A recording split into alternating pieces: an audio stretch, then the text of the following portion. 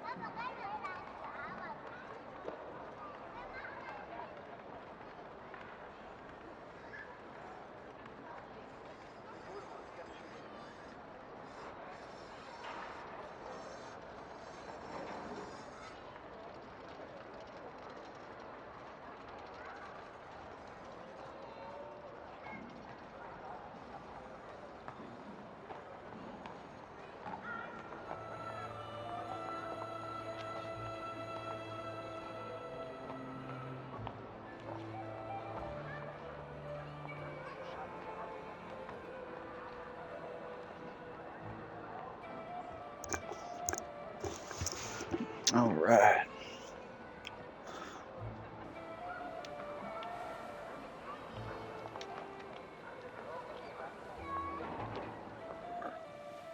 Alright, so if memory serves me right, we last left off futzing around with, or more or less trying to make sure that we are getting a better spot to take on more tournaments by mainly just practicing as much as we possibly can.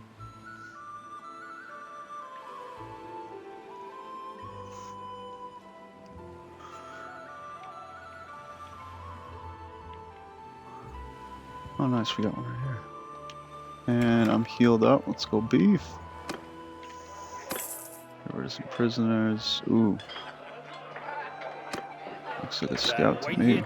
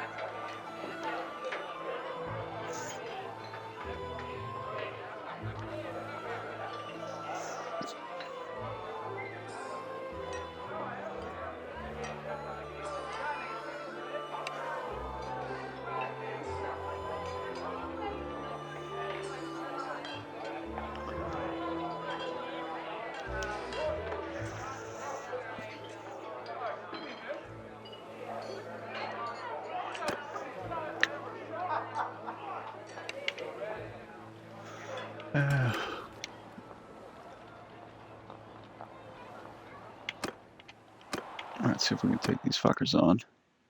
Heavy Warlord Pauldrons. Not too shabby.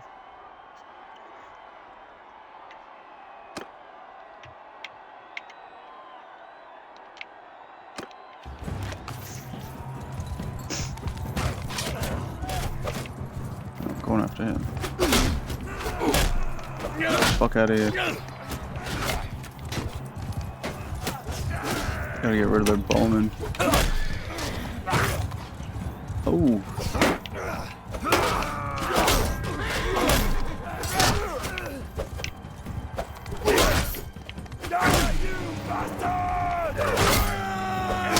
Fuck out of here. All this is ours. I'm so sorry, horsey.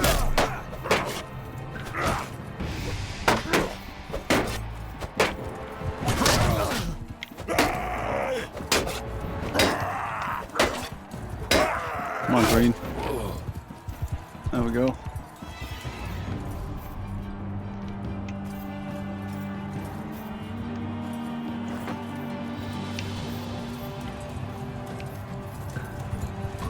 Die, you bastard!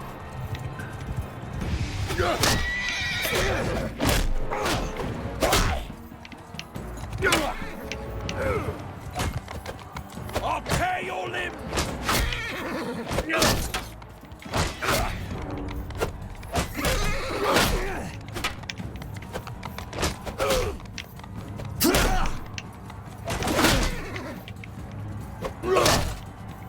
Fuck off out of here. Hours. That's my dude too. That's my fucking that's my partner. Or my companion. That's funny. He went on a warpath, bought us enough time to deal with the other two blues and oh fuck. Now we gotta do what do we do? What do we do? Yeah, let's deal with these idiots first.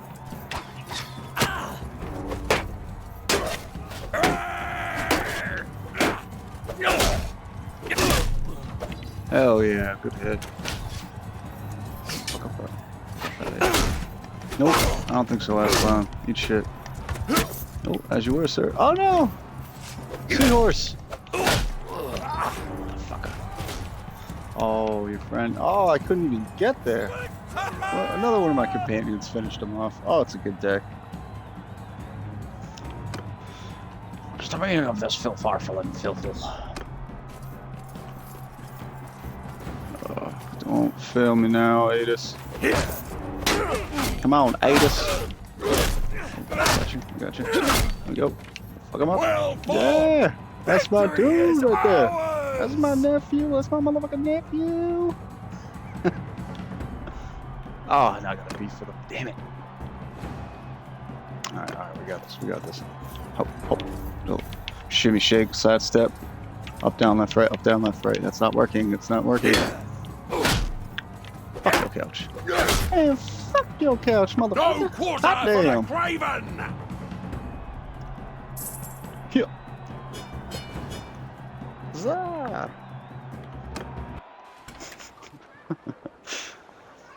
Nice, these are starting to come together for us a little bit more consistently.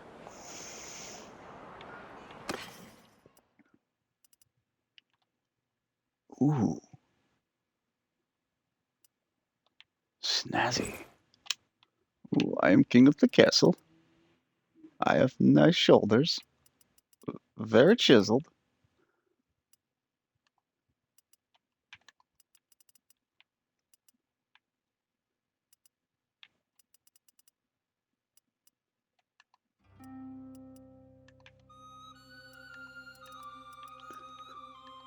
I saw one of these, it was like fine tattered rags. What? Because like you can get like item qualities and such, and other ilk of that nature. And one of them was tattered rags. Obviously, it was just really funny because it was like Exceptional tattered rags. I don't say.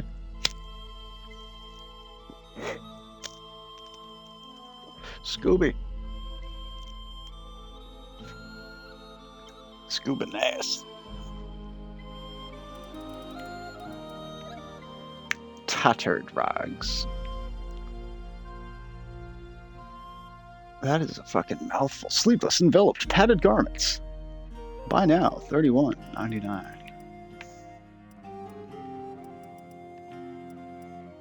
What the French fiddle fuck one is that? Another one. Ripped, sleeveless, enveloped, padded garments.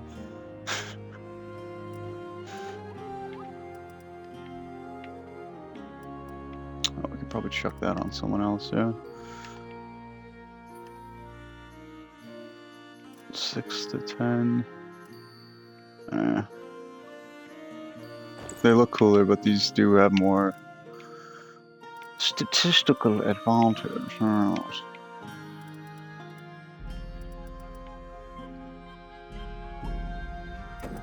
I should probably snag a few of these too. Yeah.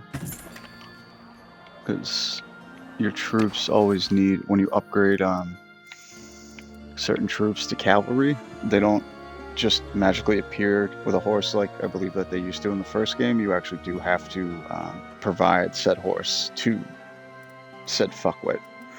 Otherwise, they'll just hang out here, this menu, and they have like a weird little red symbol next to their name, which basically signifies that they're still waiting for a seahorse. Before we go push on to the next part of our quest, let's see if we can just squeak out some more blacksmithing. Look at that, we have daily gold change of a positive fucking variable. That is so nice to see, considering how we have a small fledgling, but nonetheless still a little posse together so far. What do we got for troops anyway? Mainly archers, I think, because I'm still at that stage where the enemies you're fighting are, you know, more or less bandits and not organized, so seems to do the trick for the time being. Oops, we wanted to hit the blacksmith. Right.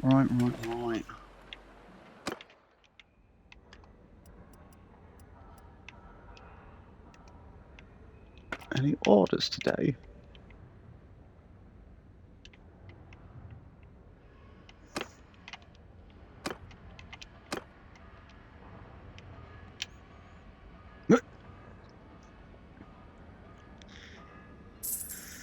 How? That's my question. That's going to be a little bit longer with better handling. What?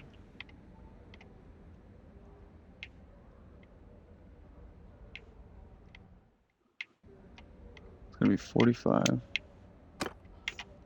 How do I get better handling on her? Oh, there we go. And no wood. Son of a bitch. There we go. I'm so confused why that went, but the other one didn't. Whatever. Fine by me.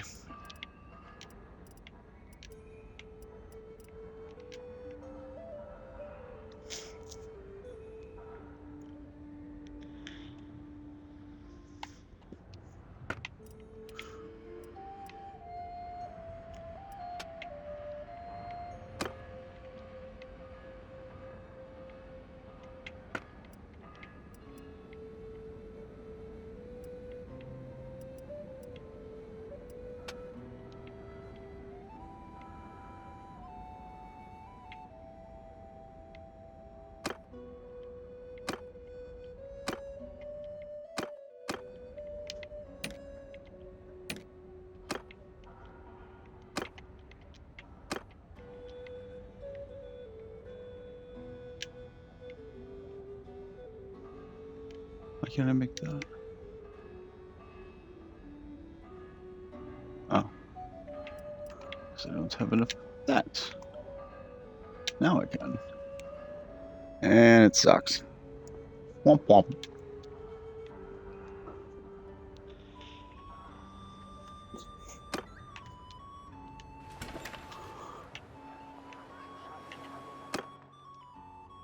Probably should still make the most out of their shit, though. I guess I don't really have too much left to craft. Alright, fuck it. We'll see if we can go slay this quest stage. But not before stopping by here to see if there's a... Oh wow, I just realized what that was. So in our last empire, to which started with the teal folks over here, this was our first fief. And from here we kind of just hung out with these two. Lock and... There's another outpost. I thought I had another castle anyway. Oh, I got nothing.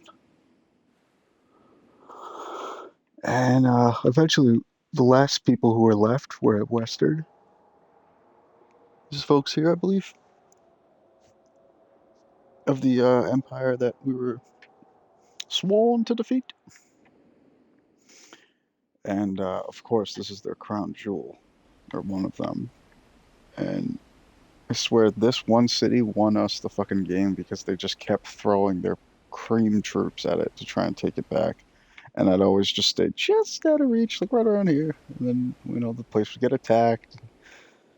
Their walls, I'd wait for them to break the walls that if I was able to like repair and put them back, I would wait until their siege machines smashed our walls because you know, you're gonna be out and about. You're gonna be fucking touring the world, the Calderia, fucking seeing what the sites have to offer you, and you know, soaking up that wonderful sun. And you might not get back to the place that you might have already previously taken in time before an attacking force is able to recapture it. Now, kind of feels like a lose-lose that you're like tethered to it.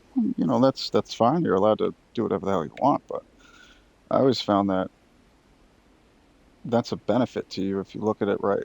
If you accept the fact that you're going to lose some of these things that you know you've already captured,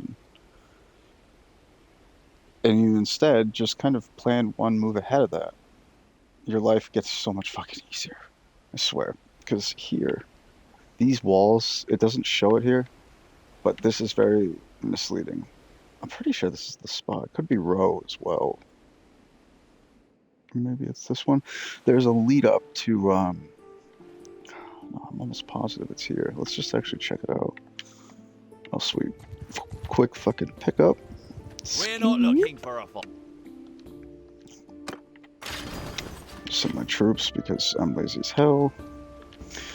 But dude, there's this fucking run up to here that like if you haven't smashed the walls, you won't take this place.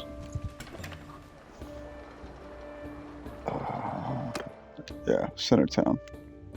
You guys gotta check this. This is one of like the coolest fucking like natural fortifications I've ever had the misfortune of watching my troops get cut down like over and over in.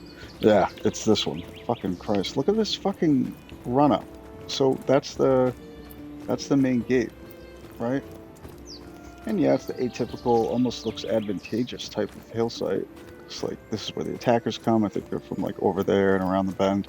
So you guys march your sorry sacks all the way up this fucking slope, right?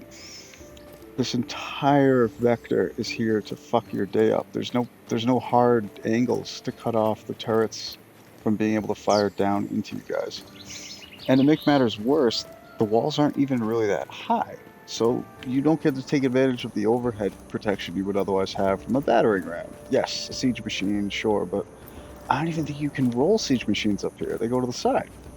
So, and on top of all of that, this right here is like still within max distance for archers over there. And likewise on top of there, clearly, but this whole wall is always occupied by enemy combatants. And they just fucking thread this little section. This is such a beautiful kill box.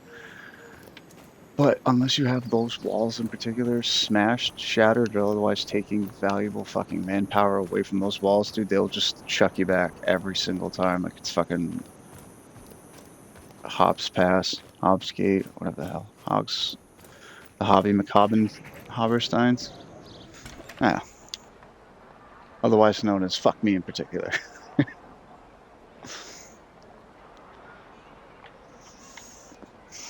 But yep, that's my song and dance. That's my story. I hope it helps you sleep better at night and that you grow taller because I can't, and all of those other wonderful things.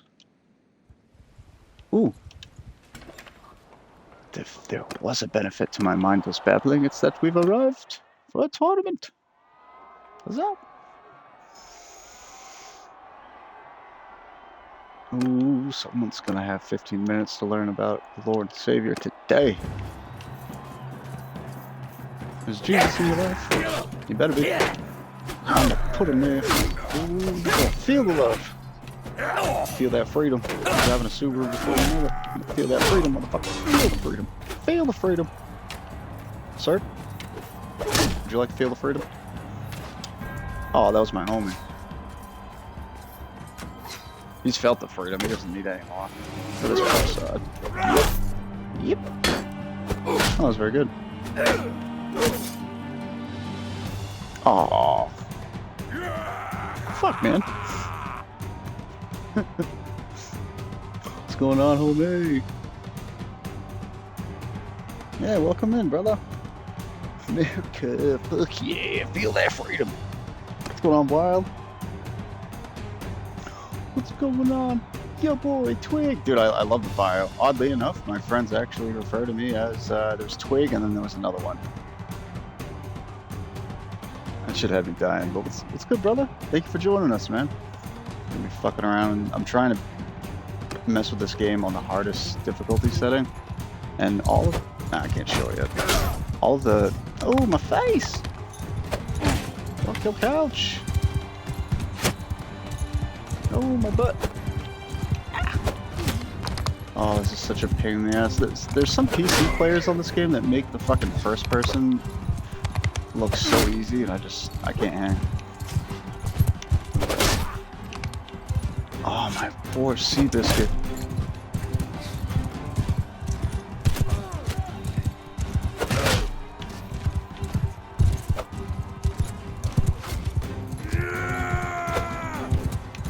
Looks like our team's fucking him up, though.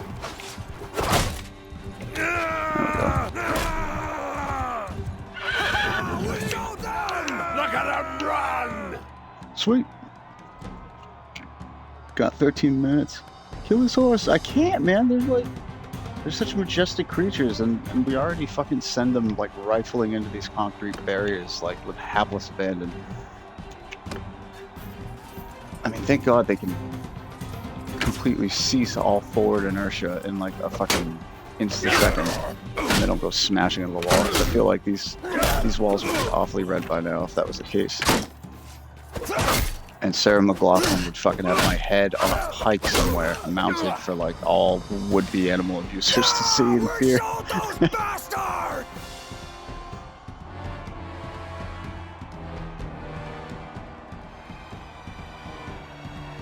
Yeah, right. Oh, so you do play it on first sometimes? Okay. I can do it. I honestly like. I prefer it when I'm in like sieging or whatever, and you're like held up on a turret and you're just shooting down on someone, whether it's on a turret like a ballista or just like the actual like fortification, like the stone structure, and you're trying to aim down. I don't know how the fuck some people can third person through the little arrow slits. It's the slits, man. It's all about those slits, man. Hot topic.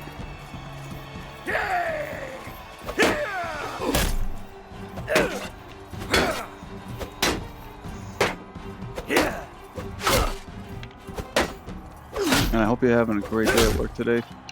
Wild, I hope you're flipping all that shit, making that money, and getting one day closer to your free couch that reeks of weed. I won't forget that, because I'm honestly kind of envious, I'm not gonna lie. I'm like, oh, fuck, it's got it all figured out.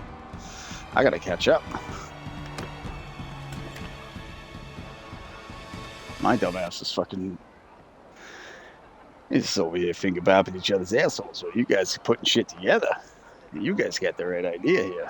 I should be wise to take some notes. Why I felt compelled to talk like that, the world will never know. Me especially.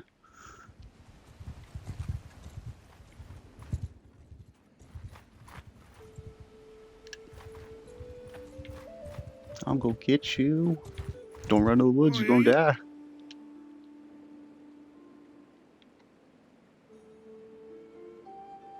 could send my team into it, but they at least have a numerical advantage, so fuck it. Let's have some fun. The best part about this game is the whole battlefield aspect anyway. Or, in my opinion. Not a whole lot of cells today. The weather's bad for business. I'm sure, man. I'm appraising and rearranging things today. Hey, get that out of the way today. You make Monday or Tuesday that much more efficient and what's it called, expedient. Just shit to get out of the way now, you know. Smart. You're very smart there, Wyatt. You're full of them smarts. Keep eye on the enemy. I don't have as many smarts. That's alright. I got some though. Move. A few. A pittance, but a few. Raise your shield. Shield wall. Face that aim. Eye on the Just want to enemy. make sure they actually look at him. Horse archers. And homeboy Flex can come back here. Oh, he's a horse archer. He can do whatever the hell he wants. Follow your sergeants. If you face the other direction, guys, that'd be helpful. Woodman, hear me. Move out.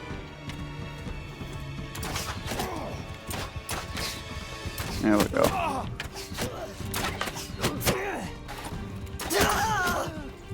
Bring that down, Legolas. Oh, that was a single fire, huh? Oh, that's right, heavy crossbow. Command is yours. I fucked up though. I picked this guy's voice not as deep as the last character, and he just sounds so strange. Here we go. Got a runner. Hey, go back.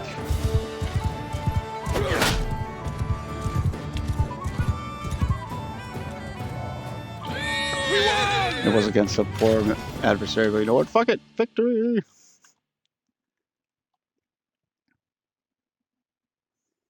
That's what I was thinking until I saw the shield symbol.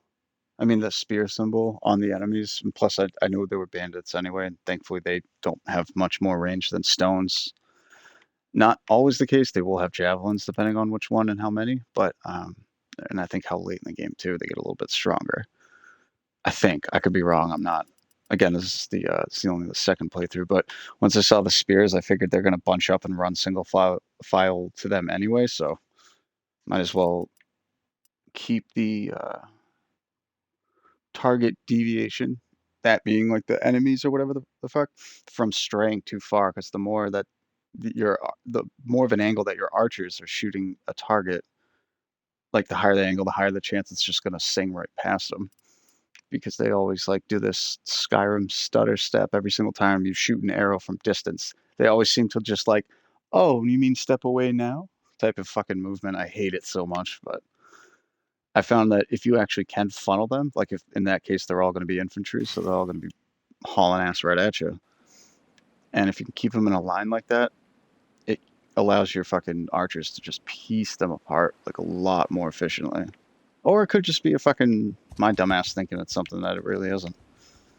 I would put my money on the second one. But no, you're totally right. If those were like archers or even cavalry too. I know they say stack everything together, but I don't know how the fuck to do that with the what is it called? The circle and the square formation between your archers and infantry. Unless you tell them to like do the whole like, oh, stop listening to me, listen to your sergeants or whatever. You got a problem? I was gonna take them on myself, but seeing how homeboy Flex is here, what? How does that work? I actually lost a troop that time. Unbelievable. That's it. Selling my Xbox. I live in a box. Nope, I'm done. Alright, what the Filfarfel and Filful were we supposed to do? It was head over here. Oh, we got something, didn't we, just now in that tournament?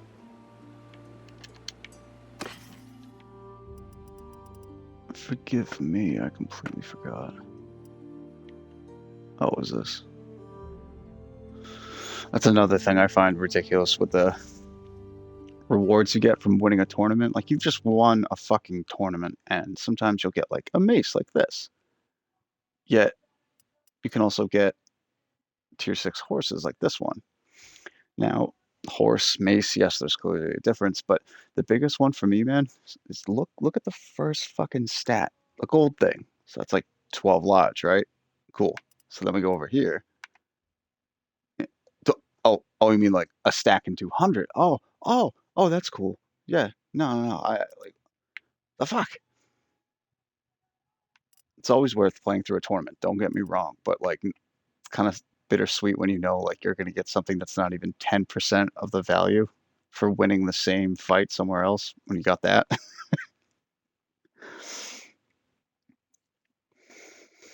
Remember the hills give you +1 or 2 extra on win chance.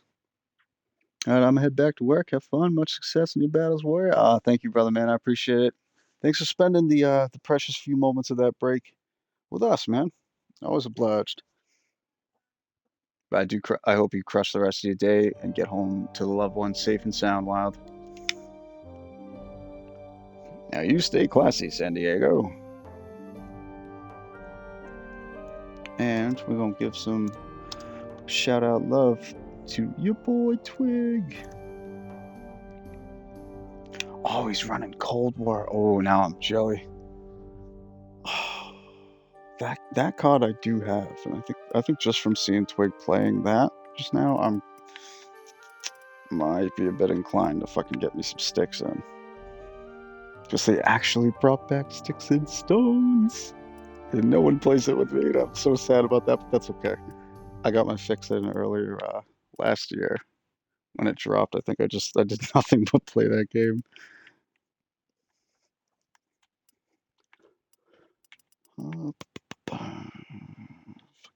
Couch, what are you doing? Oh, that's right. I found myself in this menu like, bloody hells, what am I doing? Oh, don't tell me oh, thank God. Thought I got rid of the crossbow. So you can shoot it from horseback, but surprise, surprise, you can't actually reload it from horseback. That's a bitch, but I will get by. Mm-mm.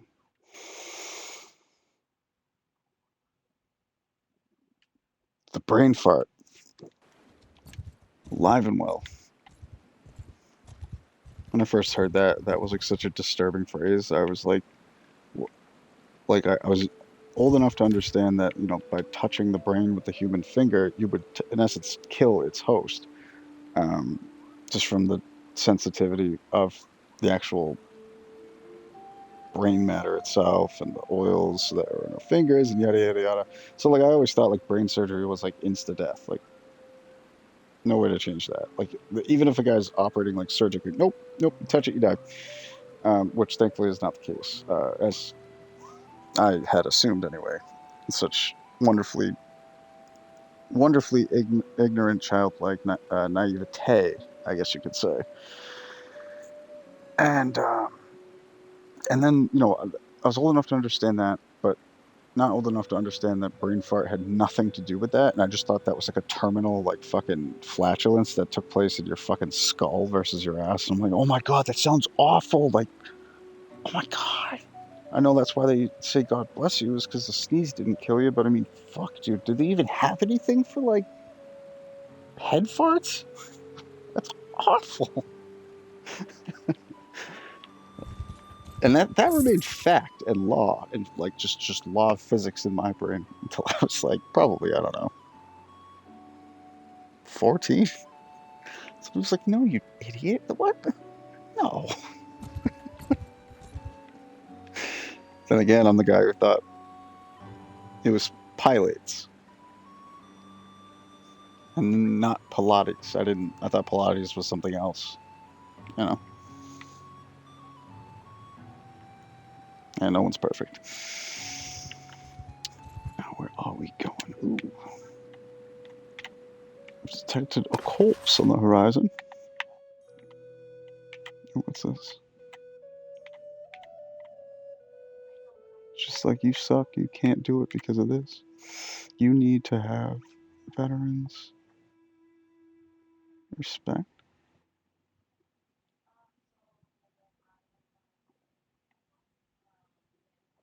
Oh, okay, I get it. What? What? 50? What is he? Boris Bandit sucks. I'm just gonna get rid of him anyway. Jethro! What's going on, you handsome devil? How you doing today? Happy Friday, my friend. Hope you're staying. I was in Grunt stream earlier, so I caught a little bit of I actually ended up getting myself timed out because I used a shit ton of caps, and I think the auto mod didn't like that. But I was trying to thank you for the shout, man. And I saw you were saying something about the cold, the concrete and the steel makes it all feel colder, and I'm just thinking like, dude, I'm already shivering in my own home. I can't even imagine what's surrounded by like that would feel like right now. Oh goodness. And whenever I get cold, I start yawning. I swear it's just like hibernation. Sign me up. Nah, but I hope you're doing well, Jethro. And if anyone wants to see how that team deathmatch is done, give our wonderful, dear and amazing friend. Sorry, I just saw the stretch challenge. And I'm just like, I could do that. Or this challenge, viewer point reward thing that Wild put in. I'm just like, now I'm stretching. Now we're busting it out.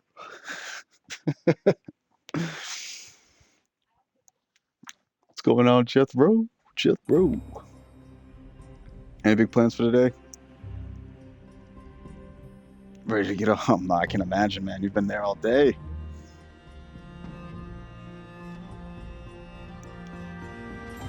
Well, I hope you got plenty of hand warmers, both for your boots and for your gloves. And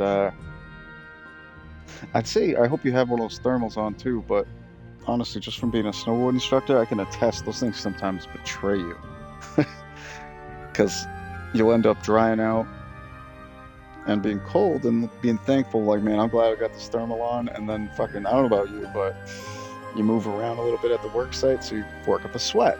Unfortunately, you're wearing a shit ton of clothes, so, the first thing to soak up said sweat. It's the damn thermal. And you don't actually even realize it until you cool down from that work that you were doing, and then go back outside again. Do you realize, holy shit, did someone put gun holes in my, like literal fucking bullet holes in my jacket, because this air is just like rifling me. And it's because the thermal's still holding on to that nasty fucking sweat, but it doesn't go anywhere, so it just pulls fucking cold towards you. Oh, well, I have a love-hate rapport with those fucking things. If you didn't imagine or couldn't figure out already. It's like, whoa. I went off with my buddy about this, and he was just like, he like sat me down on the side of the road and was just like, all right, young man, please continue. Clearly this is fucking bothering you. I'm like, fuck off, Jimmy.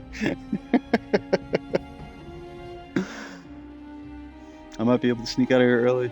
It's warmed up a bit, about 48. All right, good. Good. Yeah, not a fan of long johns. Oh, no, hell no. I can't fuck with those, man. I can fuck with the thermal shirts, like the top part, but nah. Ever since a young age, my, what little they are, my gentleman down there needs some wiggle room. I can't. With long johns, it's like it's too smushed. Shit doesn't jive down there, man. Because I also didn't know that you're supposed to wear those as your skivs, and when I found that out, I'm like, well, that's a deal breaker. It's like a fucking warm bathing suit for a day. Under shit, man. Pass, hard pass. That's why I got all amped when I saw those Duluth commercials, the Duluth for clothing undergarments for men. And they showed like the little cartoon cutout, like the plumber fucking trying to like just get shit done, wearing like just questionable garments to begin with. And I remember I tried at least half of their product lineup and was just so fucking angry because nothing was as it said. I'm like, I might as well just rock Lulu fucking lemons, because at least they disperse the fucking drawstring correctly. Surprisingly, why the fuck do those things actually seem to be the most comfortable pant that I've ever, like, business pants that I've ever fucking tried on? Lululemons, for crying out loud. I was just grateful that the symbol sign or whatever was on the inside of the pant seam. So when anyone was like, "Dude, what those Dockers?" and I'm like, "Yeah, totally, Dockers, Dickies, whatever the fuck they need to be. Not Lululemon. Nope."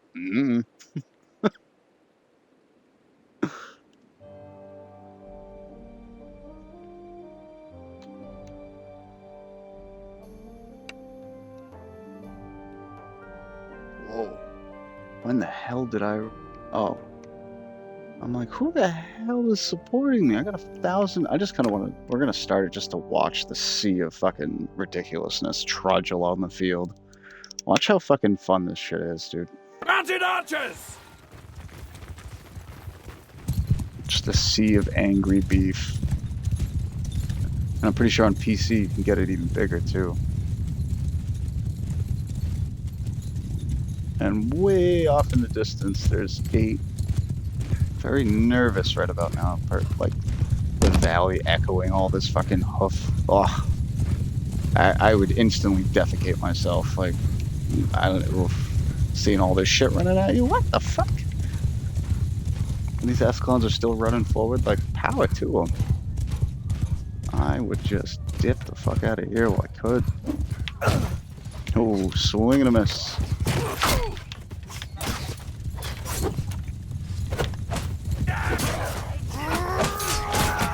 Oh no. Damn, I didn't even get a single kill.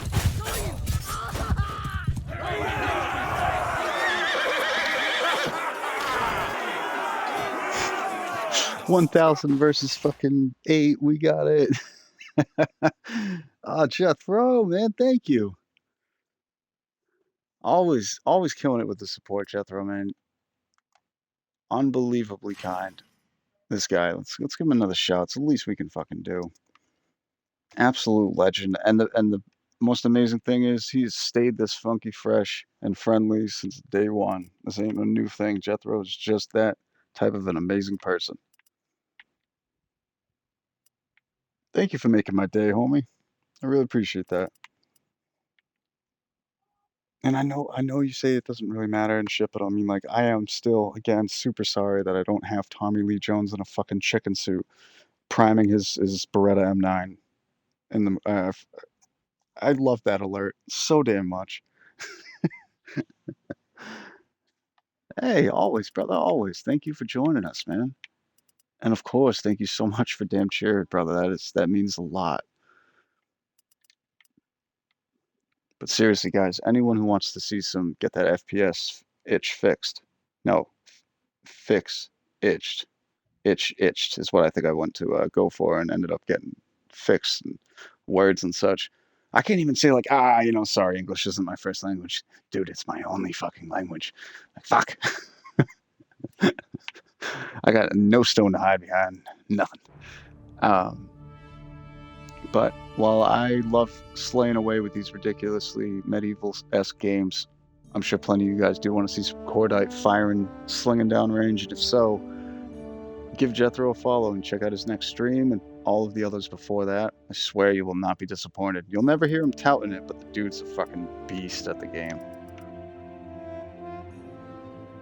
He's still got like those reflexes that I wish I still had, man. Quick feet, quick fingers, quick thumbs, homie. Jethro got the thumbs in your face. I'm sorry. It's probably the lack of coffee that's not helping these ones get out too swimmingly. But then again, I have a horrible habit of babbling on with absolute asinine nonsense. But the truth still stands. Jethro's a beast at that game. You guys should definitely give him a follow. Definitely check out the next stream. Always got welcoming, positive, happy vibes. You know what I'm saying? I go there to unwind when I'm having a day. He's all thumbs. You see that, people? He's all thumbs. Got thumbs. Day. 7 days a week. I love that because that's what we rock, man. It's all about them thumb sports. When I was growing up, it used to be about them ball sports. Now it's them sports.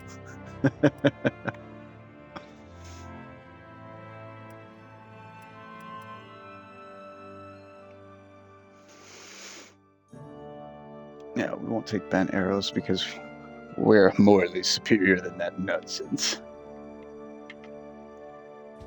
But we will see if we can, talk to this ass clown, because he's got the scoop, he's got the Deckard Cain deal on That's close a enough. certain Who are aspect you? of our quest.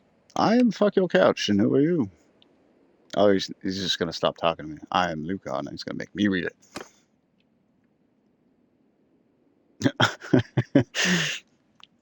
I'm not gonna lie, that it's just seeing you say "I'm all thumbs" reminds me, Jethro, of a game called Worms Armageddon. I used to play on the PC, and they were worms. It was like a turn-based, almost like the old school game Tanks, Battle Tanks, where like you took turns shooting at each other. Um, I know that they were worms, but they always to me reminded just look like big toes and thumbs the whole time. So it's just very very odd game, very fun. It was addicting as hell. Some of the most hilariously named weapons I've ever seen came from Worms Armageddon, like the Holy Hand Grenade. Like that is just, I mean, granted, when I saw it in Monty, nothing beats that.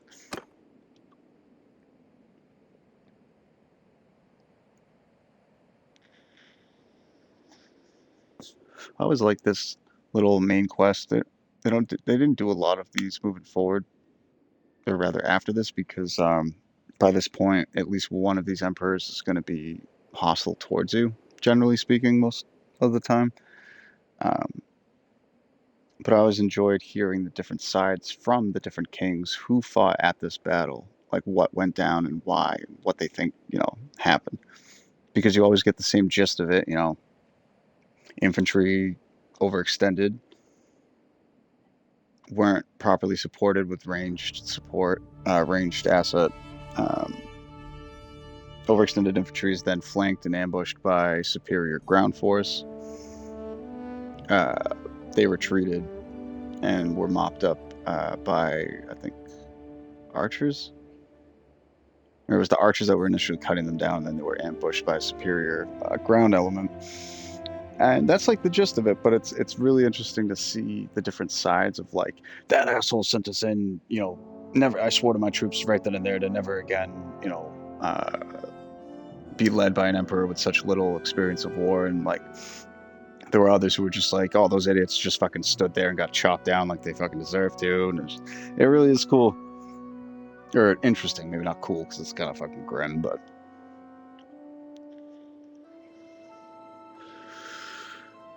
So Rash sending our infantry up into the hills to storm the but he thought he could grab the pass quickly. The enemy had time to reinforce it. If he had made the other wager, and that turned out to be wrong, people would say he was hesitant. I actually never even considered that. And I feel like there's someone standing in this guy's skin. Did you see like that weird little clipping around like the Magneto part of his helmet? Wait for it, you'll see it. It looked like someone else's eyes were there, man. It was weird.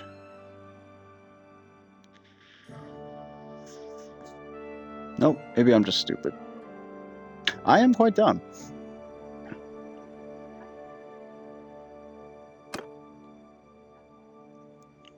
I stayed with him. We'll cock up one table. We back to the camp. Yeah, that's the people. The Sturgeons were the ones who came out of the woods and fought on the battlements. Eventually, we could hold them a little longer. I didn't see what happened to Ord our banner. Yeah, that's the guy. Arenios. Aaron Ghost. I don't. Got us back. He was the one who got us out of there and got us home. I didn't respect him before, but that day I saw he was worthy to be emperor. It makes sense why everyone follows him. But he's emperor. I'm confused. Lord needs horses? Well, go fuck yourself. The Western Empire, these guys with a fucking... the Magneto helm? I mean, like, it's all relative, you know? You'll never forget that fucking helmet.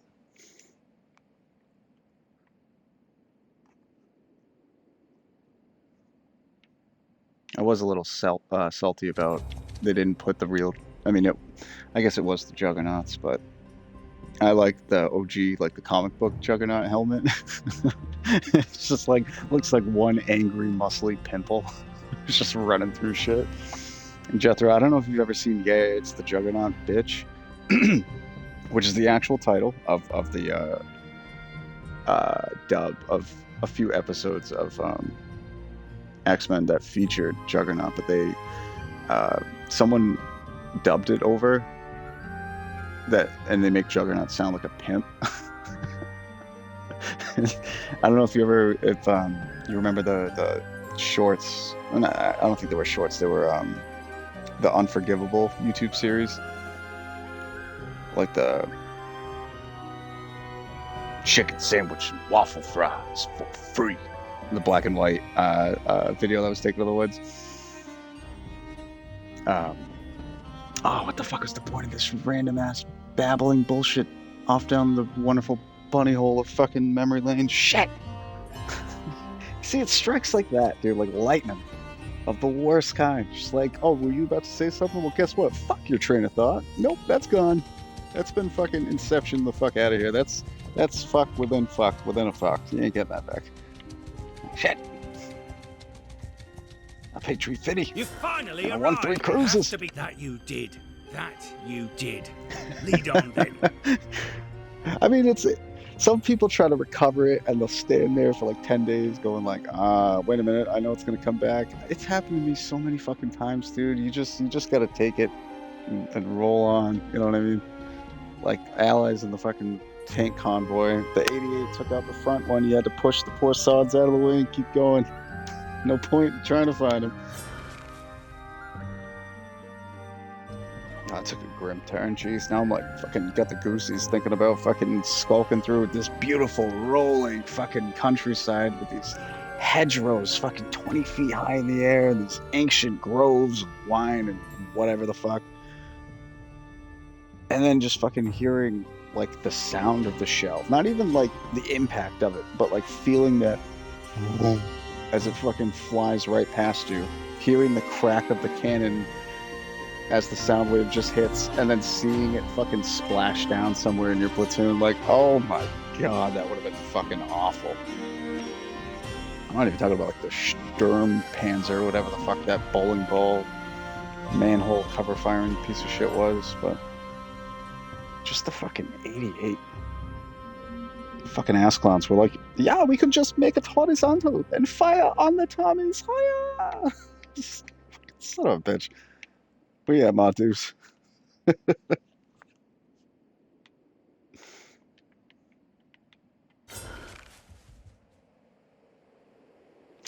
Shit, I still had to talk to Copernicus. Hey. Now, Benton, how you doing there, come bub? no closer. Forgive me, but one cannot be too cautious. I would ask you for your name. What? All right, Boris. Shit. Swear to God, I'm like, is that Boris Johnson? Is it? Yeah. The fuck?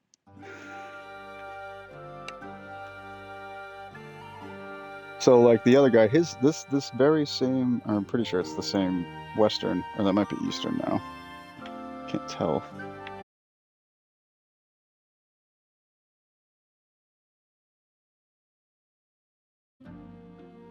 Western Empire, I don't know. His emperor, excuse me.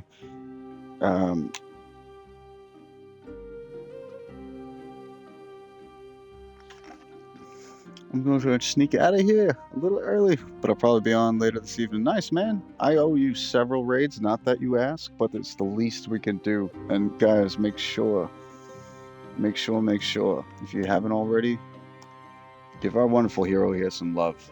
It's not only well earned, but He absolutely deserves all the fucking support in the world. He is a model example of how to be a good human and how to support friends on Twitch and new streamers who are just coming about. He himself is learning, and he's making strides, not even fucking steps, but strides every day towards making it look easy, honestly. He's got the skills, got the vibes. Jethro Bowden's definitely worth the time to check out. So please do give a follow and show some support for the one and only Jethro Bowden. That is a Bruce Buffer fucking name, isn't it? Fuck. What I would give to hear that name announced by fucking Buffer. Oh, either one of them. Oh, I don't know you anything except my left arm and my heart forever. You have them both, Jethro. You're a good dude. Now, you be safe. You squeak on out of there. Make sure you dust the tracks. Delete all the footage from anyone who can see. And spray paint the cameras. Well, don't do that. But I do wish you safe travels, homie. You got precious cargo waiting your arrival at home, and I'm included in that. I'll be definitely checking out the stream later, and if we should have to take a break at some point tonight, so hopefully that'll be when we drop you a quick raid and check out the Jethro. It's just a fun name to shout. I'm not gonna lie, dude. Thanks, Bubba. Be good and be careful. Likewise, boss, and thank you. I totally will.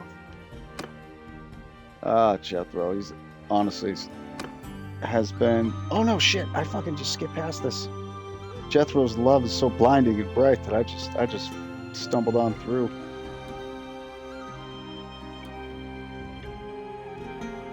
I blame you, Jethro. You beautiful son of a bitch.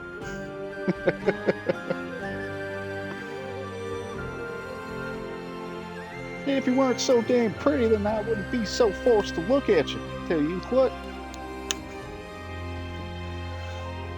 That was my buddy Juan when we were riding the orange line and the purple line in Boston, like the trains and shit. He'd get caught, not being a creep about it, but like he would just be checking out someone who'd be sitting across from him. Like, clearly she's well put together, clearly she's super attractive, blah, blah, blah. And Juan would just be staring at her like, oh my God. But not like jaw drop, like poking at his friends to check it out. Like, he was just doing it himself because he couldn't help it.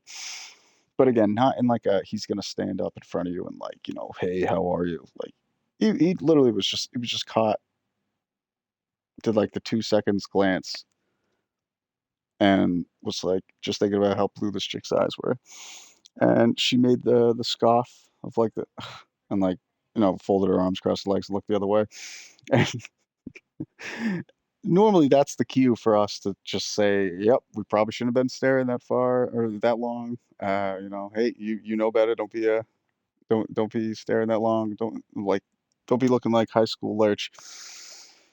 And you know, we take it on the chin. We move on. We hope to, or at least the ones that are worth remembering, we hope to learn from this moving forward, so we don't look as awkward later. But no, not Juan. Juan literally goes, "Whoa, no, you don't get to do that, okay? Okay, beautiful lady, look, you don't get to be upset because you're hot and you got me staring at you because you're so damn beautiful, okay? If you weren't so damn pretty, I wouldn't be forced to have to be constantly staring at you and then look like an asshole when you look at me doing that. So you know what? That's not fucking cool." Of course, to set this random stranger into a complete hysterics, and she fell in love with the guy. She's like, "Oh my God, you're perfect. Thank you." He always had that ability to diffuse even the most tense situation, like like it was second nature to him. I always admired that. We whimsical few, myself not included. I honestly don't have. I had game. I had Mac Daddy level of game on like MySpace and like AOL Instant Messenger, fucking 15 years ago. But that has since been evaporated into taxes, bills, and debt. Which I guess the last two are the same. But oh man, those were simpler times.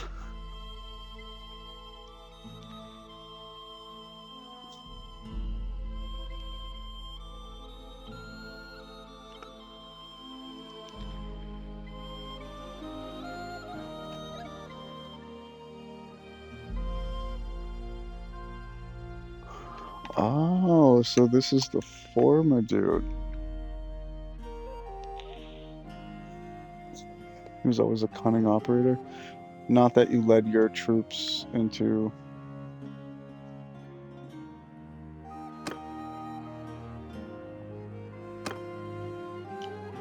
Weird. It's interesting, his... the hubris of this one. Damn, he's got a fucking army, though. It's gotta be at least a couple generals. That doesn't make sense.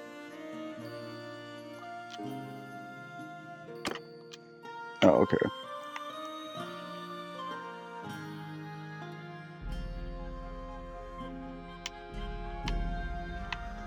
Alright, what else do we have? Oh, no, I'm gonna go here.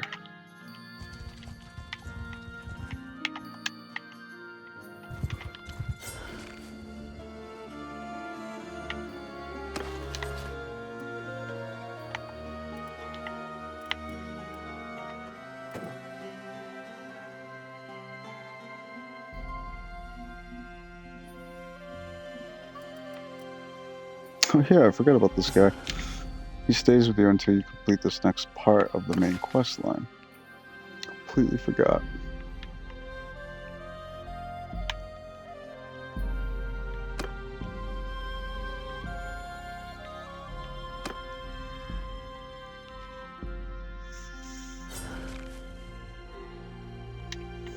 I kind of like having him here because he's pretty cheap, and I don't want bandits though. I'll keep wolf skin here, guy, but some of these other ones, like the looters and shit, especially this, they're just not worth keeping around. They're too fucking expensive early on anyway. Cool, cool, cool. Oh, Jiminy nipple flipping goodness. I had no idea I'd leveled up. Oh, how contrary.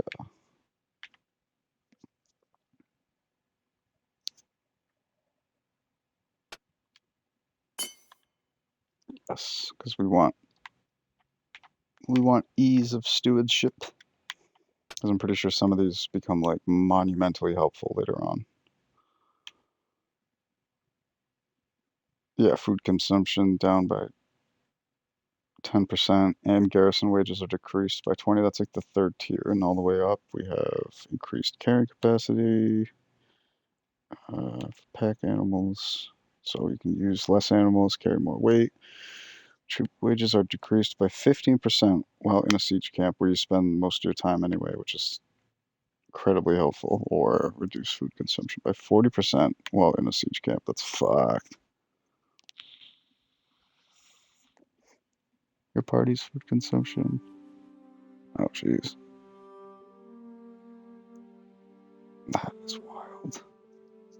I've never actually gotten that far along in that tree line. That line, the skill tree, or skill line. Why I decided to just like blend words at a whim, I mean, well, you find out and you let me know, please.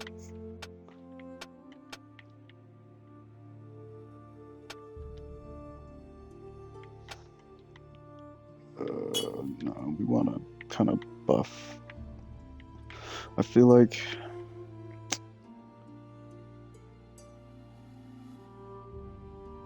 I'm already level 12. By what, 15, 16, everything fucking grinds to a halt on fast skill progression. Shit, so these ones are kind of important, but not really leading a big army.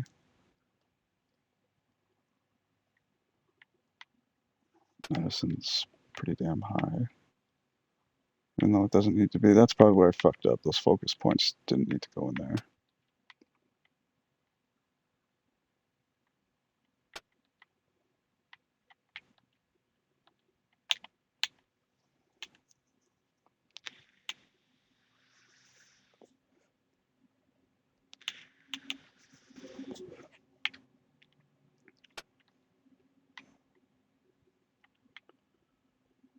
That's not a bad one either.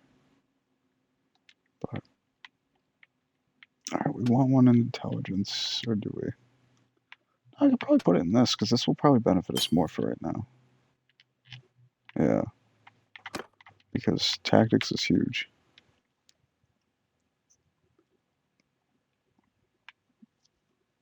I kind of want to drop one in smithing. Taking a page out of Master Chen's book. I think he's got a winning formula in that smithing is very, very helpful early on.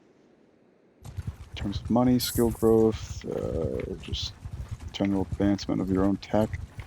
Or craftable tech, definitely worth a gander. Oh wait, I don't really want to keep helping these guys out, do I? Ooh. What? Let me go backwards. He was just like, oh, hot step. Fooled you. What? It's been a while. It's been a while. But you still need horses. You know, I wouldn't mind helping you either. I'm always against the fucking... I always like supporting the underdog, and to me, that underdog is the, anyone who's not imperial, part of the empire. Imperials. Blah, blah, blah. I can't even think of words.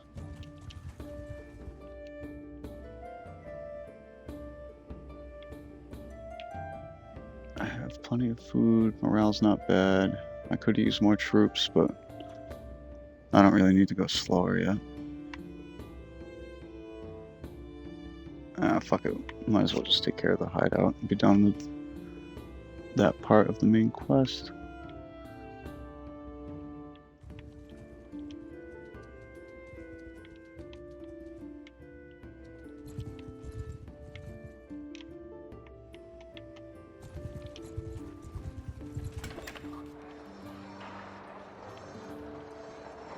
Oro's mutton pie. Okay.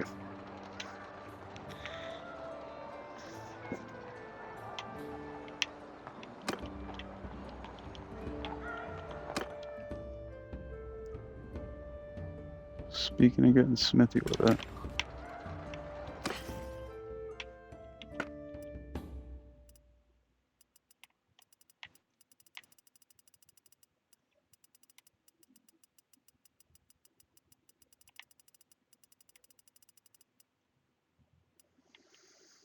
Damn.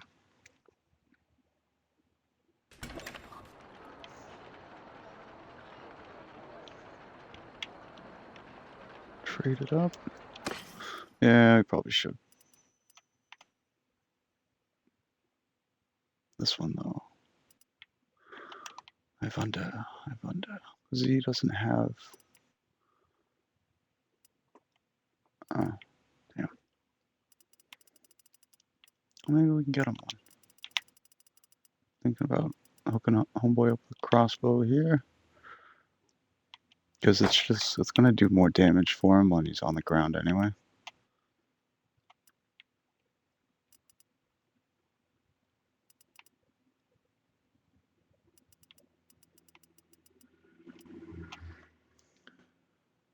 Gotta get him a better shield, and bolts would help.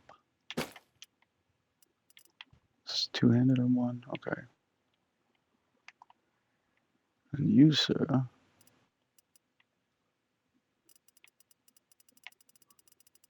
Because these guys have like laser precision. Honestly, I think I'm gonna buy 2 of these. Just because I found them from horseback to be one of like the easiest to use fucking ranged weapons. And not necessarily because they fly faster than bows, which they don't, or that they're more accurate, which they are not, than bows. Crossbows just seem to have that perfect punching power where it's a bitch to like get used to, but once you do, you can effectively turn like a 60 damage bolt into high 80s, low 90s by just riding straight at something and shooting at the same time. Could you probably do the same with the bow? I'm sure, but as you guys might have witnessed last night, I think we got A 112 off of a full charge hitting one of those unarmored opponents in the head with a crossbow bolt, which was surprising to say the least. And I'm not saying that like, oh yeah, I could do that anytime. Like I'm the best. Like, nah, dude, none of that shit. I just meant like, as an example, that is at least possible, or that inertia really does factor in when you're laying there. Uncle Bobby Ham slam down. Slam ham? Ham slam again? Buckets of buckets of nothing. Of nothing! Oh damn. Wish there were more of these. Like a quick 1,000 for running those over to CO. Yeah. Alright, what the fuck are we doing? I paid. What did I pay for? I thought I was selling things. Oh, that's right.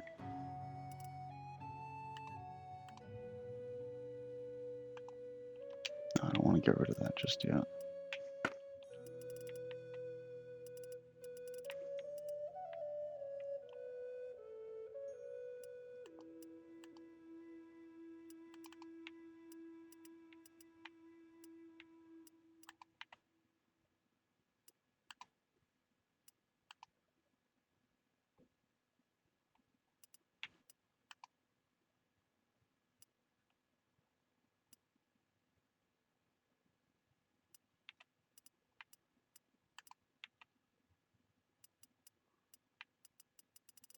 That's all good.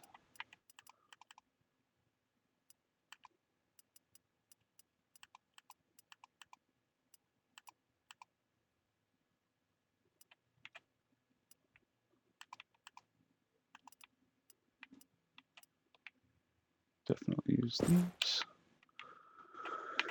And we could find him some better shoes too, but I just don't have to worry about that right now.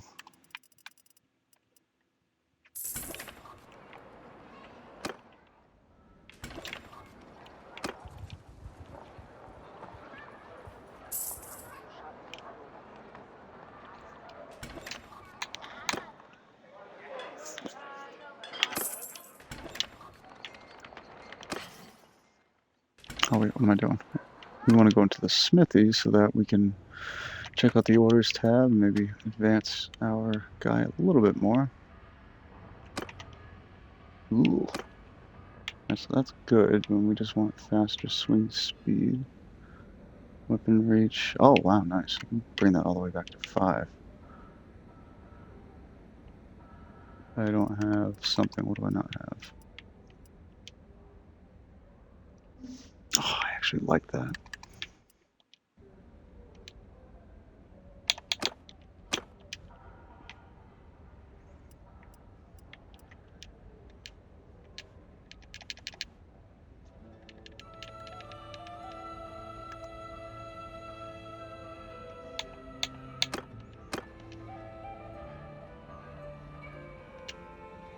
Oh, what do you mean displeased? I gained 5 levels though, so that's good.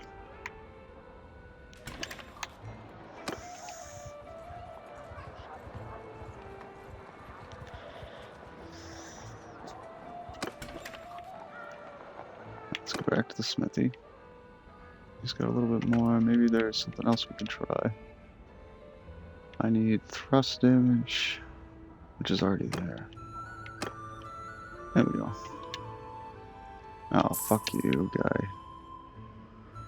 It's not good enough. Yeah, fucking fuck. I'm fucking trying here. No one wants to buy my shitty craftable stuff. The fuck? What is that? Why is there people? Civilian. One-handed. What? I thought I picked a two-handed sword. Okay, two-handed. But I don't get why it says civilian. What does that even mean? Civilian. Okay.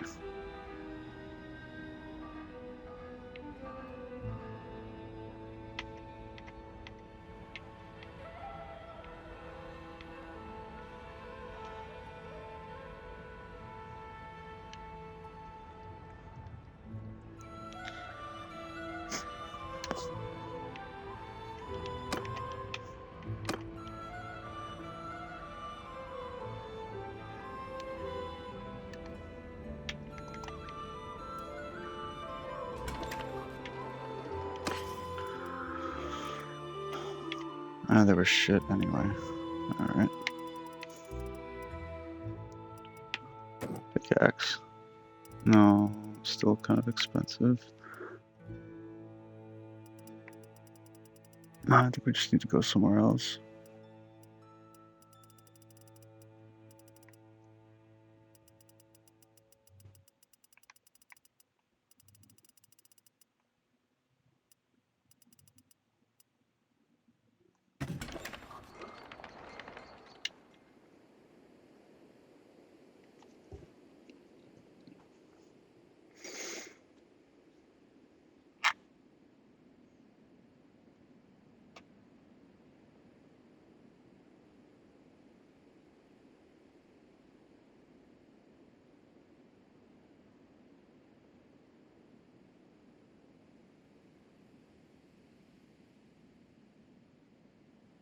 Sorry, I was just getting an alert from my inspector that's saying my ping was hitting the roof.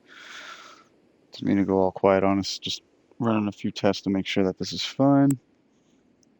Okay, you know, I'll put on an annoying little 2-minute ad while we run. I'm gonna run that global speed test thing to see if we have any packet loss, and then I got this silly little, like, it almost looks like a smartphone, but it almost looks like a ECU reader that you plug into cars, and I've been connecting it to my router, and it kind of helps just see things that I can't see in either the app or...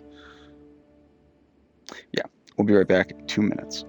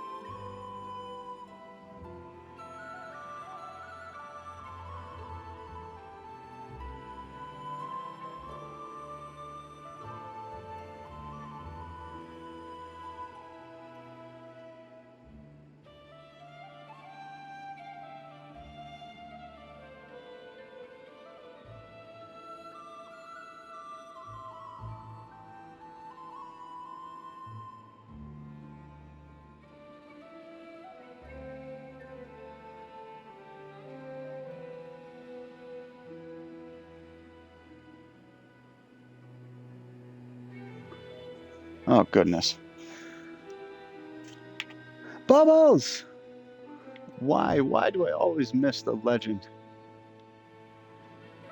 I'm so sorry, Bubbles. If you're still here, I hope you're doing well. Hope you're doing awesome. And thank you so much for dropping by. My dumbass was, of course, running away for like 2 minutes. And I always seem to do that to you, Bubs. I'm so sorry. Ooh, getting down with that Hogwarts. Get down. And my wife has been fucking going apeshit over that game. Can't say I blame her. It looks extremely fun.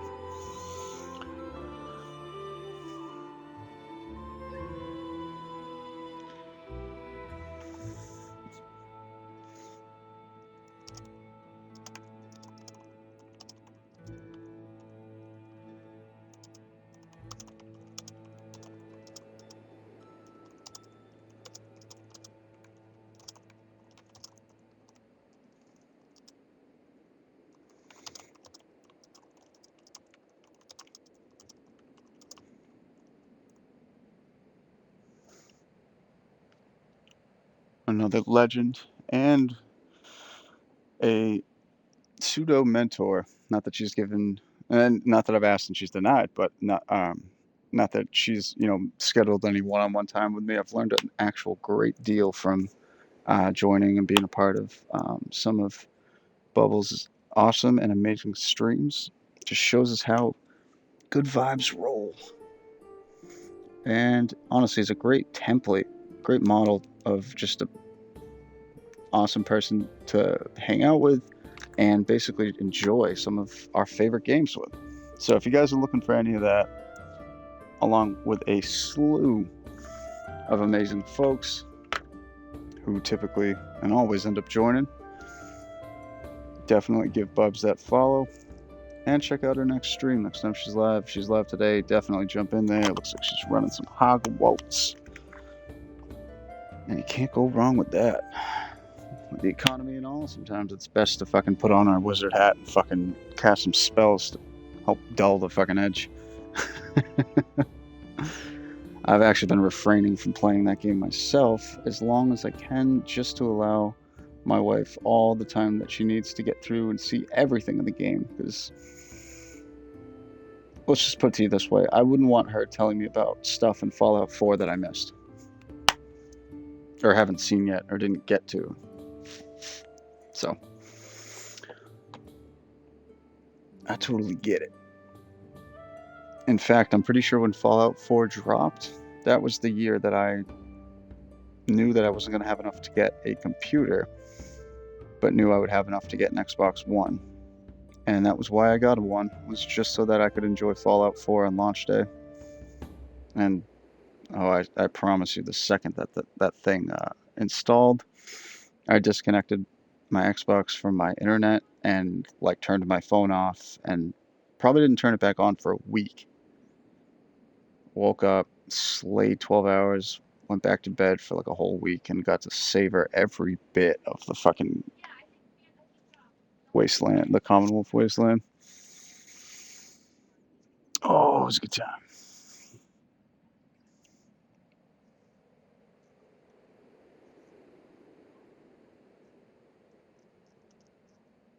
Sorry, I got the fucking Scoobies stuck at the bottom of my bowl. I just wanted to fucking scrape those out before they come back as fucking molten chunks of lava. And I bet you molten lava probably tastes better than this fucking, some of these like absolutely drenched in resin fucking Scooby snacks from the half-ass like cleaning job that you tried to give it like 2 days, 3 days ago, and all that fucking Call of Duty Reznov is just chilling in the bottom, just like, yep, we're still here. The numbers, Mason. What do they mean?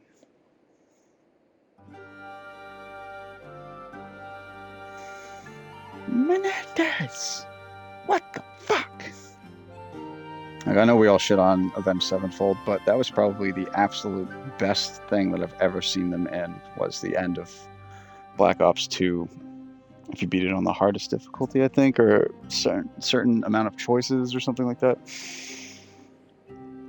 It's Avenged Sevenfold, and they're like playing a gig, and there's fucking Menendez is the drummer.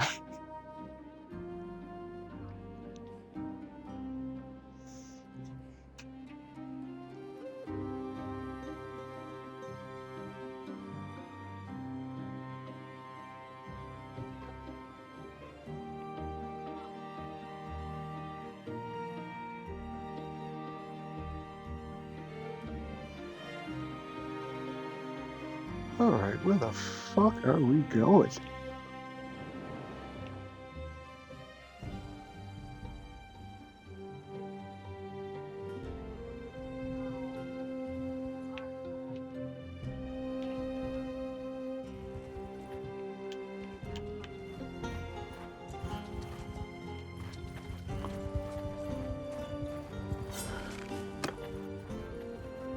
What? It is nightfall. What the fuck? What the Farful and Filful is this? Farful and Filful.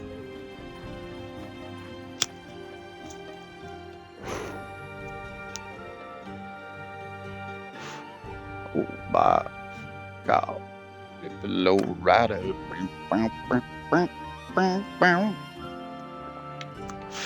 Yep, I won't be quitting my day job.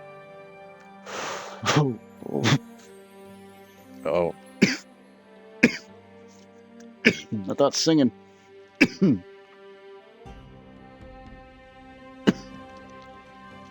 Hamina. Mm-hmm. It's that ivory. Lord have mercy.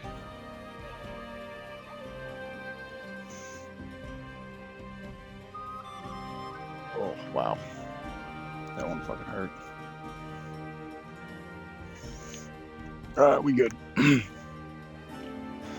Swear to God, that last one had a fucking seed in it. I fucking hate that shit so much.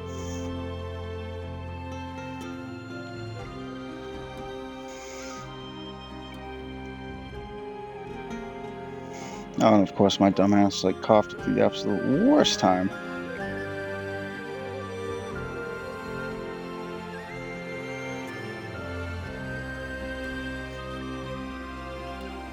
Sorry, I'm just picking up some fucking embers off the side of my couch.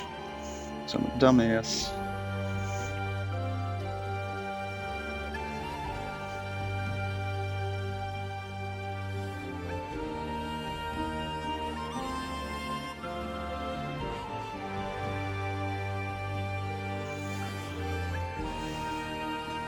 Alright. Is it bad that I don't want to take this guy? Because I just fear for his safety?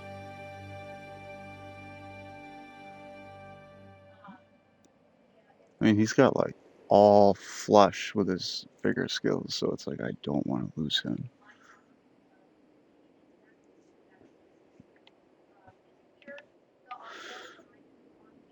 Yeah.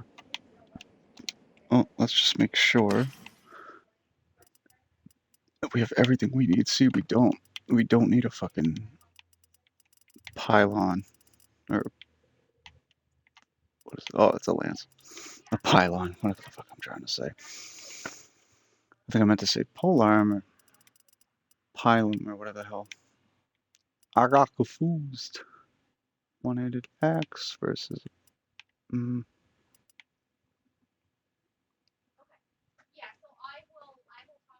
Swing and...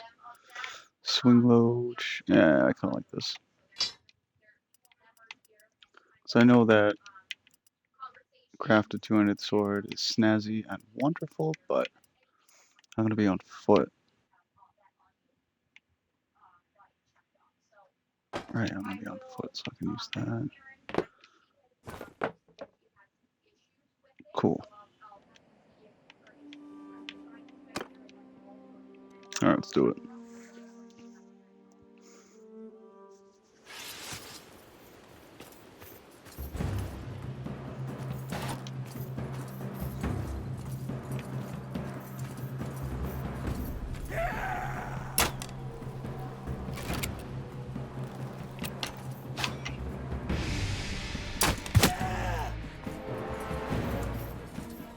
Whoa.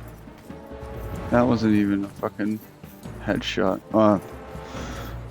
hit him in the neck, so. Let's go load this. What else? I want to tell my buddies to.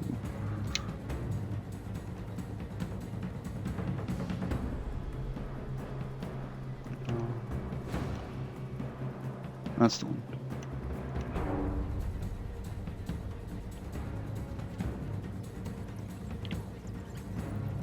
Alright, perfect.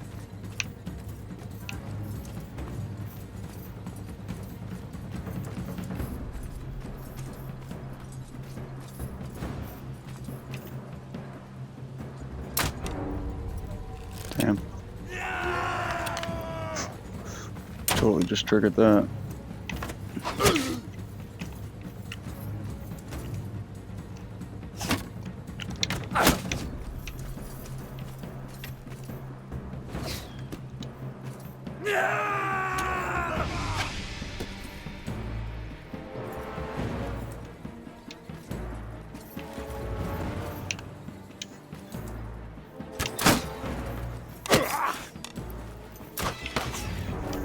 Yeah, I need to switch.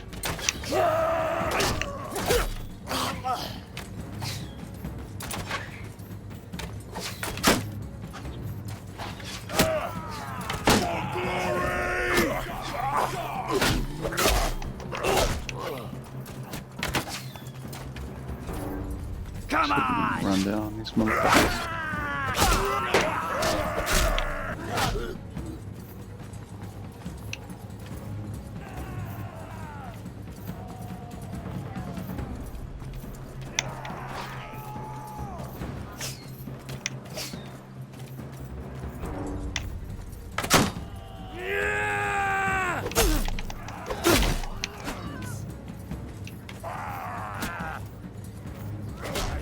Shit, someone fell.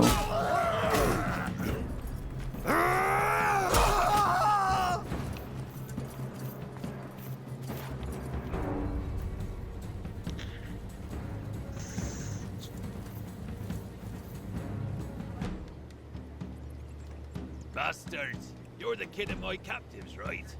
I saw Radago's with ya. You know he can't be trusted. Nah, there's no more talk. Kill me or I'll kill you. That's how this ends. I'll do you the honor of dueling you, and my men will stand down if you win.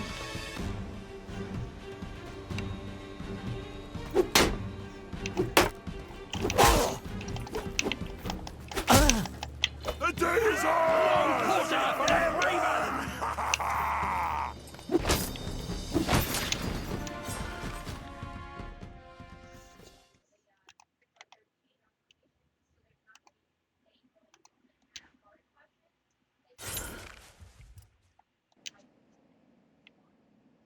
Awesome.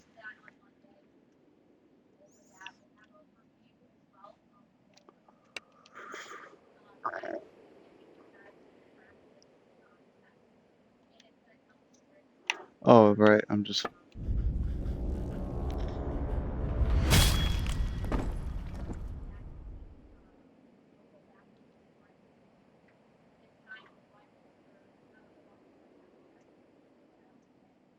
Yes, we are all fine. The little ones are scared, but fine. We need to be quick and get the hell out of this place. Meet me there later, when you're ready to tell me everything. Well, looks like we've gotten your kin back to you. So my end of our deal is complete. I'll be making myself scarce now. Don't let your conscience bother you about letting me go, by the way. I won't get back into slaving. Burned too many bridges with my old colleagues, you might say. I'll find some other way to earn my keep. Mercenary work, perhaps. Anyway, maybe our paths will cross again.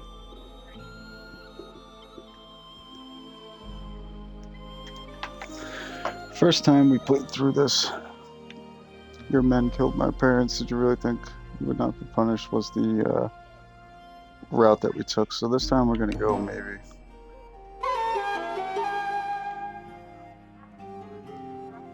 Because the quest, I think, was mainly to just rescue, not avenge.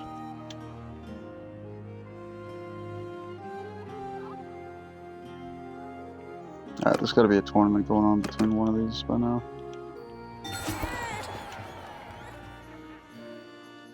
Whoa. I just produced a child? Yes, sorry. Oh. Nah. Not yet. Hey, alright.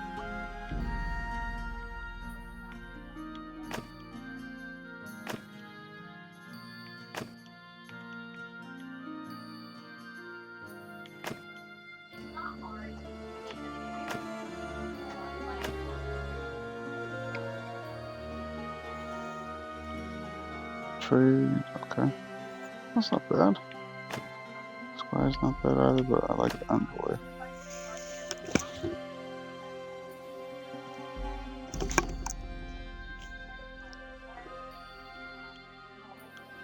Wait, how does that work? The green, though. I wish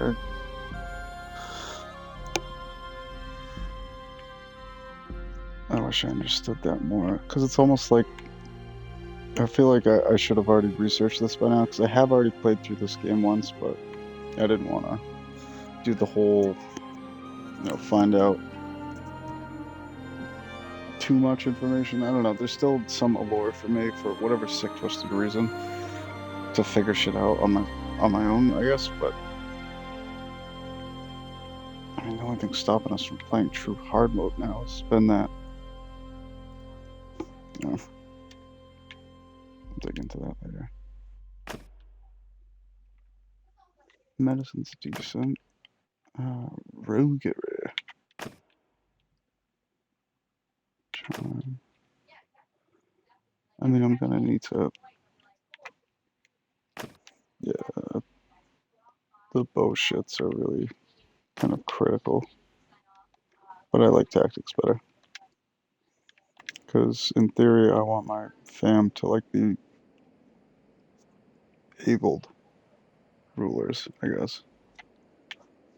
I mean, it's one thing if they're just filth nasty at slaying stuff. And that's great, don't get me wrong, but if their leadership and their stewardship sucks, then they're not going to be really doing much of either, effectively or for long.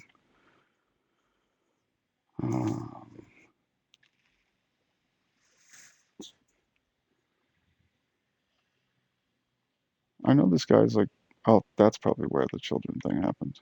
My brother probably has a spouse, I'm assuming. Because I don't think I have one. And Sir Baldy Pluckensworth is not, I didn't design him to be autonomously fucking, sleeping around and shit. Pole arms. We got two-handed, we got one-handed. And so he's got basically just about one in everything. I'm curious though, just now that if we go through to make sure no one else has anything. That's just him. I could have just looked here too. Oh, there is one. Nope. Awesome. That's coming right along. That's perfect. Just by the time we start, overtly beefing with other nations, other kingdoms and shit, having a surgeon at the ready is just, that shaves and saves days and fucking thousands of souls from your army, not getting pounced on while it's been in a weakened state, retreating from like a fight with like a formidable foe. You might have 700 left and you could defend against 500 that's bearing down on you, but that 500 is not suffering from the fatigue and wear and tear that you just came out of from your battle. And by virtue, even though you have 700, you only have like 4 in active, manpower. We can do the rest of the math from there. And it should be mentioned, most of this dumbass advice is not It is not tried, tested, and true yet. It's more or less my educated guess on a lot of shit. So if my advice ever leads any of you guys down the wrong path, I apologize in advance. I am, as my wife would say, a fucking idiot. So, you know, have worse taken the stand as politicians? I'm sure. You know, all things considered, with the economy and all. I want to make sure you guys get your value, and advice might not be the most valuable product that I may be able to purvey, I should say. Oh, how whimsical!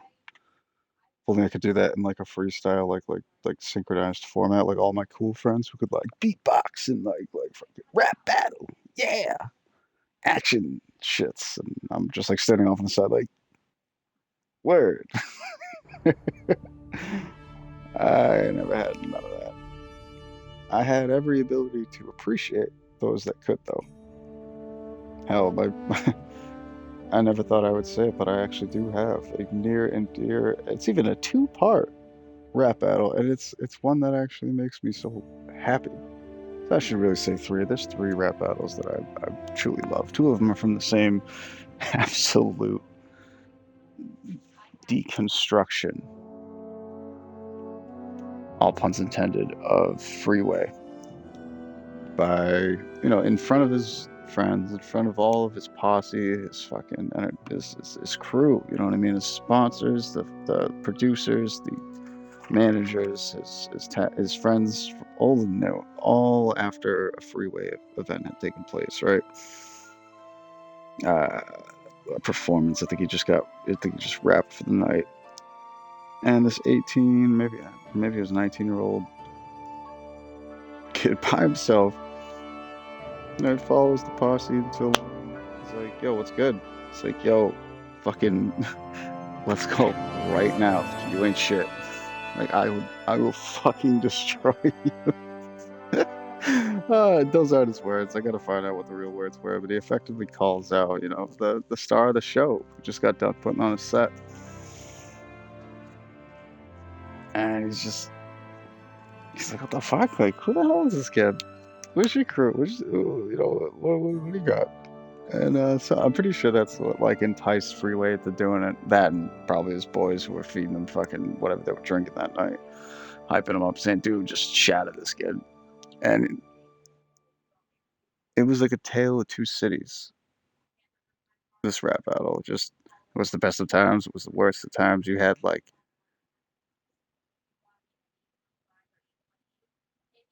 uh, have like such poetic grace, like acting like they clap their gats but bust Nathan.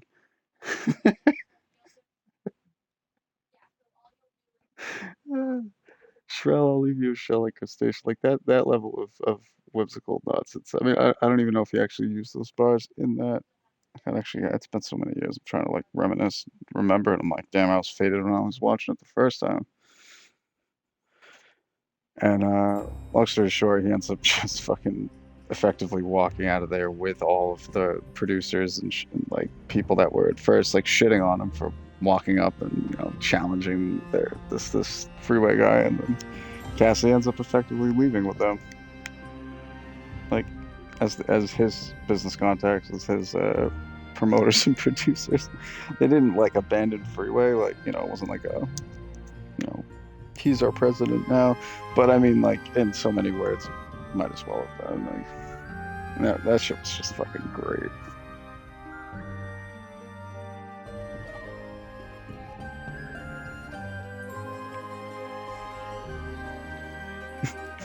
And then the other one, it was a two-part video, but the other one was just I don't know who the rappers were. I'll have to ask my buddy. I'll never forget the last bar that was thrown before this dude just got fucking cold cocked, like knocked in the fucking head harder than I've seen. I'm not gonna lie, he actually had a quick for a hook. That was pretty quick. Cause he was like southpaw with his stance. It was pretty good. I'm not gonna lie. But I just remember the last line he said was like, catch you when you hood off. Zane it up. Whoa! And he like threw his arms back like an asshole to like, because apparently the other dude was like known to be on benzos like all the time and shit. And he's the dude who ends up swinging on him. But it was just like, it was just playground anger. It was so fucking, it was adorable. It was absolutely adorable, and you never see that in rap rap battle videos. Oh, it's the furthest thing from it.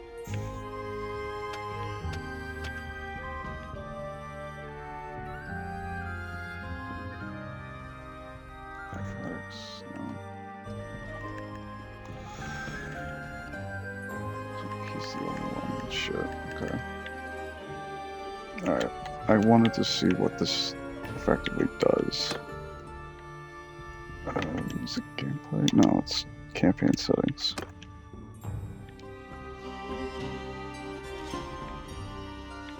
Auto-allocate clan member perks. So let's take a look and see what effectively happens.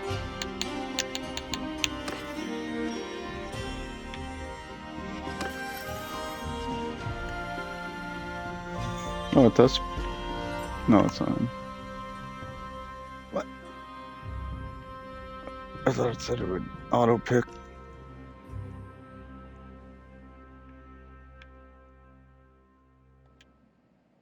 Did I not? Ooh, Master Chen. Oops. Not trying to end it. There we go. There we go. What's good, man?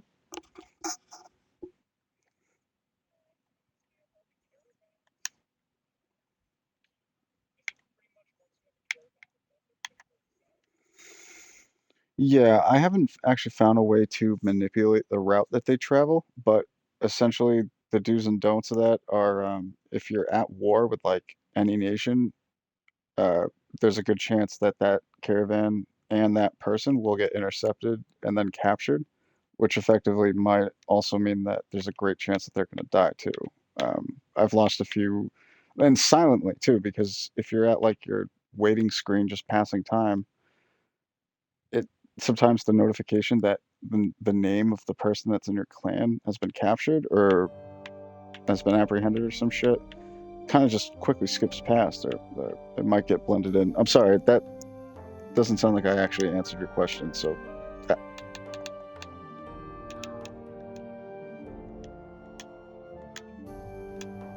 sorry. Could apparently do pretty much everything. You had to find places that had potential for gains, blah blah blah. So you still kind of do, but I think that has been dialed back, so you might be entirely right. No, there is. I went through everything I could possibly do. Maybe I could go through. Have you checked the clan or the second, yeah, the clan tab, right? Yeah. When you go over to parties, the caravans themselves, this is as far as I've been able to really see into Yeah, like what I want. it's always 30 troops. And you can get a higher um, and more like a advanced convoy for That's like I that's think double why the price. I talked to you, because I just spent 75,000 on 3 caravans. And Damn, that's a lot. I know. Well, you said that they were the way to make money. They are early on until you can start buying properties. That like having one I have 2 caravans set up right now, and I don't own How any the fuck properties. how do you buy properties?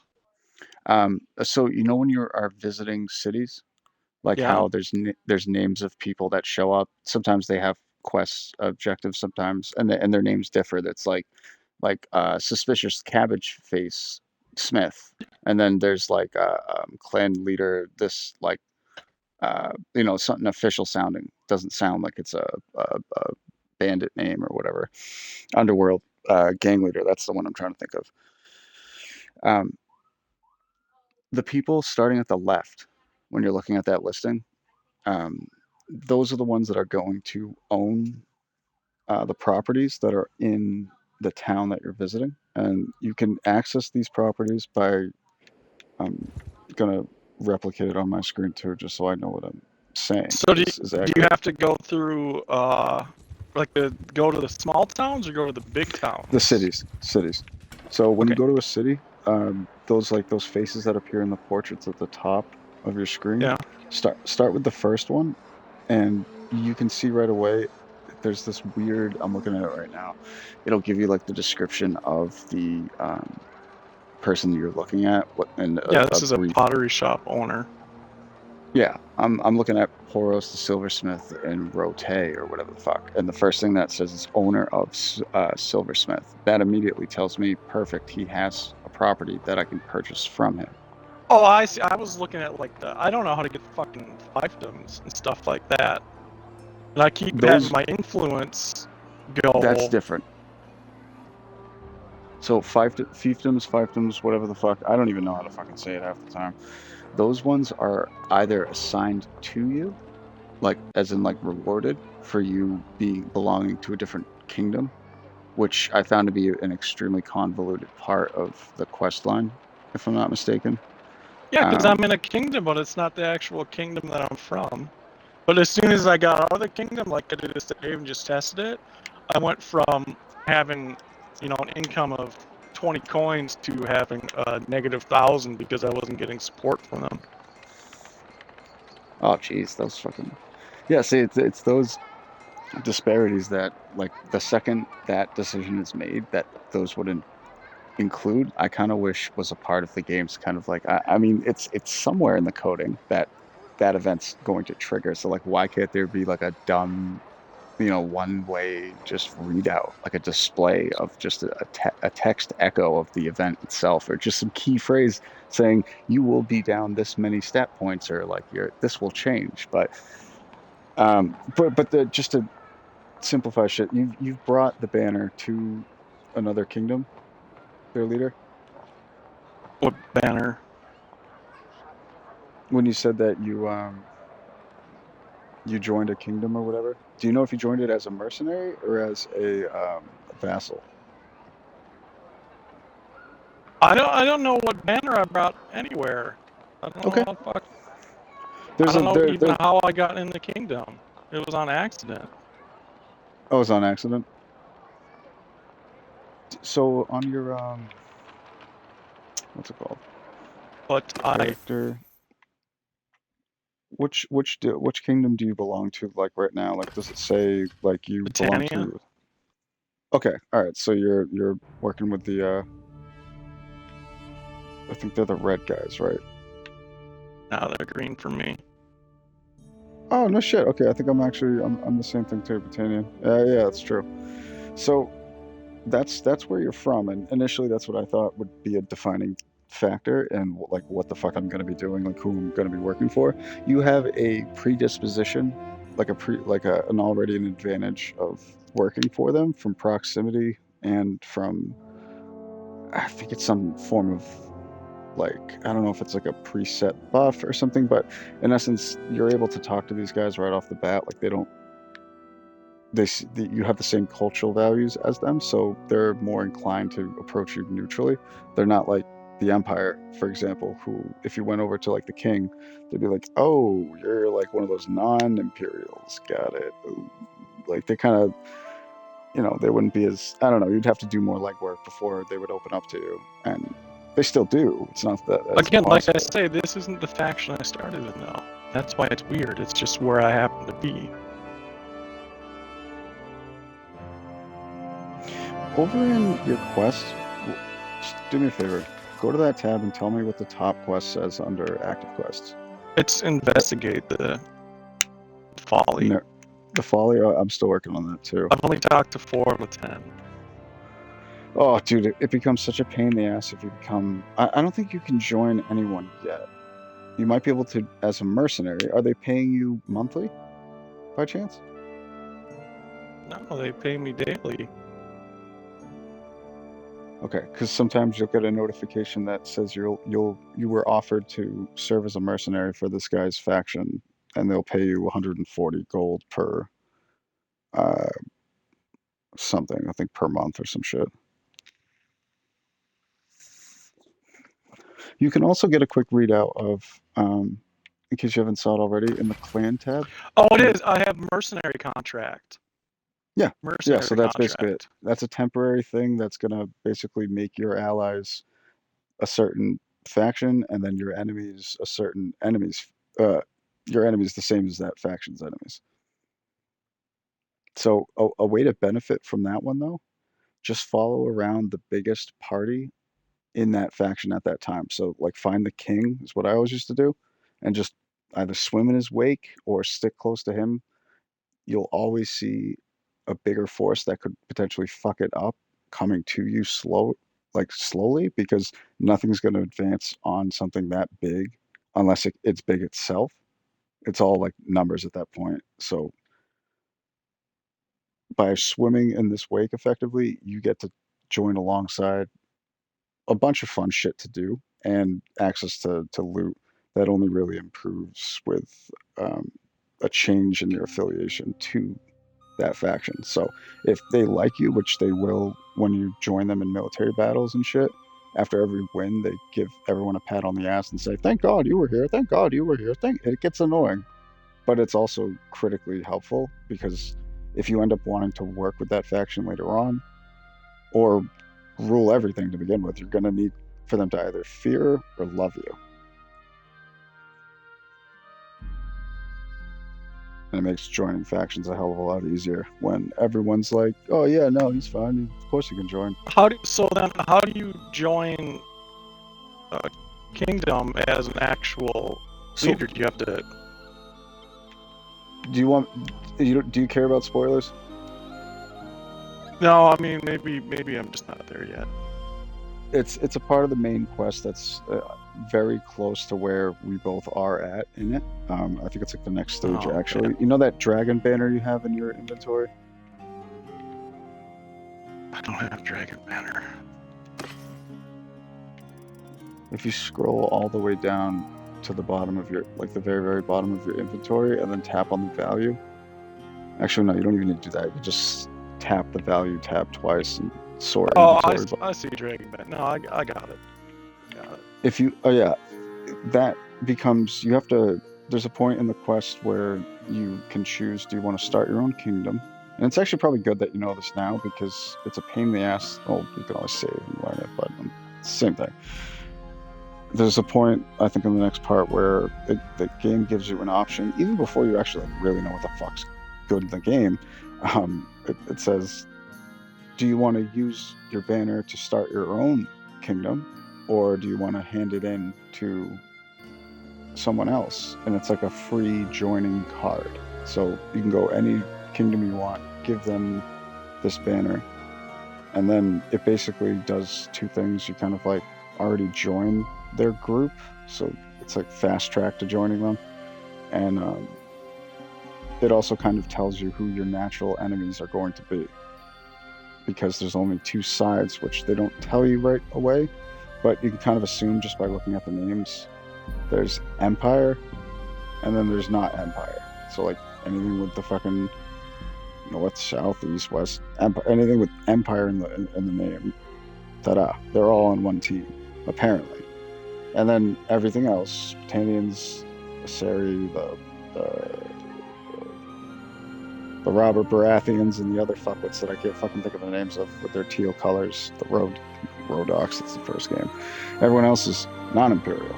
And there's this rift between them or some shit that I really wish someone fucking told me about, because, well, A, I didn't ask, but B, it was just fucking annoying because I wanted to join the Western Empire when I started, but I was started as a Kajert, or the guys in teal, because that reminded me of a faction from the previous game. And long story short, I couldn't join the faction that I wanted to because I didn't fucking join I didn't give my banner to the right person. But for someone who doesn't understand what starting an empire is too, that's effectively declaring war on everything.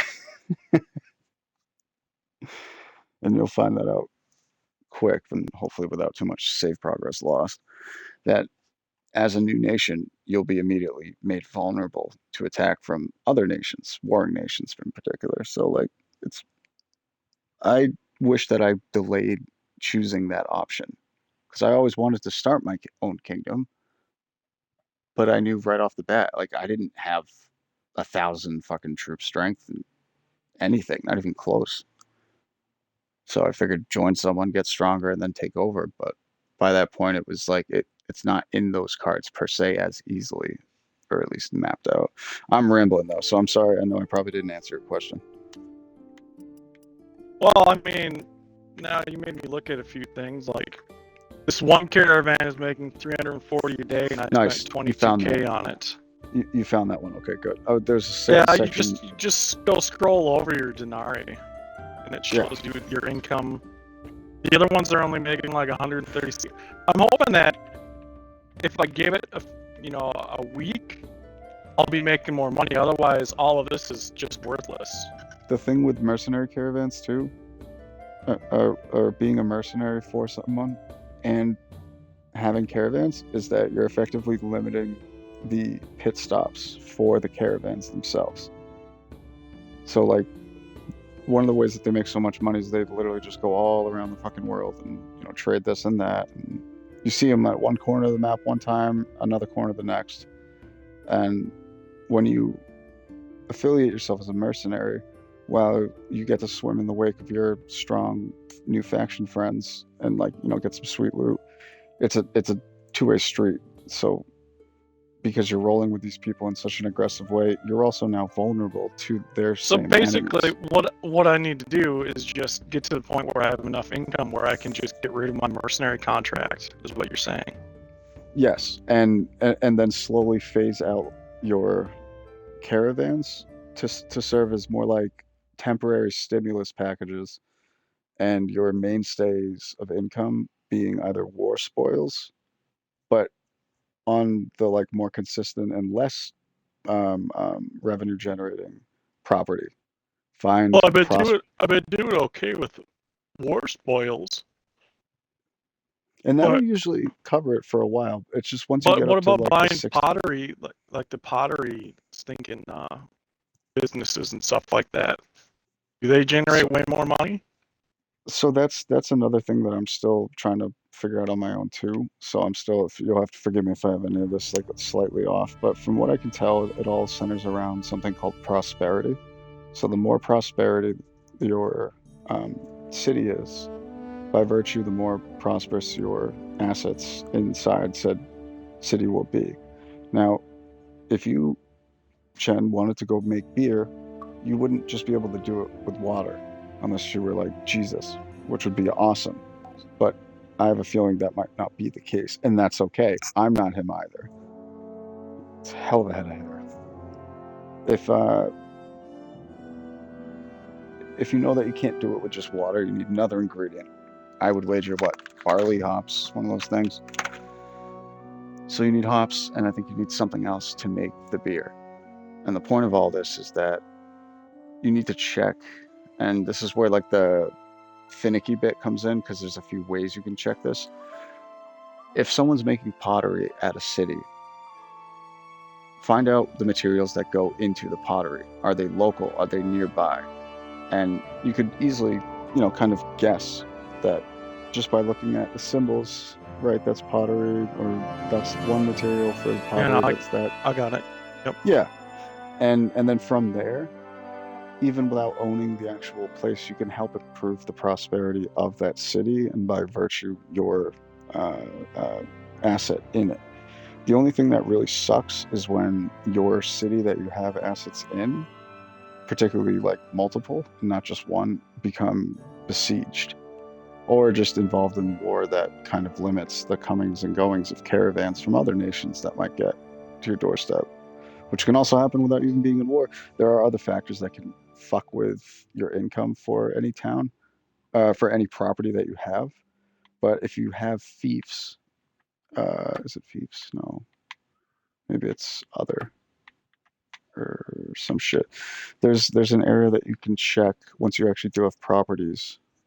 Um, that it's like a revenue tab, and it'll tell you how much your workshop's making, how much your, I think that's what they're called, workshops, because they always produce something, even though there is something called like a warehouse and a workshop, that they're all assets. Uh, and before you're actually affiliated with a kingdom, it's actually a perfect time to be able to spread out and do that, because you won't be sequestered as often. You know, if you're in a warring tribe and only have like 3 properties in the best city, that city could get besieged constantly, and that would just drive profits to a zero, even though the city apparently says it's prosperous in the top left when you arrive at it. But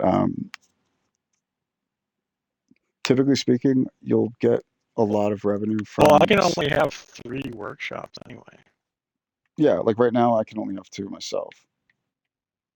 I haven't gotten any yet because some of them do get expensive. Like the caravan's base value is like what, 15K, and a decent property, if you first meet the person and your relationship isn't, or your relation to them isn't through the roof, like up to 90s, you're going to be paying at least like what, 24 to 34 thou to get something in a prosperous city.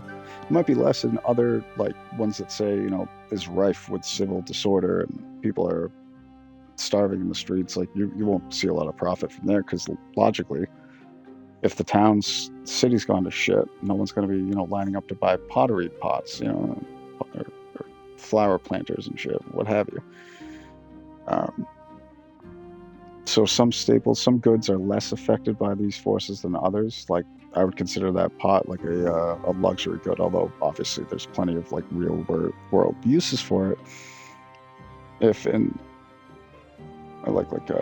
Another thing is food is the first thing to go when like a city hits the shitter. So I would imagine anyway that while pottery purchases might go down, if you have cattle, that might get like immediately scooped up. Sorry. Oh, you're good. You're good. I'm sorry. I keep doing that rambling thing again. Well, I just want to know, should I go revert back to before I bought the caravans and buy shops, or should I just keep the caravans? Do both. Do both and find what you like more. Save now. Separate save file. Just name it after babbling. So you always know it was right after you talked to me. And then try reverting back, see how that plays out for like 15, and then fire up this one and push 15 and see which decision you regret less.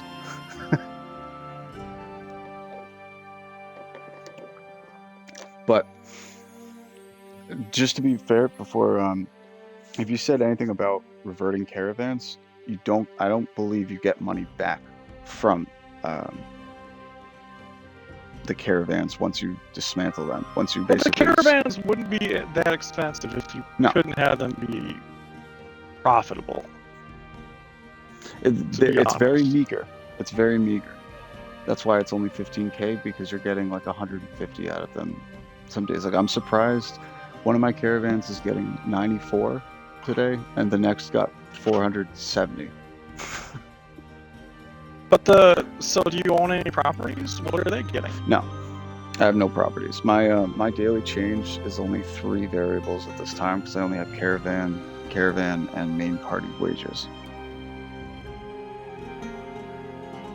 It's like a really annoying balance, because it's one that you can't really predict how much money and how consistently caravans will generate for you. Some days you'll be, that's why you've noticed, I'm sure, that it sometimes fluctuates a little bit in like the numerical value, like the daily change. I've literally had it for 10 minutes and I've invited you to party. Oh, I'm sorry. I thought, my bad, dude. I'm information overloading, I'm sure. I don't mean to. No, I'm not going to revert back 6 fucking hours. I'm just going to. Oh, I thought it was like right. I'm sorry. I'm willing to revert back, an hour. Well, the mercenary shit can be undone too. All you have to, if you ever want to end that, you just go over to the Thief Lord. But the thing is, so if I buy properties in all these different towns, and then I create my own empire, are my properties destroyed, or are they still okay? They won't be destroyed, but they might be sequestered depending on the status, the nation, the hostilities, the geopolitical decision or stance that all these nations take towards you. If you've befriended, like jacked up the relation on like in a good way as high as you can to the 7 or 6 leaders of the different kingdoms, it's not as likely that it'll happen, but you might have others like underlings from those people that might see your, free nation as unconquered land that they could just immediately conquer and then justify to their king that like, oh, might is right, and got a strong, beat the weak. So I took what was mine. Are you saying that from experience or from theory? That, I mean, kind of both, but it wasn't even from this game. It was from the previous game where I accidentally declared myself the owner of a new empire, and I was working with the Rodox, so I was really close to this King Gravith guy, and him and the Nords were the only, and Swadians were the only nations that didn't immediately declare war on me, because it's all one massive land grab anyway. This whole shebang. So I kind of just assumed that was why, because I didn't do any quests and I wasn't leveling up in the areas of the other factions that turned Oh, here, hostile. this tournament prize right here is enough for me to buy that stinking pottery. One of those expensive horses. Dude, I swear, like the horses are like the most unsung tournament reward that I used to balk at. I like started collecting these shits and I was like running out of gold my first run. And I'm like, oh my god, I can't fucking support my damn army. I'm not making any money. What the fuck? And I looked over and I had like 15 horses that I couldn't even ride yet. And they each sold for like 16,000 a pop. I'm like, what was I doing?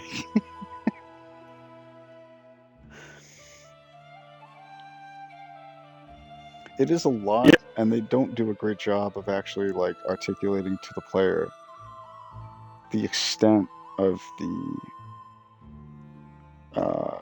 unknown variable that can skew certain, especially numerical stuff. It's kind of straightforward when it comes to combat, but when it comes to like the financial ecosystem in this game, it's a lot of trial and error. And just know that every fuck up is recoverable. Like at worst, when you go broke, everything leaves you, but you're still you. You still have your money and you still have your shops that you still own. So like, you might all of a sudden be pissed and be staring at the screen while it's fast forwarding, thinking about everything that just like all your knights that just left and your companions that just walked away, and then you get like plus 2,000 daily change. And you're like, what the fuck? You go into it and you're like, right, I have no overhead now. So effectively, even if you hit rock bottom, the game basically starts you over for yourself. Like it maintains you. All it does is just offload the overhead that you can no longer maintain. That happened to me at least 4 or 5 times. It was like, it effectively feels like you got beat by bandits and you're getting fucking taken along for a ride. But you can always recover from that, and win a few tournaments, recruit some troops. It's not like you lose any leadership. That's the big thing. You don't lose stats when you run out of money or when you get knocked out and captured.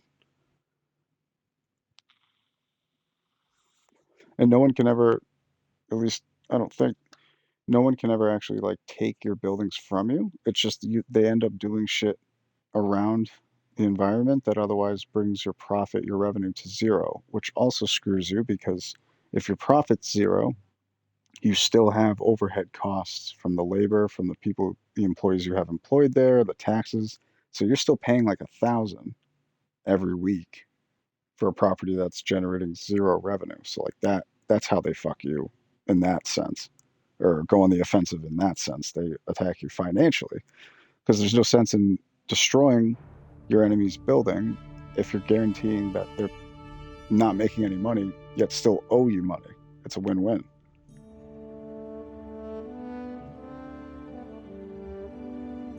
Robbing them from the comfort of your own fucking castle. Because it's not like they have to sign anything or, you know, give the king's seal with their payment. They just fucking take that shit and dip. Oh, what happened here? What did I do? Uh-oh. Chen, you still there? Yeah. Oh, man. Oh, that's why. I'm like, what the hell's wrong with my controller?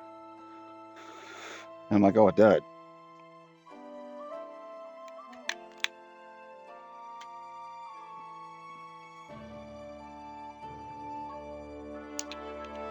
Ooh.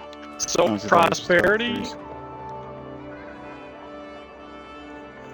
Prosperity is the first numerical value if you're looking at a city, like if you're at the city menu.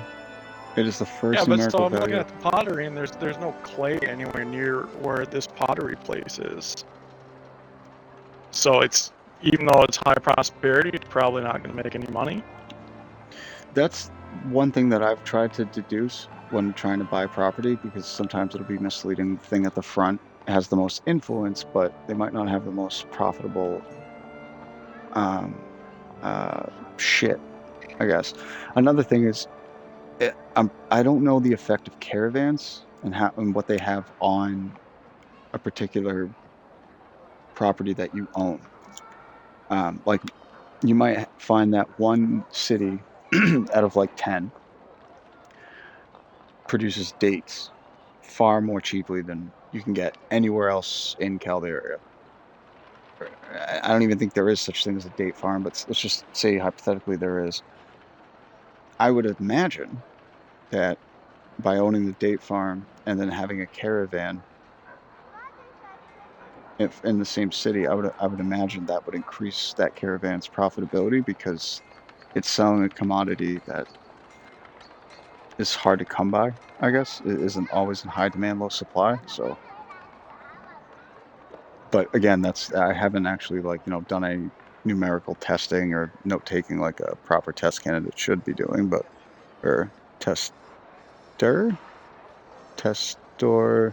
matador, Mr. Test Matador. Help.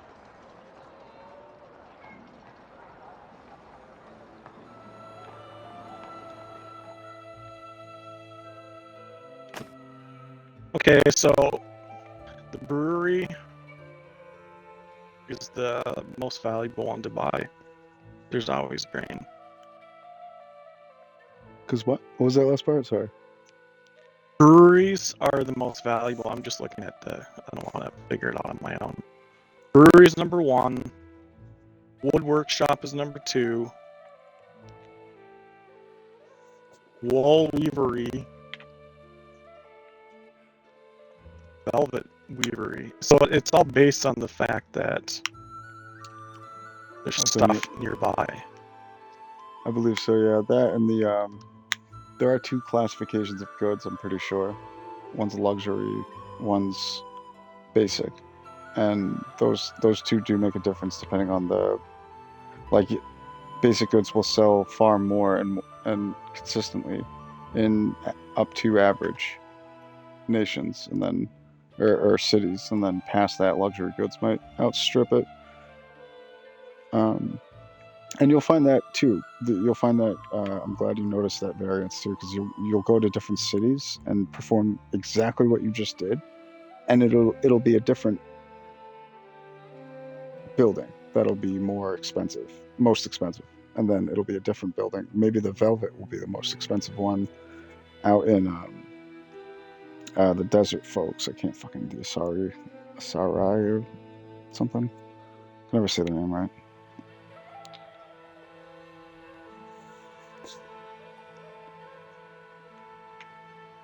Interesting people. Ooh.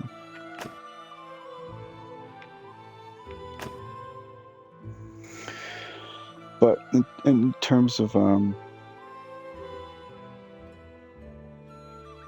cutting losses, it's a lot easier to do with property than it is with caravans. With caravans, You have to just, like, not only is the process arduous of going into, like, the sub-menus and just telling this thing to not go anywhere and then disbanding the caravan.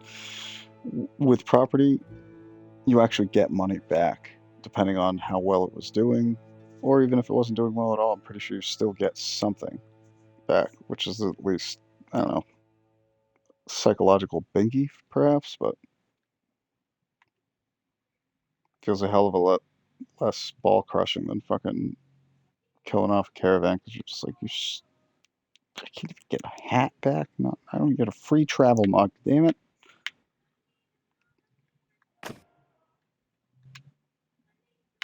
And put leadership on him. That's interesting.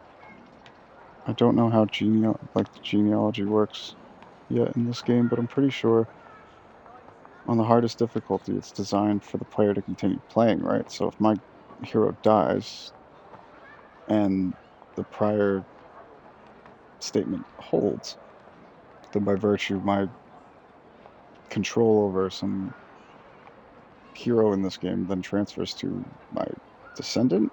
If I don't have one, I'm just like, what happens? Does the game just end? Am I now controlling my brother? Or do I end up all of a sudden becoming his kid? Like, I don't, how does this work? But it just goes to show you, there's still plenty of this game that I'm still grasping myself. So, sincere apologies in advance if I end up leading you astray in any way, shape, or form. Kingdom Come, I would have no excuse and you'll always get the right advice. This one, work in progress. But thankfully the basic fundamentals for the first game, to which I invested like, I don't know, fucking 500-600 hours of, I shit you not, time playing, all of those primary mechanics are the same aspects, property management, goods, supply and demand, all that fun shit.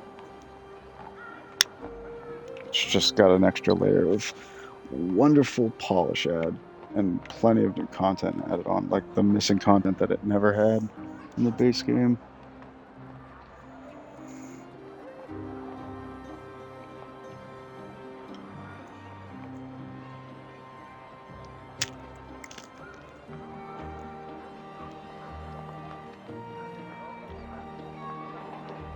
Well, I'm gonna pass time and see what I end up with this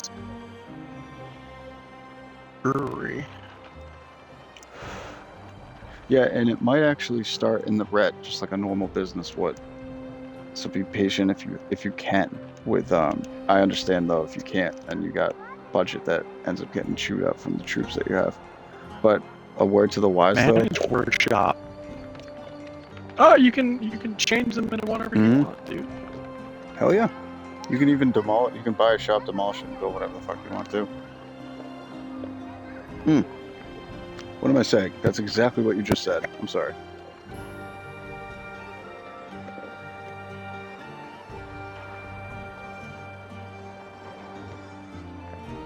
Oh, sweet Jiminy Crickets.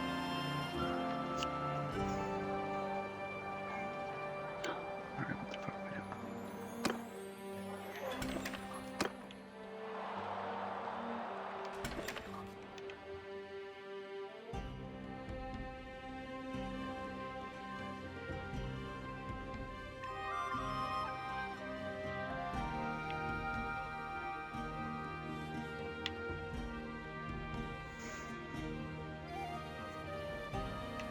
doing? I think there is a spot to see how much income each property generates while you're in a city. I just don't remember how.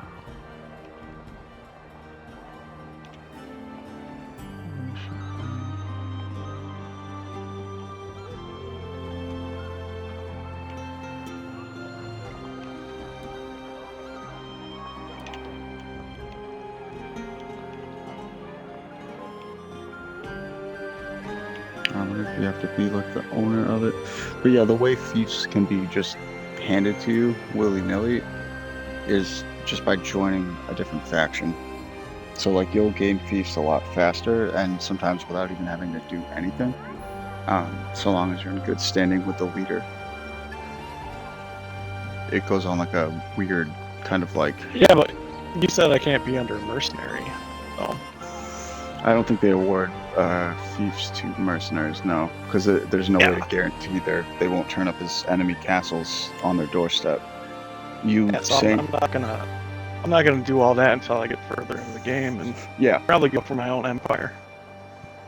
yeah, honestly. And I know in the sandbox mode you've always been able to do both. I just think because of the quest order or some shit, if you join a faction, it makes starting a new empire like 2 additional steps more annoying or tedious to accomplish. I think it's still possible, but I just think there's some extra fluff in the way to basically make you fucking curse at the game just for a few like it did for me. But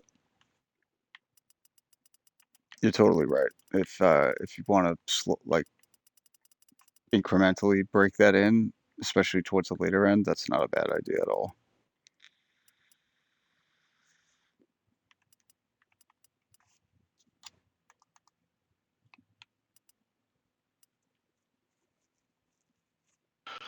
Yeah, this brewery's still at level 1 and making 0 money.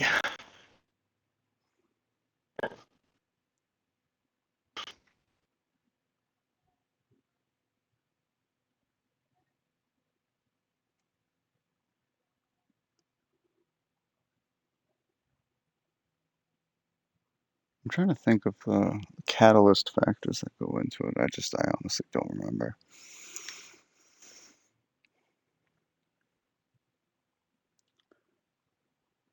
See, it sucks now. I'm at war with 2 people. You said that's no I've bueno for the caravans.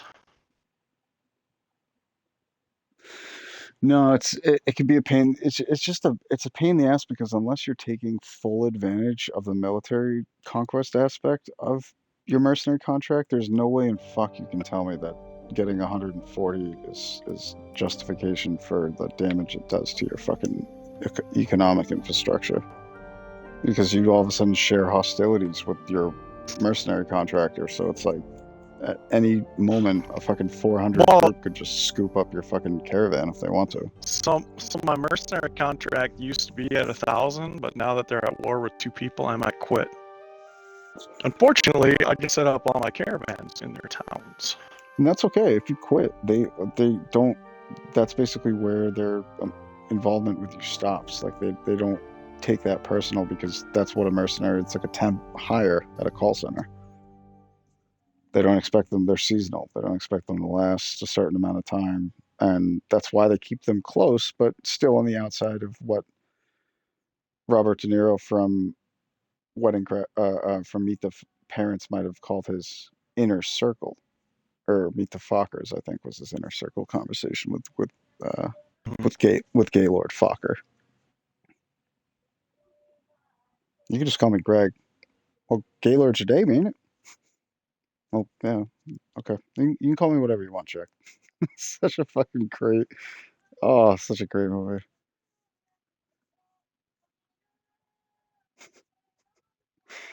Did you try? I'm getting a Did you? lot better at fighting. It does. You'll see, and you probably already found it already. There's that one, like, timing in between blocking that really is like they'll I always definitely outdo like the themselves. shield because Oh yeah. having the no shield directionally, Mm-hmm. if you don't directionally block correct, it really screws you up.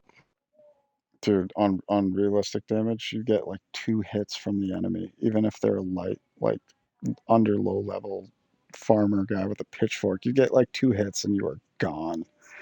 So getting smacked with a fucking 2-handed claymore in the tournaments is just like I can't hang with those still. I can deal with the shits that give me a shield or a horse, but if I don't have either, I'm at the mercy.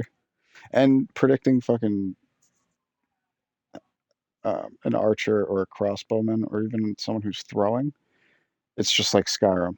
You just drift one way, and then the second you see their torso like jitter even slightly, immediately turn or just stop moving. I was actually testing that last night. I was slightly walking, and the second I saw Bowman shoot in a tournament one-on-one, I just stopped walking, and the arrow slung just ever so slightly in front of me, just clean past. Just like, interesting. Skyrim arrows. I've seen this before.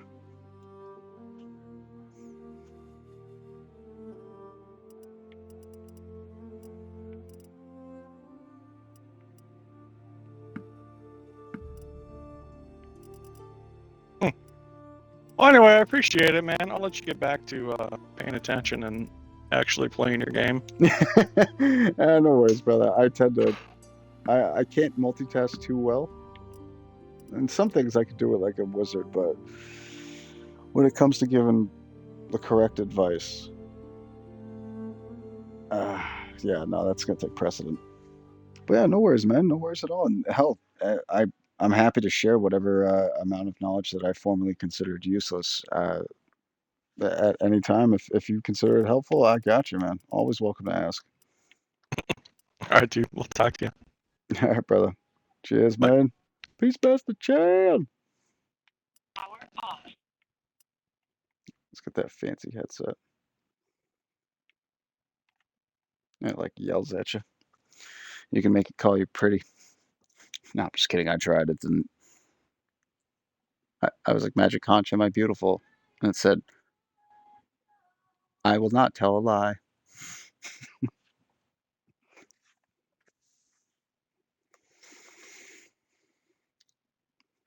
I'm still waiting for my refund.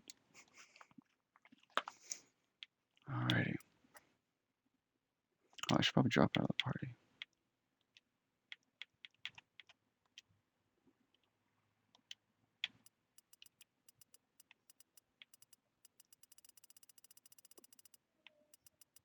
Alright. We're going to take a short 2-minute break. We'll be right back.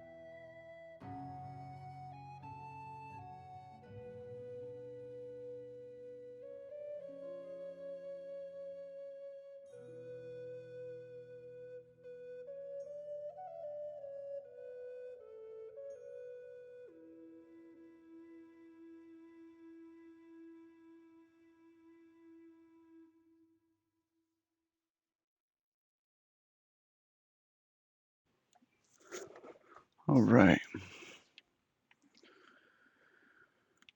So I don't need this. I could probably give that to someone. I mean, they did call it a tier 4. Usually they're not as kind. And by they, I mean my ability to craft shit. I've been trying to do that a little bit better this time around, to be honest.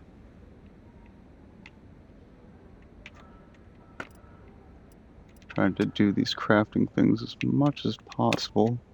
Seems to really help with the blacksmithing grind, as you end up just getting a shit ton of materials anyway from all the stuff you end up looting. So it kind of seems like a great way to capitalize on the extra raw materials you end up having as a result of smelting everything down. That and the blueprints that you unlock too. Can't really go wrong. Oh, the size of nothing. That'll help.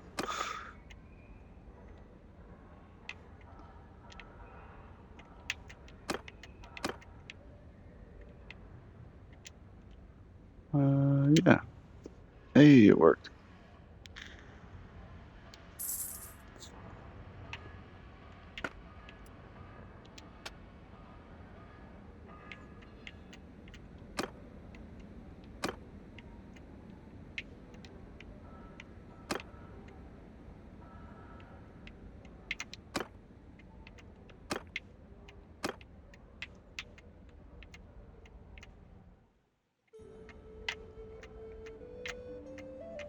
Damn. It's one or the other, huh?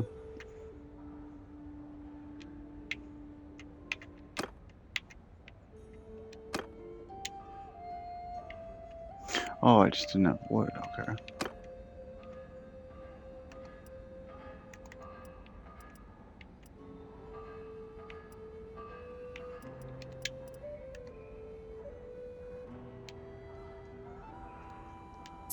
Awesome.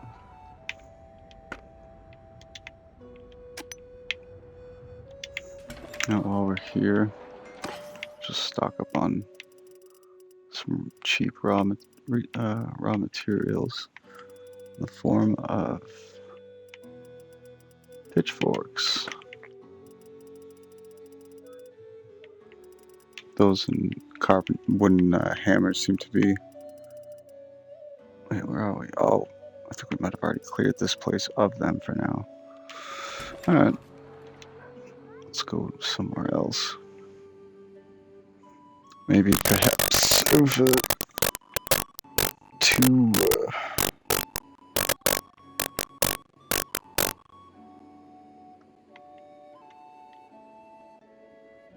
maybe somewhere that has a tournament going on.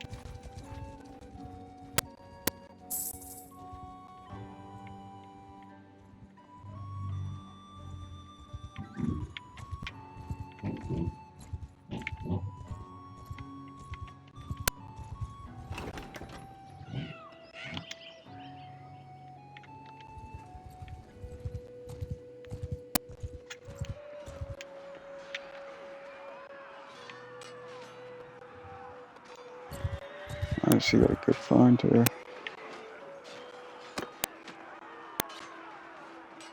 He doesn't need me though. Oh, it's the last 6? Damn. Oh, they were attacking. I see. Cool. Cool. Oh, I'm nice. I gotta offload those when I get back. Those prisoners do nothing but slow you down.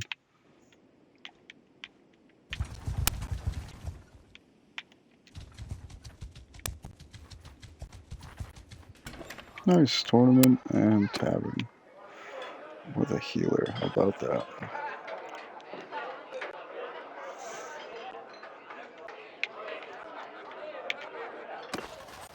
Yeah, no one's worth keeping. Just sell everyone there.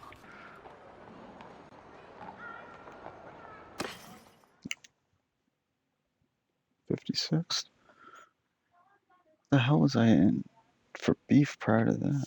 Damn.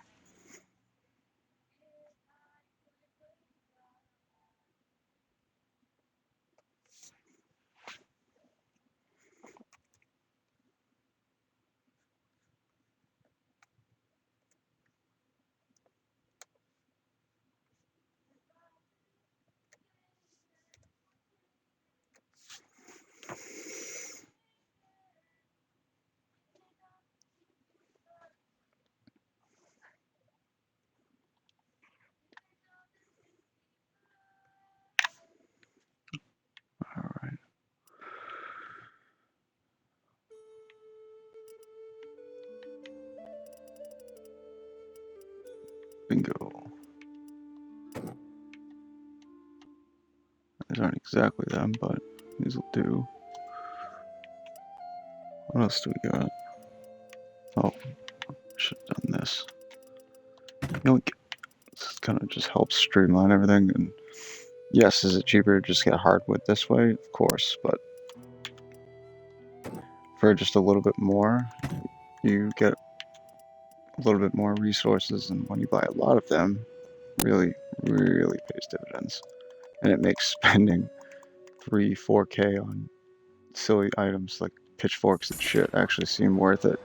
Because you gotta remember, it's just building towards advancing that skill line. That's blacksmithing, because it can be a pain in the ass to level up. I know I'm experiencing that right now. Oh, Doug! What's going on, homie? Happy Friday. And thanks for jumping in, man. How you doing today?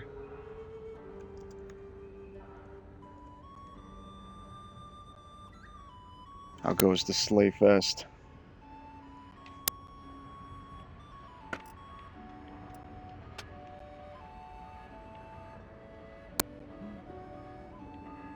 Oh, orders, right? I'm like, shit, what the fuck was I doing? Oh, my walnut attention span's terrible.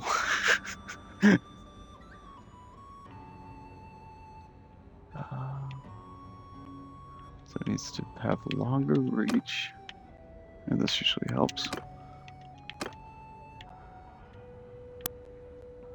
Now it just needs better pierce damage. Oh, wrong way.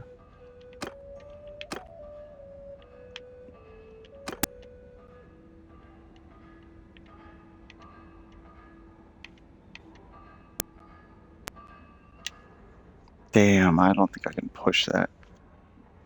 36 to 43. Let's just see if this works. Oh, I don't have any wood.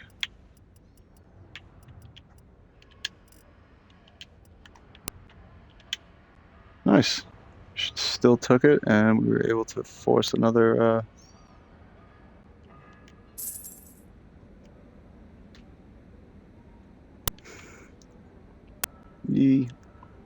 You too. It was a long day. Oh, thanks, man. Yeah, for sure. Happy Friday. It snowed, so I was at work at 4:20. At 4:30. Oh, damn. In the morning, or was it like in the afternoon when it started coming down?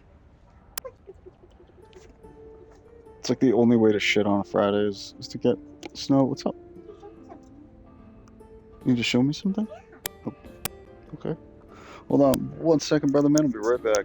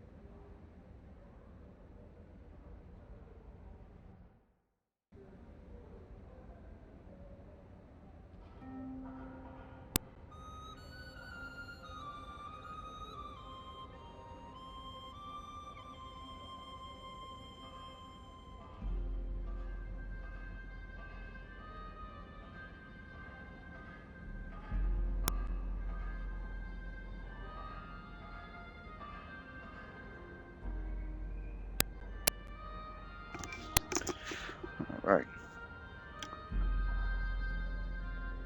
Well, my normal work hours are 5:30 to 3.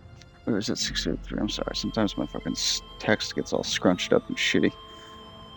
I'm on like an ancient laptop. I gotta definitely make an upgrade ASAP. But to 3, but it snowed yesterday, and we stayed till 5 yesterday, and then we started this morning at 4:30. Balls, dude. That's fucking rough. Well, I'm glad you're at the tail end of your day, man. And thank you for so much for joining us. Let's give some more love to some Bulldog here.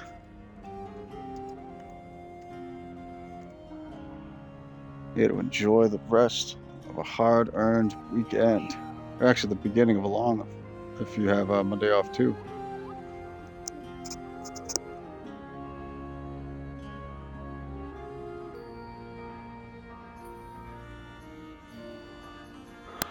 My last check had 22 hours of overtime, and that's honestly, I know that's fucking incredible, but I'm sure it does come at a cost.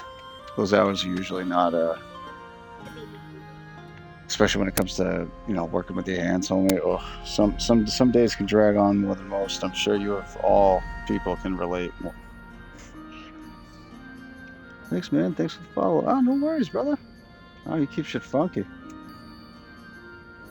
Yeah, it's on the way. Oh, I'm sure, dude. Mine would have my head if I wasn't home. I'd probably have a PI following us around that I knew we couldn't afford, thinking, why the fuck am I even working overtime? You guys are troopers, dude. That's a team effort for sure.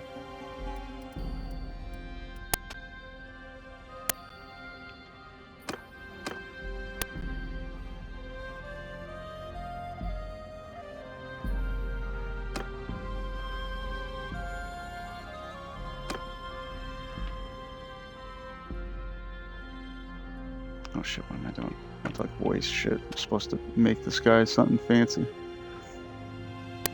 Swing cut damage. How do we improve that? Oh, there we go.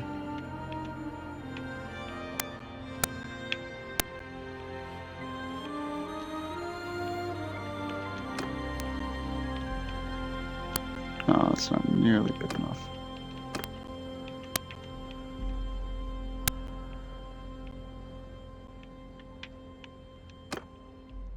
What about... Nope. I'm gonna have to change the head.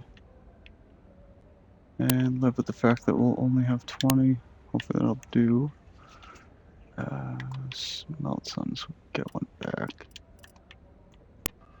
Always seem to run out of... Nice. Oh, I thought it was gonna level us just a little bit more.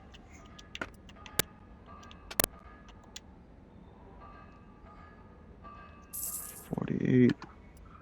Almost to 50.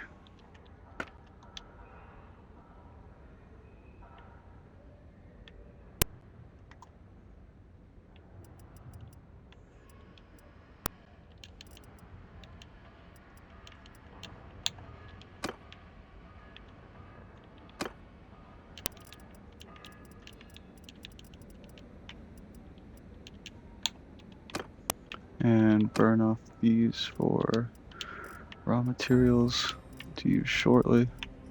Just trying very hard not to accidentally delete the military pernoc, whatever the fuck it's called.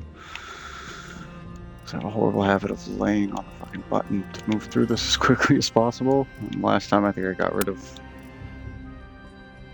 Rocanthia, Rophinias, or some shit.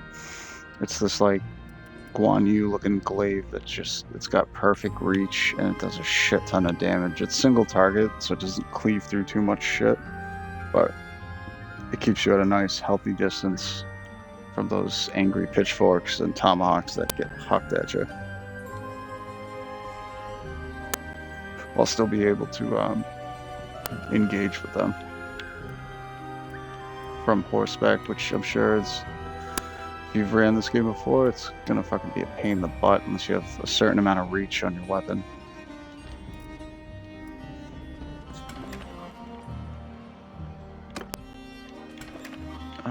There's something else I was supposed to do while I was here. That's right, tournaments. Let's do it.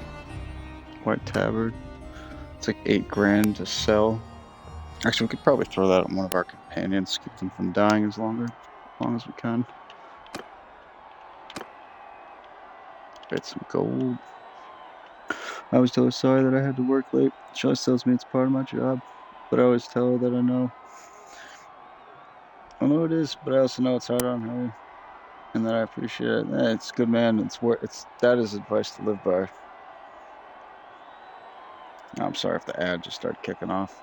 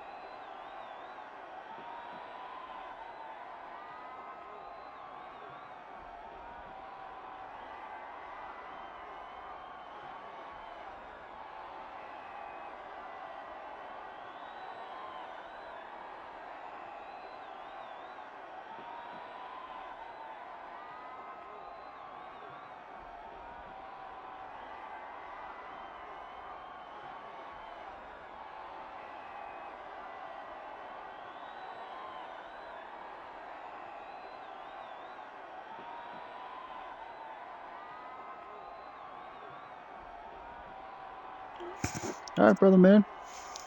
And thank you again for dropping in, Bulldog. And I do sincerely apologize for the impromptu stops.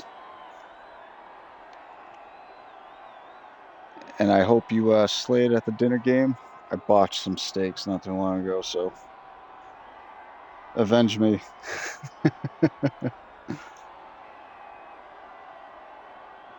No, but in case the commercial cut you off before, um, you're a good soul, you're a good man,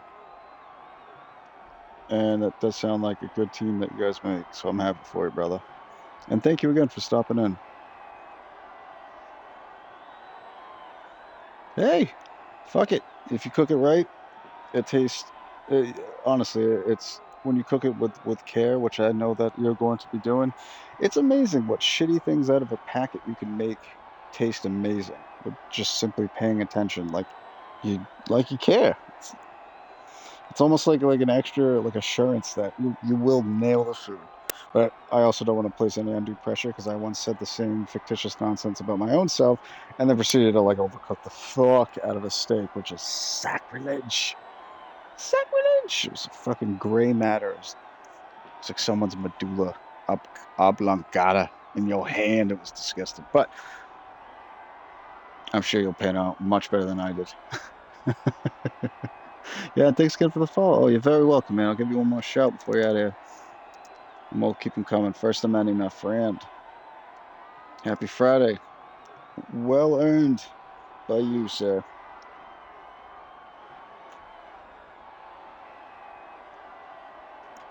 Now you go slay that hamburger helper. And if you're streaming tonight, we'll see if we can drop in too. Cheers, my friend.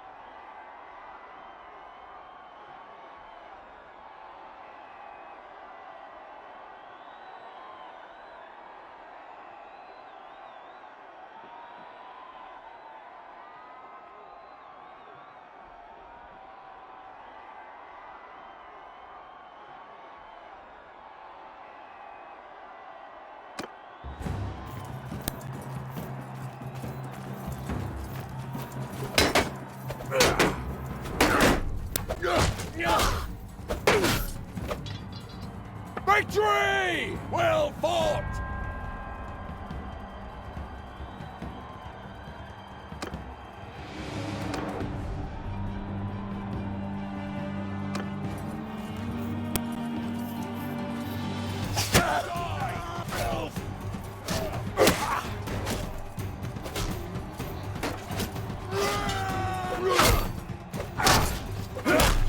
I'll cut you down!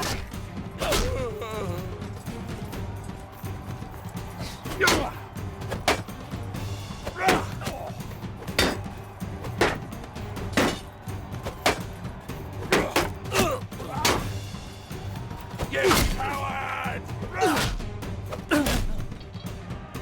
Victory is ours!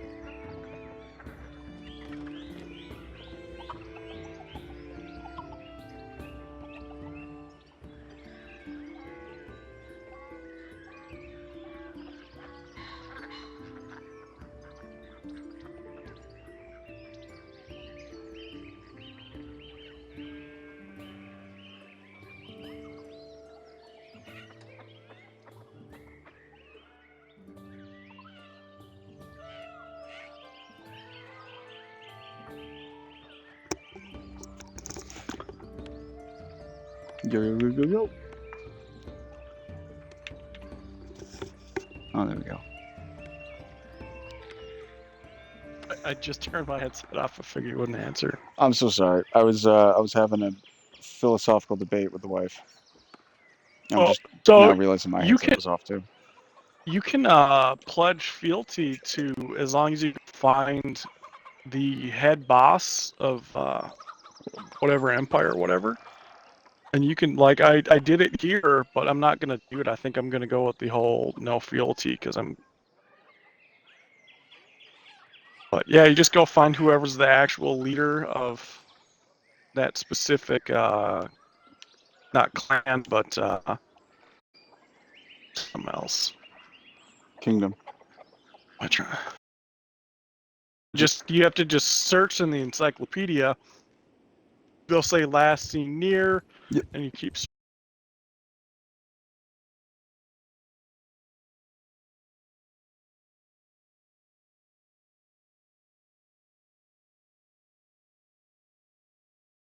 Fucking leader. Like, what do you mean no one's seen the guy? It's the fucking Pope to you people. Where is the Pope? Why is this a mystery? No, you're totally right. When I was on the offensive in the last campaign, I was constantly searching for the Western Empire, Western Emperor. And dude, it was fucking. I had to take the capital and just wait until his troops just kept trying to take it back, and it fucking worked out perfectly. It chewed out like good 20,000 of their troops. They just kept attacking the same fucking. You wasted time and resources on a futile and obvious target. I was like, So in your last playthrough, you had big enough troop support in order to take castles and shit. oh fuck yeah, dude. Yeah, we ended it after we took over. We eradicated the fucking empire. It was gone. We hunted down every last fucking one of them. And the annoying part was I left the hero damage or something. I played it on normal, so I'm pretty sure that like prevents heroes from dying most of the time, unless you execute them. So a lot of the times when you defeat your enemies, you'll end up capturing them, which is more lucrative and user friendly for the player because they can then choose what they want to do with them. They can have the option of killing them, or they can go stash them in a castle so they can't regroup their military strength and can't escape your party as easily because it's harder to do in a castle. And then, wait for an envoy to come by and ask for some ridiculous sum to release him.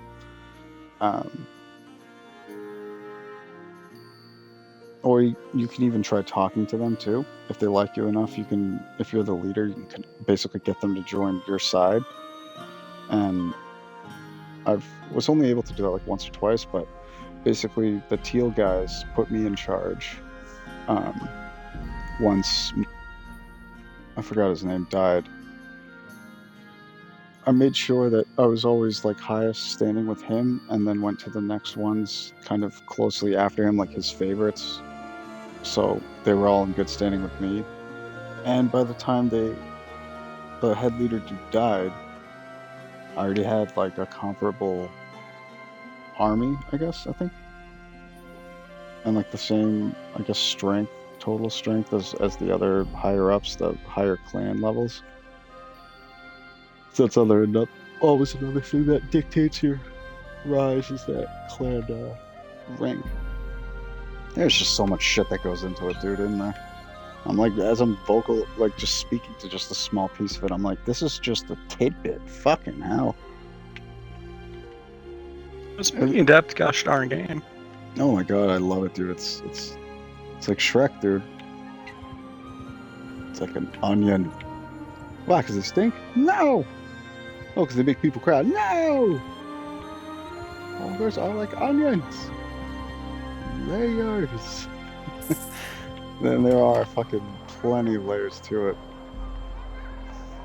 But that's cool. I thought for some reason the only way you could join a kingdom in the campaign, not sandbox, but the campaign itself was to use something that effectively you need to start your own empire. But if you're able to swear vassalage to a kingdom or whatever, and then can have the option of leaving it later. Just know that any property that you have that's been given to you, like as a fief, that gets like immediately revoked, unless you declare your own empire or some shit. Or I think it still gets revoked. If it's been gifted, it gets taken. Yeah, I'm not gonna do it. Because I just thought I'd mention that you could. Dude, honestly, I was under the completely other assumption, so thank you. Because that, like I said, man, I'm still learning some of this shit myself. And that is some of them learnings that I just got. If I do say so myself, I say. But yeah, my caravans and stuff, they're gonna quickly be able to get rid of. I won't have to be a mercenary, and that way I don't have to worry about anything. I can just go anywhere happily.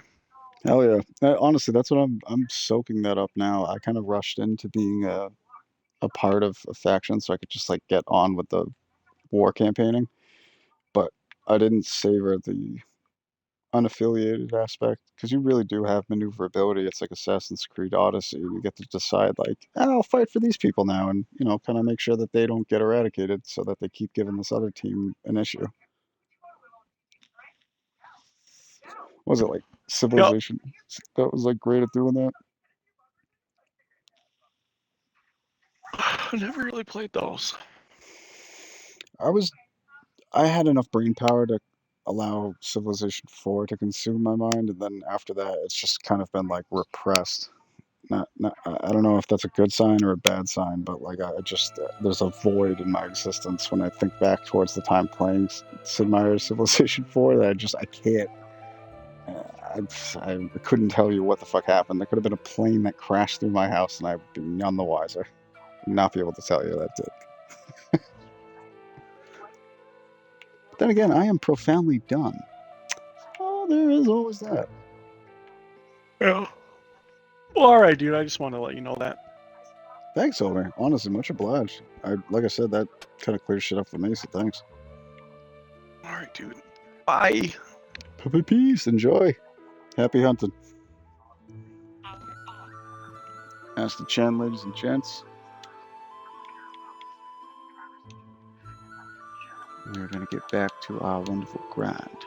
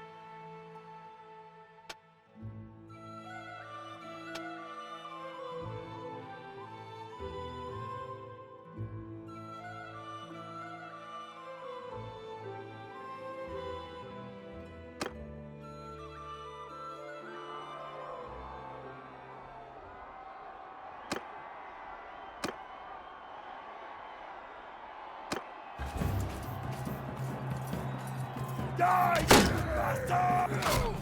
Here!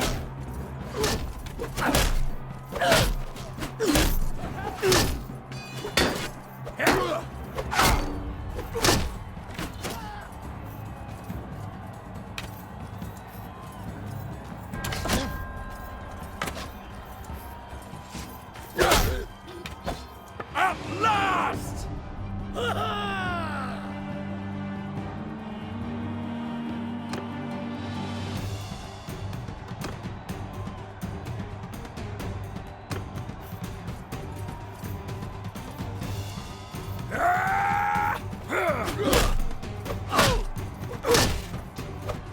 We won!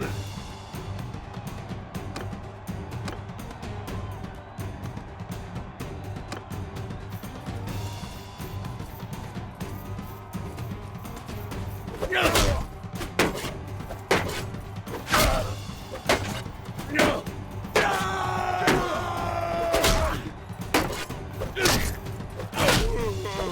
whipped the bastards!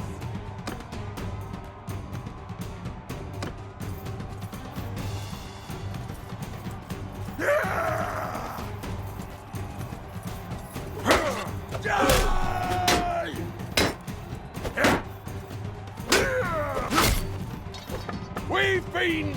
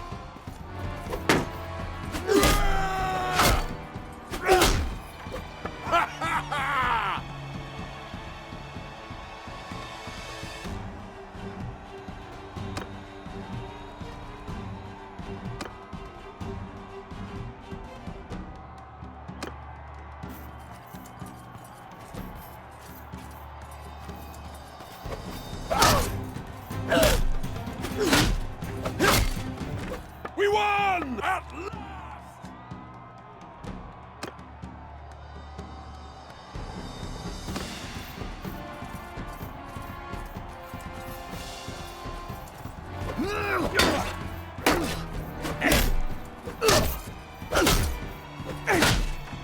Look at them run!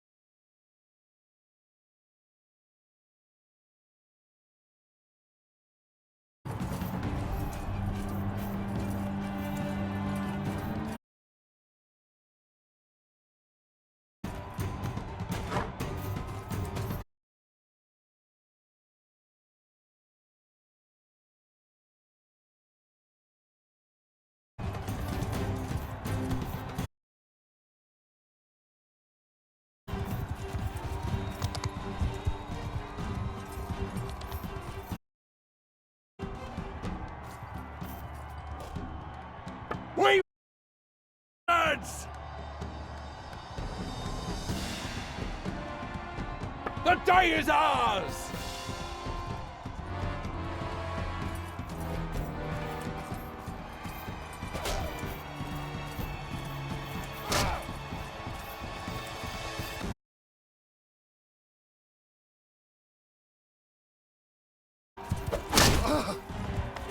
Heaven be praised! We show them!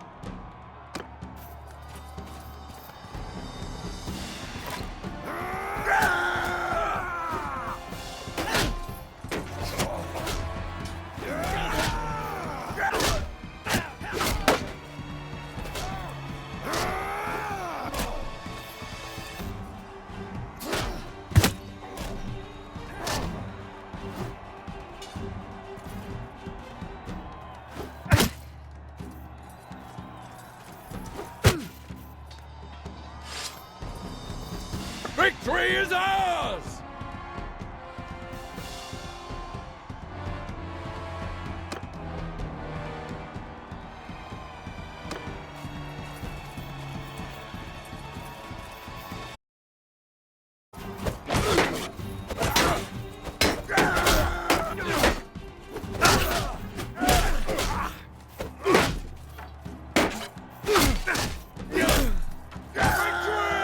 Victory!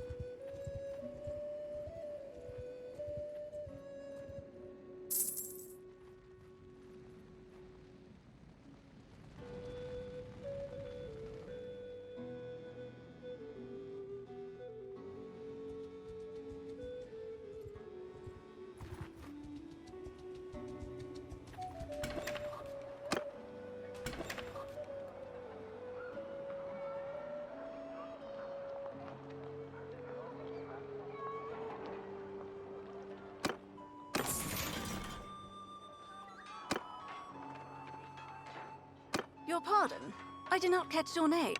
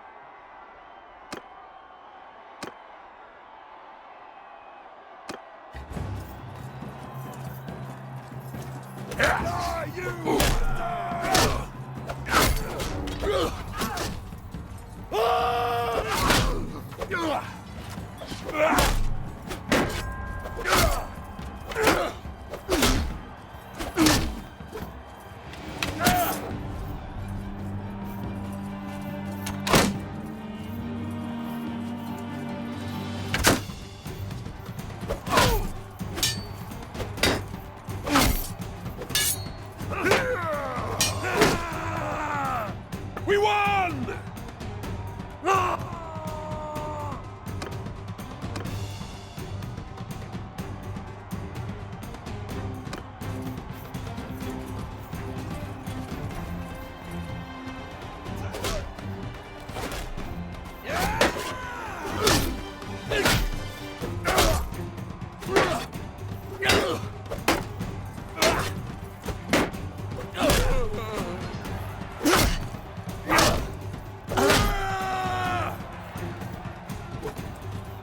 Look at him run!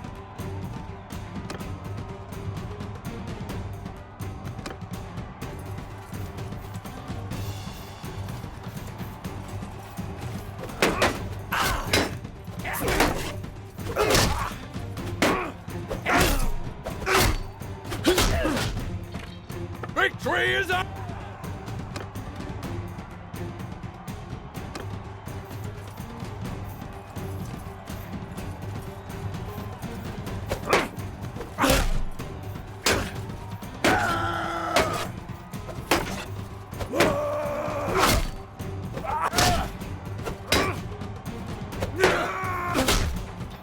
Victory!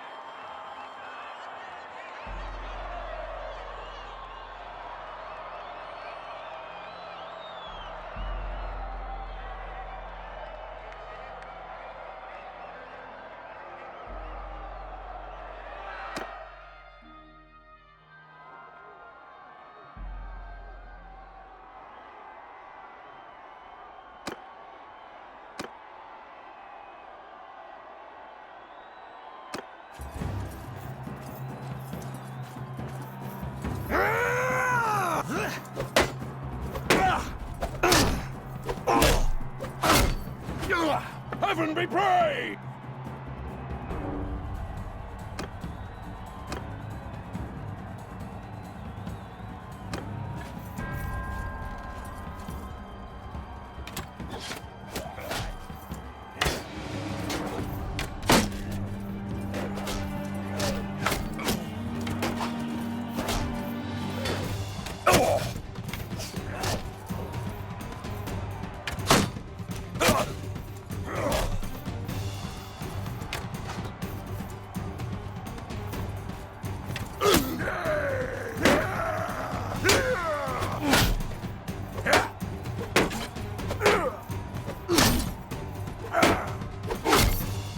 Die, you bastard!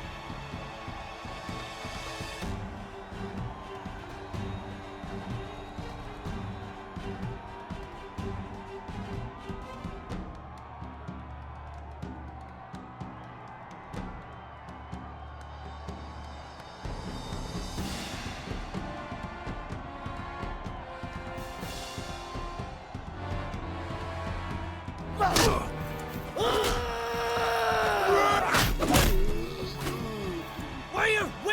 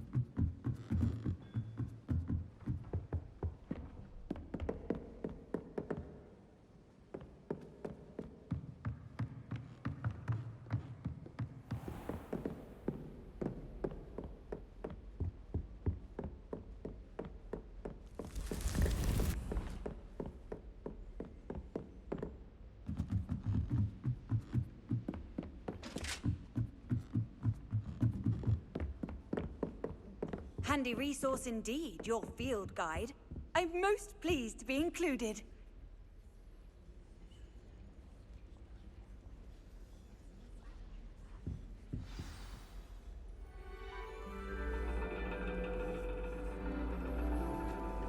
And your reading is the dragon.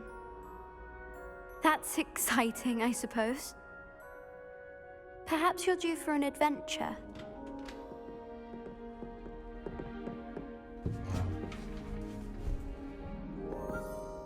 Ladies, Professor Shah. astronomy is not divination. You won't find the mysteries of the cosmos charted out on your palms or at the bottom of your teacups.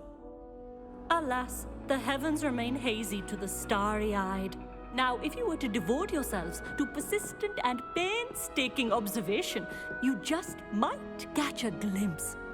With that in mind, please take your telescopes. Tonight we will be on the observation deck.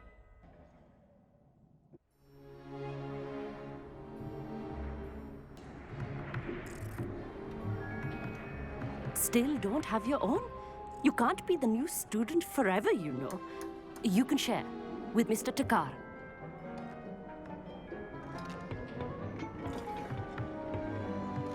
Here, I can adjust that for you. No, bring it into focus on your own.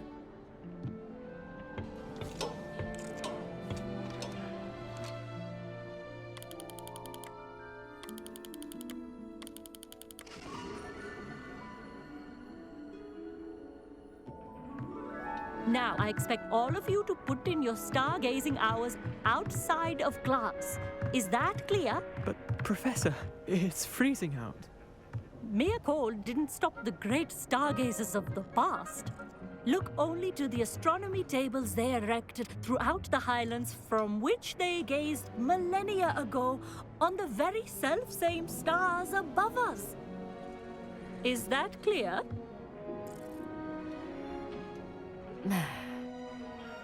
Dismissed.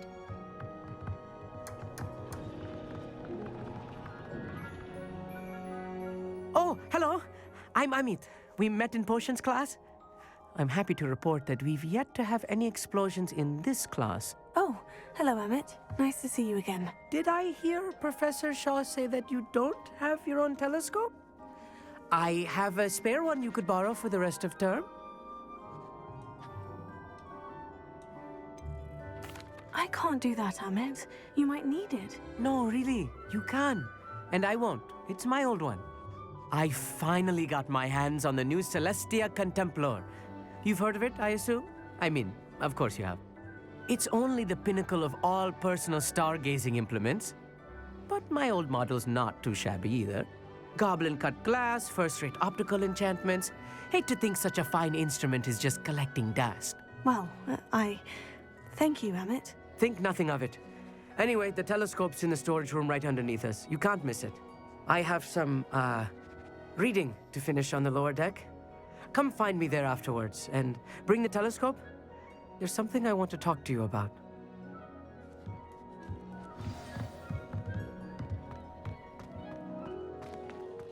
Stargazing as long as I could. A lot of good that did. How am I supposed to find Sirius when my hands are too cold to use a telescope? A dog, isn't it?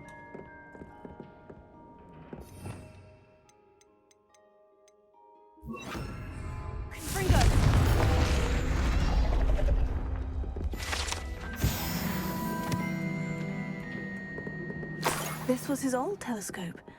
Looks practically brand new.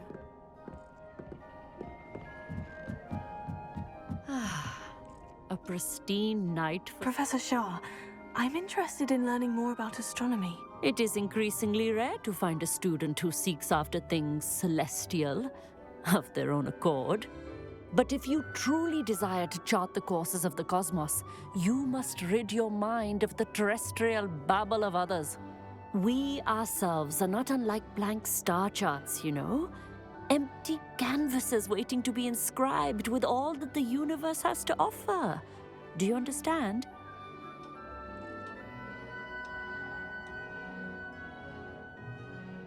Thank you, Professor. I look forward to stargazing. I am glad to hear it. Should be a stellar night for it. Professor Shah's just about as cold and distant as the bloody stars she wants us to chart. Ugh, not how I wanted to spend my evening. Not sure what you can learn from these astronomy tables that you can't learn from a cup of tea leaves. Our meat thinks he knows everything. Even told me he can speak gobbledygook. Sounded like gibberish to me.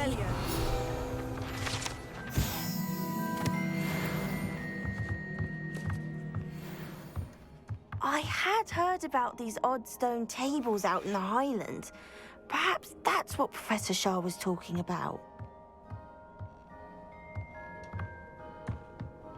The constellations are beautiful.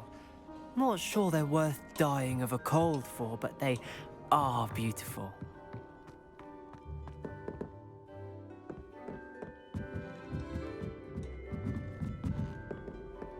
The perfect night for... I have the telescope. It's nicer than I had expected. I would not offer a prospective stargazer a third-rate lunoscope. But there is, something else. Yes? What is it? You remember those astronomy tables Shah was going on about? It just so happens I've been reading up on them a little myself. And it seems there may be one right here at Hogwarts. I believe we could use it to find hidden constellations. And you need someone to help you find it. I do. Are you in? No one from the Gobstones Club will go with me. Said they'd rather get spit at by a stone than... Well, they are cowards. Let us get moving while the stars are still out. I'll show you how to use that telescope once we get there. I promise. All right. I suppose I can go with you. I hope it's worth it. It will be. Trust me, I have read practically everything there is to read about this. It should be brilliant. Shall we?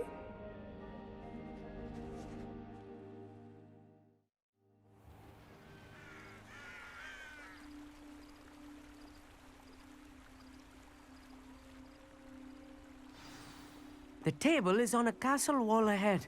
Look for a stone platform, something that doesn't quite belong. We'll know it when we see it. Onwards we go then. Some say the locations of the tables were originally marked by centaurs for ritual stargazing.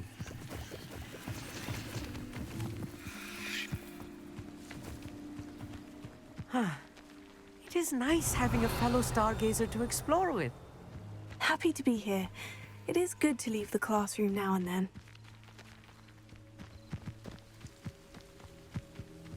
It's not that creepy out here at night, is it? Here I am, charging ahead. Why don't you lead the way? If you're sure.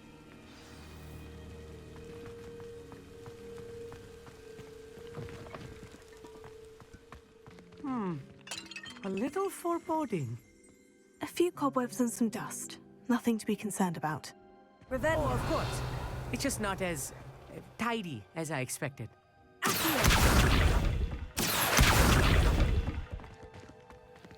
Revelio.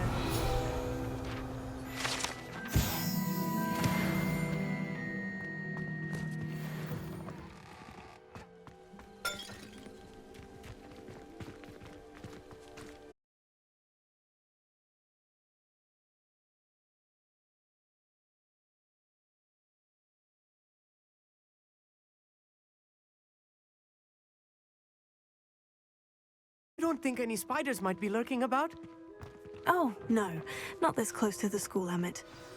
Look, there's the table. I think you should do the honors. Go on, try it out. Ha!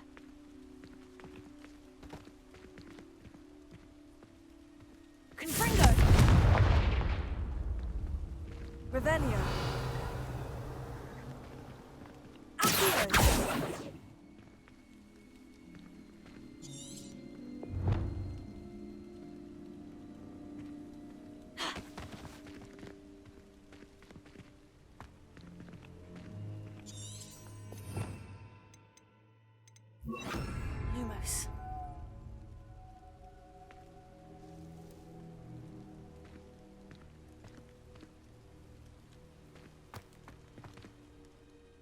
meet. Could I ask you something? Oh, certainly.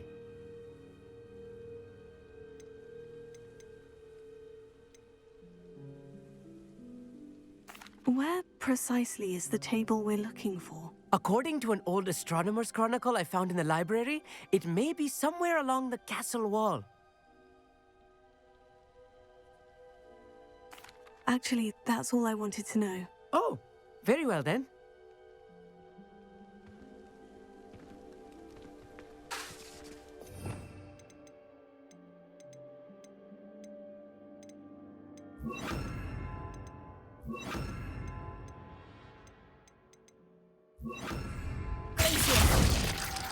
Wingardium Leviosa.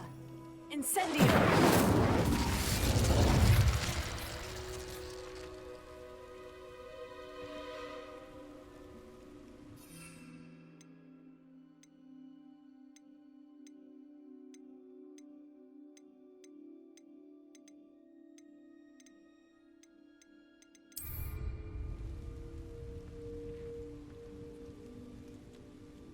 Lumos.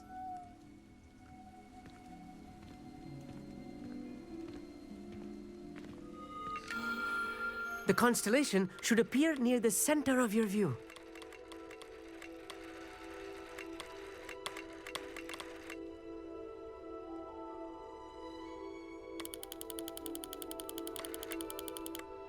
As soon as you've lined up the telescope, we will be able to fill out our star chart.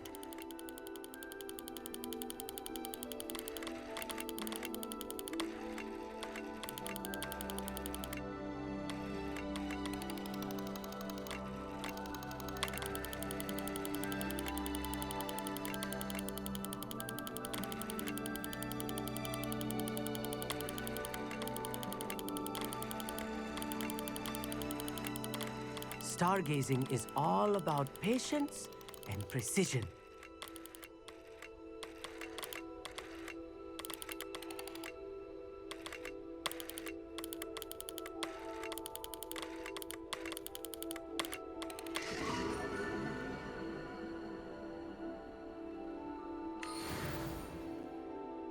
I was right about the tables.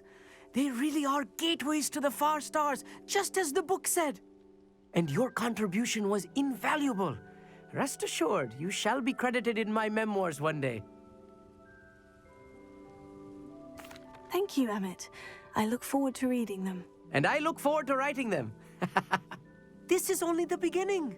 You will find more tables like this one throughout the grounds and forest, all beckoning to be discovered by a worthy astronomer. And if I have ever seen one, it's you. Oh, and about my old telescope. Don't bother returning it. You should keep it. That's quite generous. Thank you. You're welcome. It has goblin-cut glass and a gobbledygook inscription. I'm practically fluent in gobbledygook, you know. It's all in the throat, really, gobbledygook, you know, and how you pronounce your R's. Anyway, glad our adventure was a success. I will see you soon.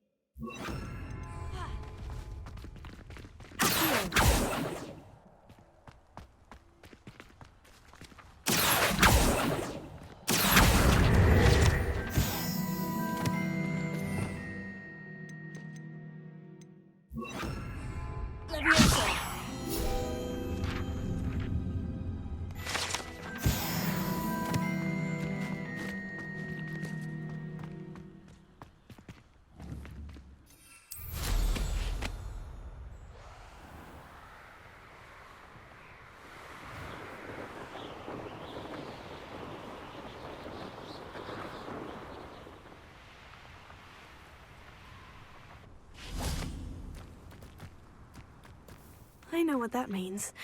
Merlin Velio.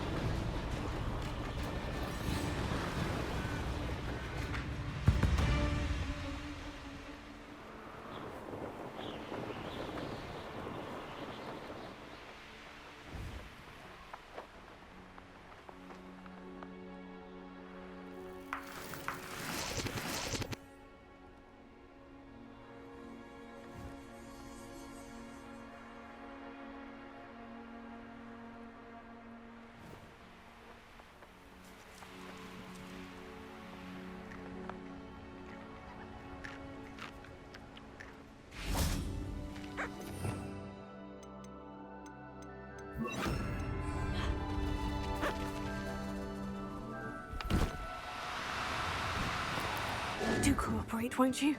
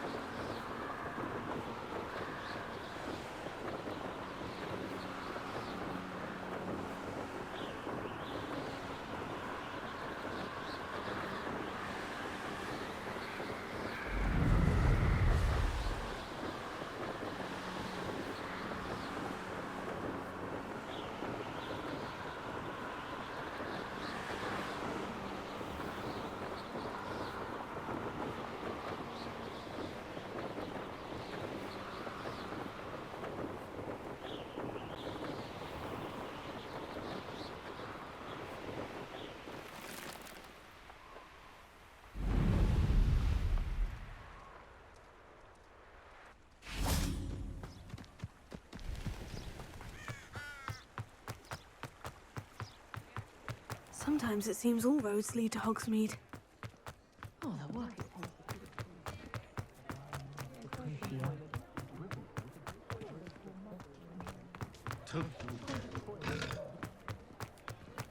I saw what you did! Ha! I've no tolerance for thieves! Hand them back! Hand what back, sir? We've not took a thing. Hand them back! There's nothing to give, sir. It was only the one. Revelio. That's all of them, sir. Honestly, I swear. How many times are you pair going to keep pilfering my shop?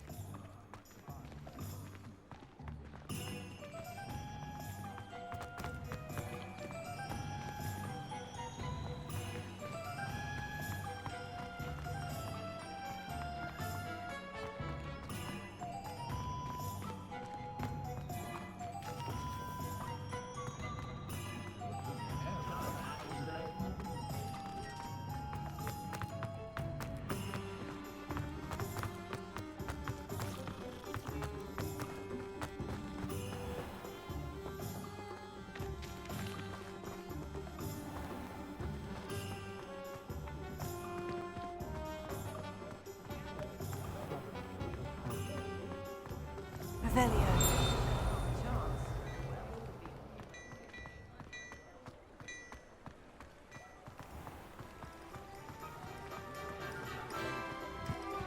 Some of us are kind.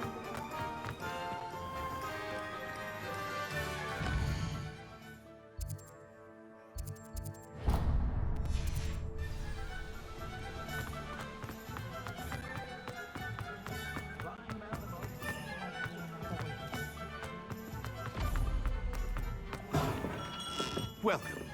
Do let me know if I can be of any assistance at all.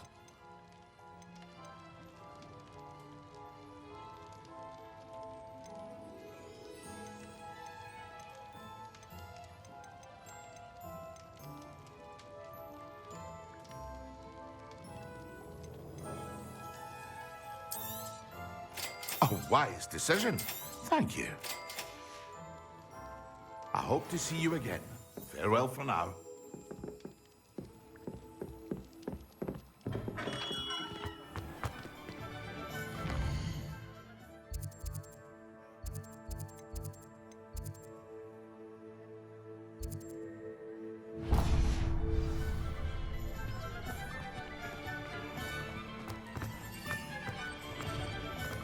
What do we have?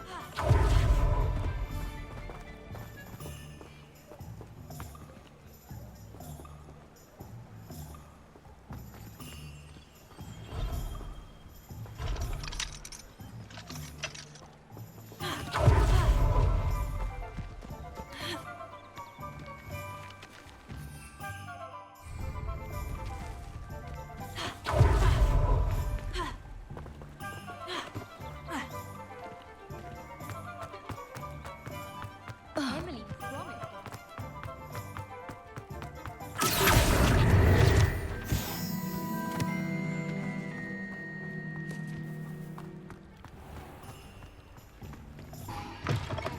Hello. Mind you, don't turn quick. If you're stuck with a Duracell feather, it doesn't half hurt.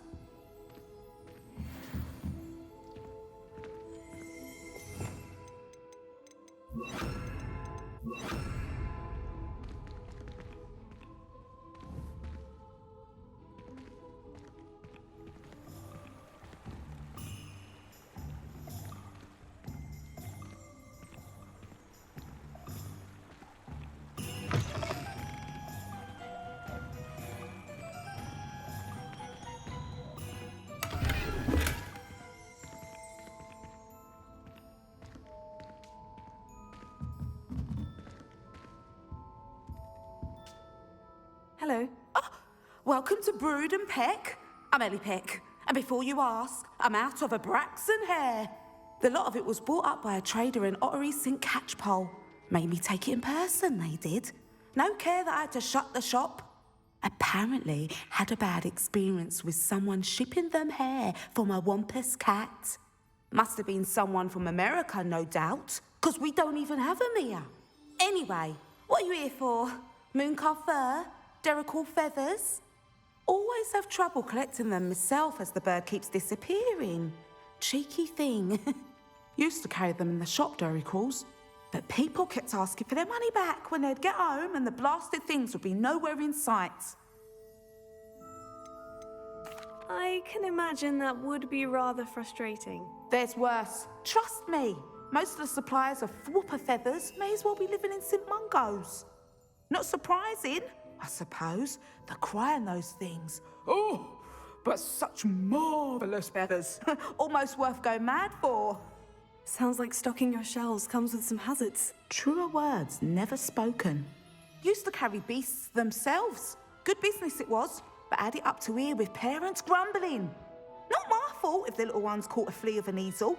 Ooh, you should have heard them. No, best with byproducts. And I do like to make sure the beasts are safe and well cared for.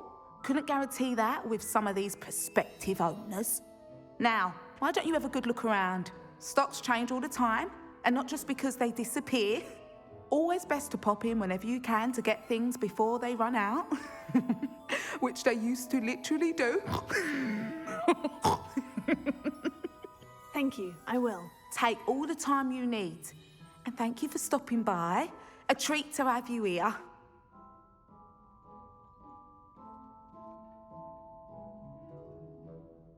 What do you have for sale? Now, what sorts of beast byproducts might you be looking to acquire?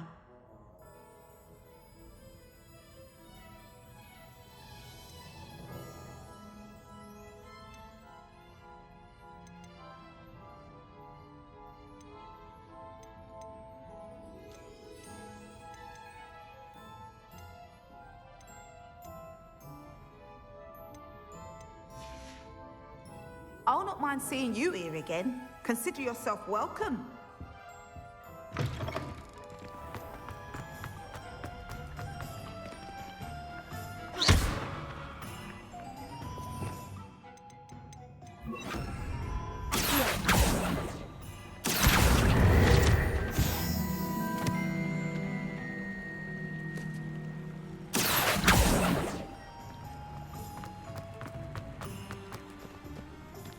Does it get any more cozy than this?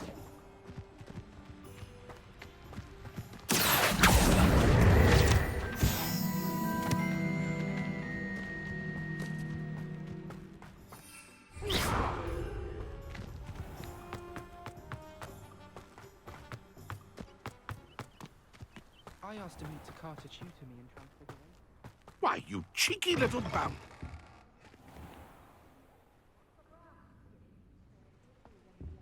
Venomous tentacular. Well, what say we show you some of what's available?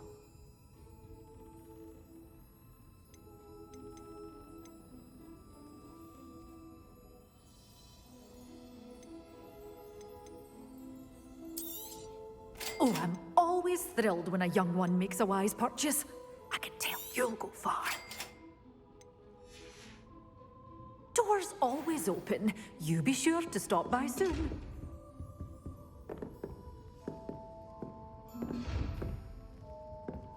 Lumos.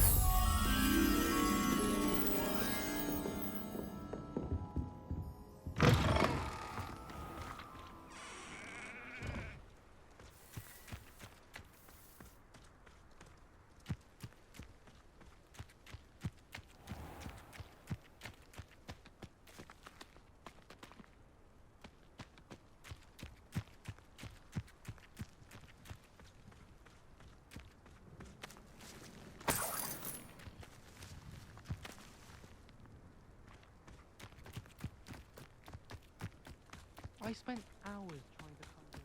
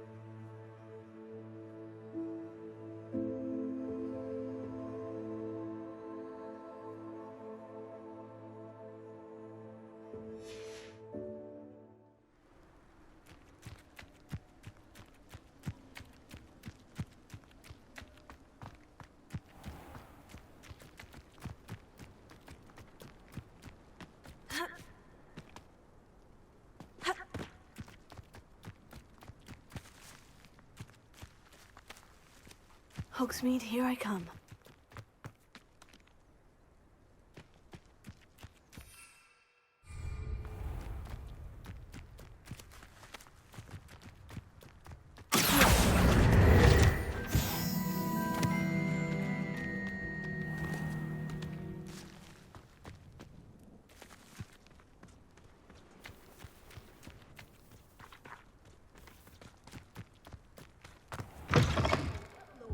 Careful of the mandrake.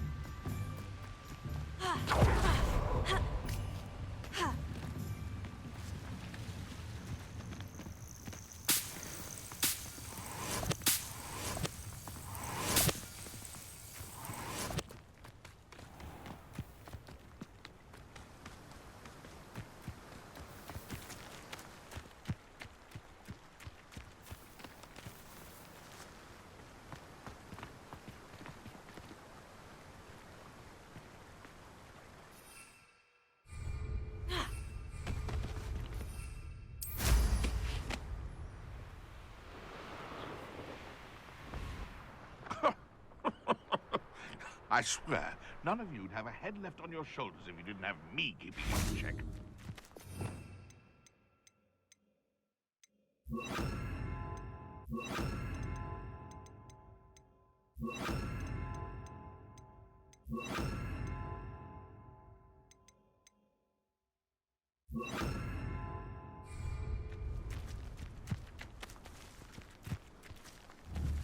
Perhaps I shall scout around. Confringo! Wingardium Leviosa! Oh, too hard. You may want to move. Take it! Stupid!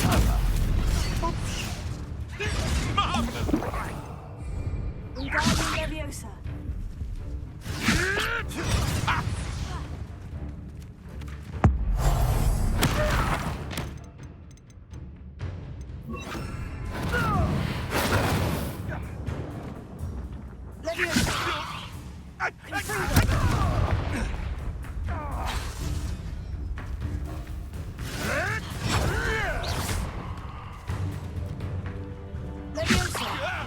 This isn't a fair fight.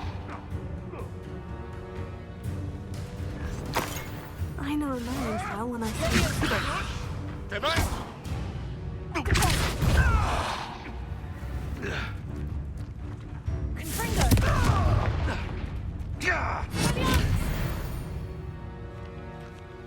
The beasts around here can sleep a bit easier now.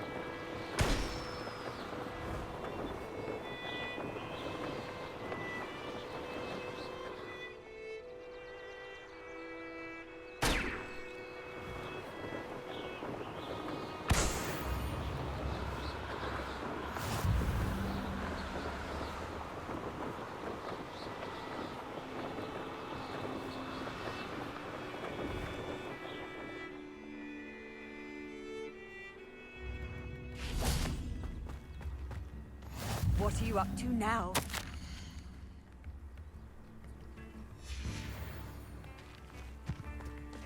Seems seems a pleasant enough little place.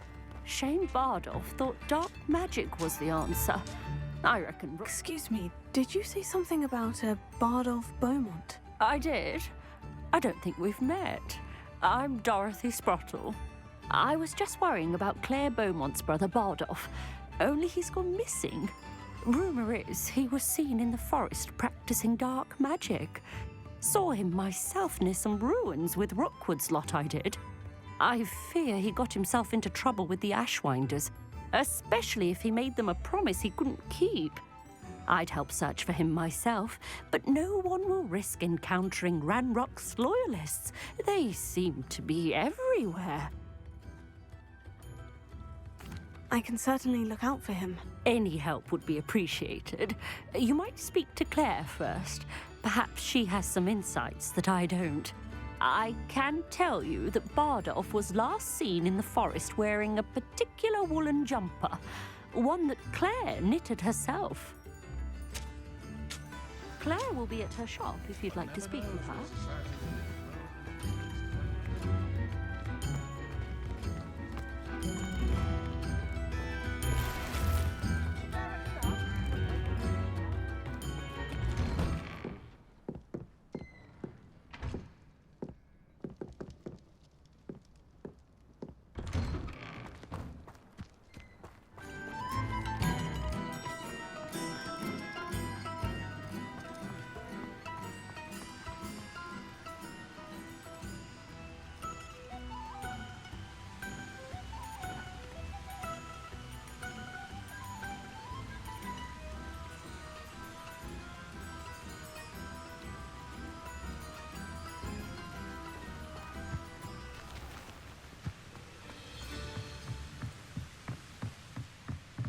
Revelio.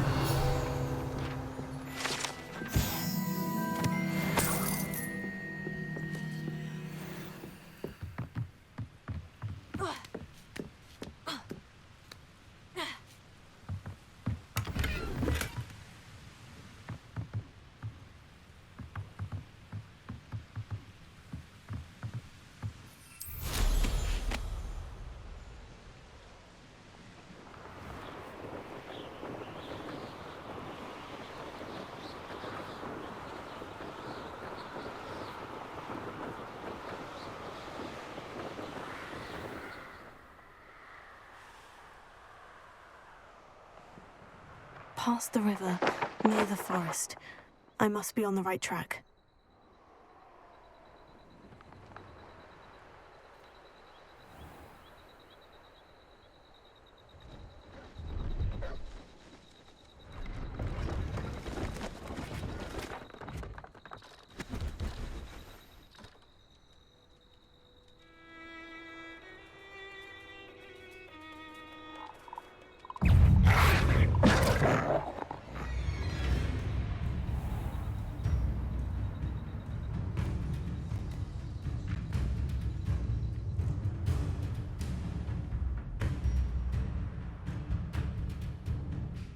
This could prove dangerous if I'm not careful. Confringo!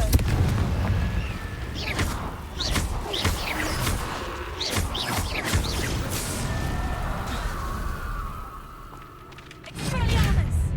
Confringo!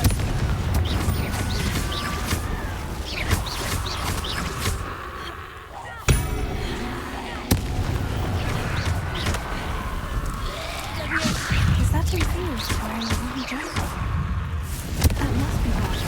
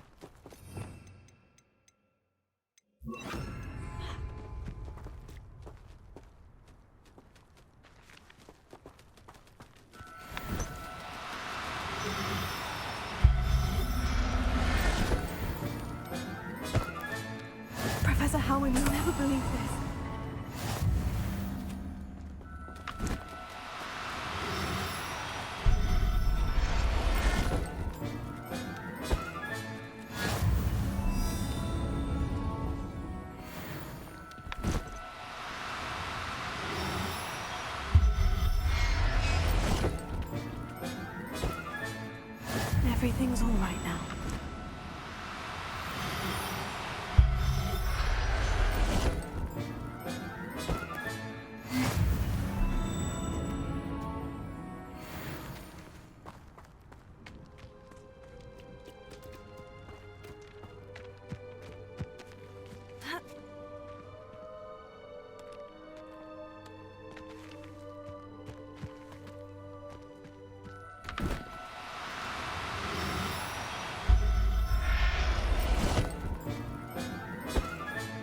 Settle yourself. I mean you no harm.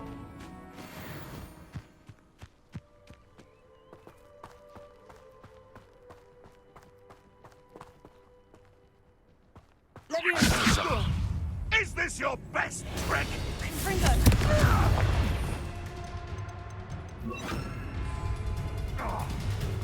Someone's going to What was that? One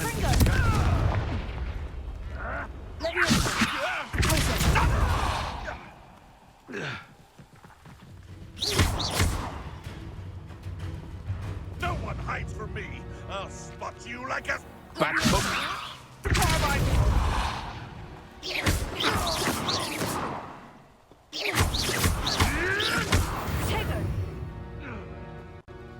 One less poacher in the wizarding world. Abandoned long ago. How nice to see you, my young friend.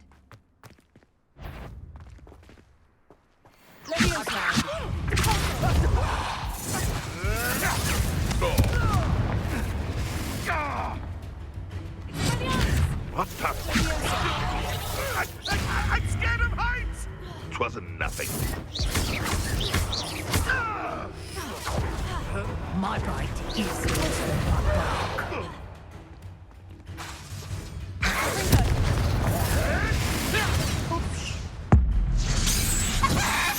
What have you done? No.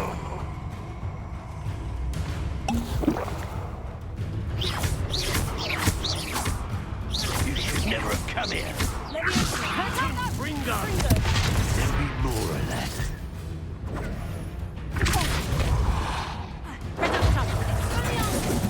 Protect Howard! Fight me fairly! You're finished. That's Ringo! Take it. Head in the clouds, this one! You up. Ringo, take it! Did I hurt you? You survived. Now you've gone too far. Reduction!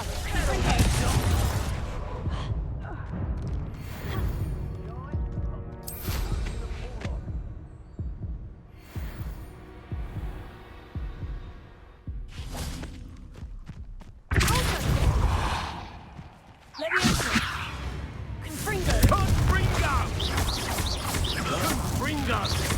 Ha! Stupid! My young friend.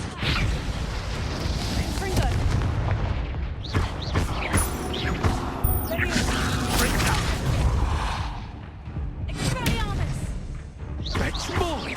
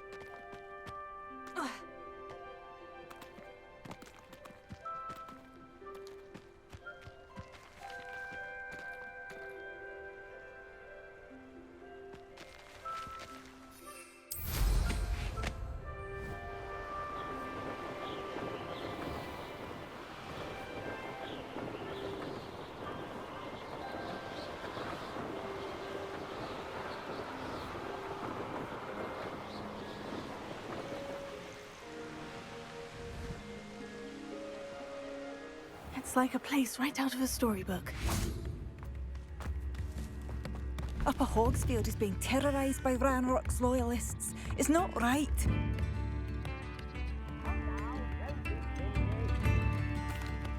I couldn't help but overhear. Did you mention Ranrock's loyalists? I did. Never imagined they'd act this deadly. I'm Claire Beaumont, by the way. Nice to meet you. Ranrock and his followers have set up camp here. No regard for our beloved hamlet or our livelihoods. Ruthless. My brother Bardolph dared to stand up to them and ended up in St. Mungo's. I'm simply at my wit's end.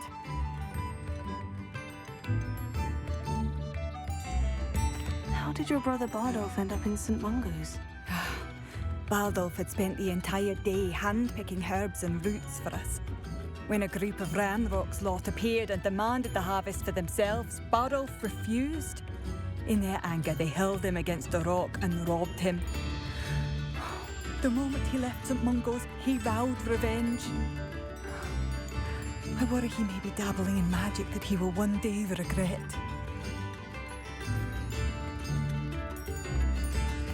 I am unfortunately quite familiar with Ranrock's loyalists. Perhaps I can do something. Much as I would love to be rid of them, I wouldn't want you to risk injury, or worse. Please be cautious. We should not have to live in fear. This is our home. Oh, Madame Beaumont? I believe I have some news of your brother. Bardolph? What do you know of my brother?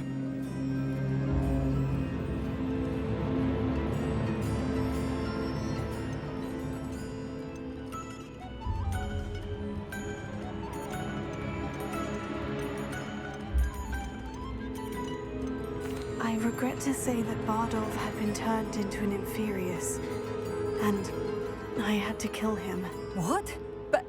But how could you possibly think that an Inferius was my brother Bardolph? That's absurd!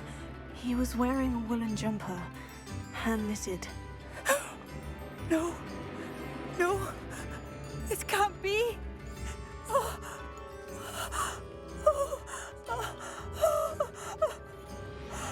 I'm truly sorry. I wish it had been better news. I wish you well, Madame Beaumont. What more could I have done? Oh, Bardolph! New instruments are expensive, you know. Dear brother. It seems as though things are getting worse. Best be on my guard.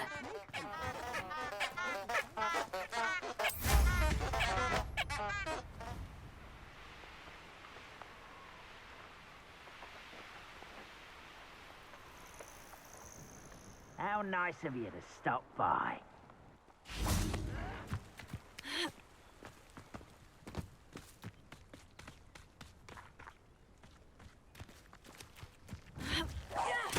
Who's there?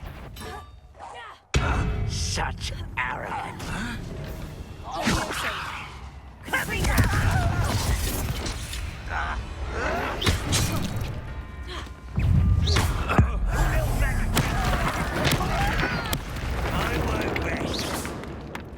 Can't handle a little old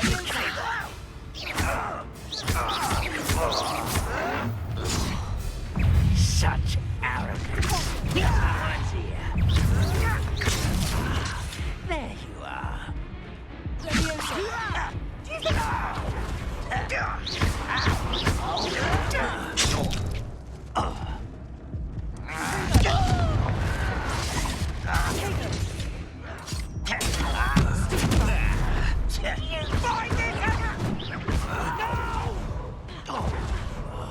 I will make you pay. I won't rest until you're dead.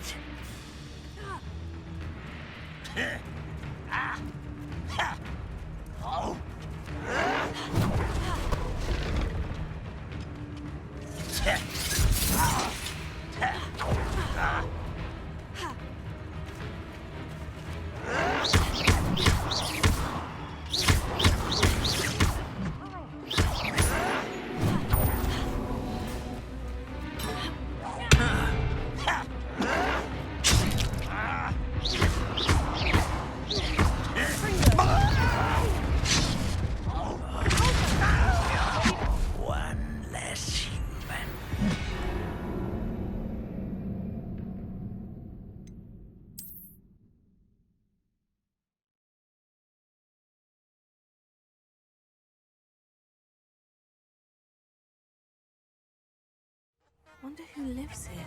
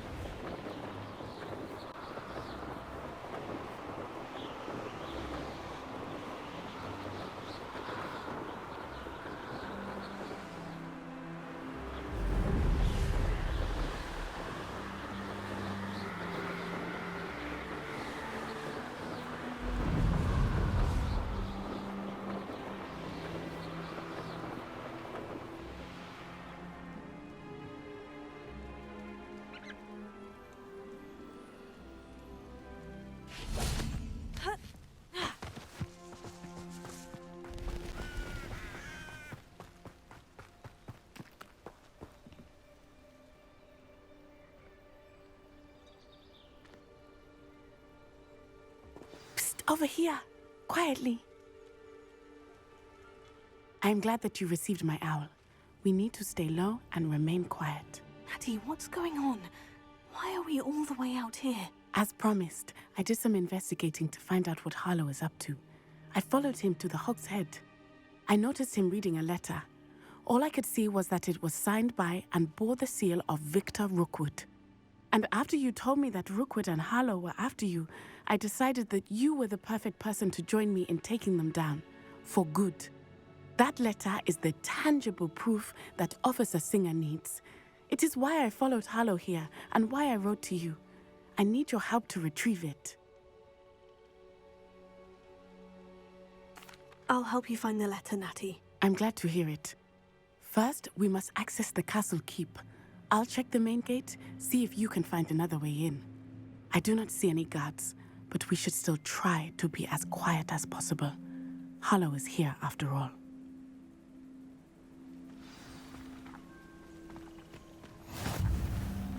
Off on another adventure, are we?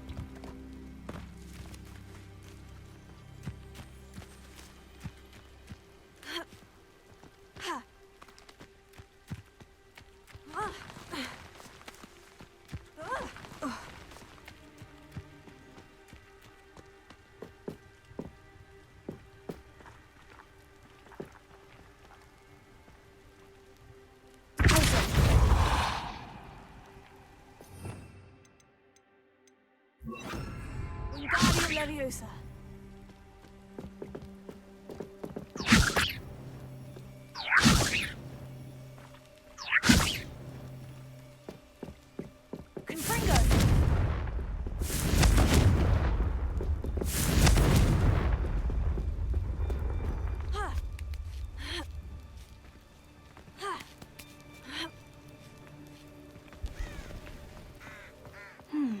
I wonder what that does.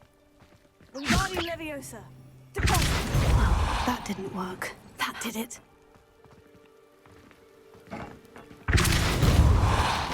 Wingardium Leviosa.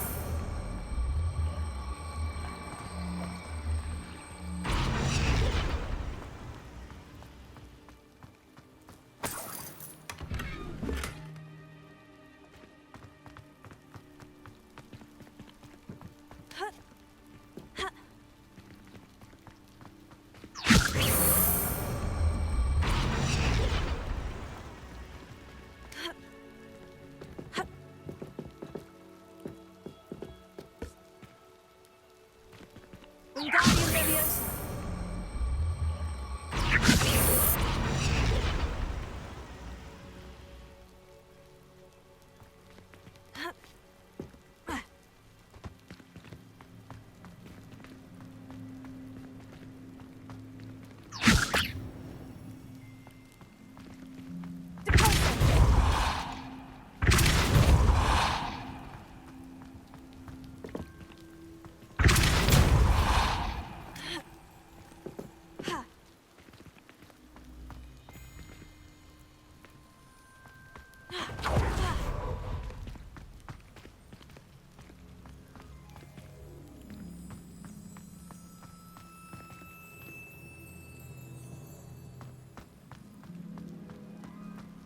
Revelio.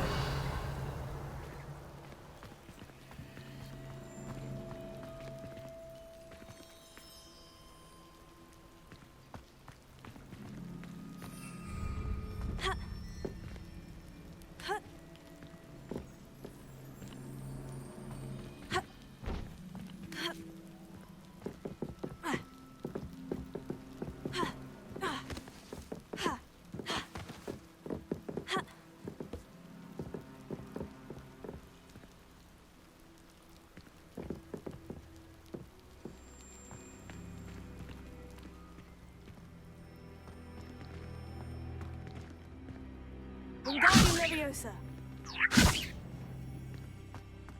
Confringo. Confringo.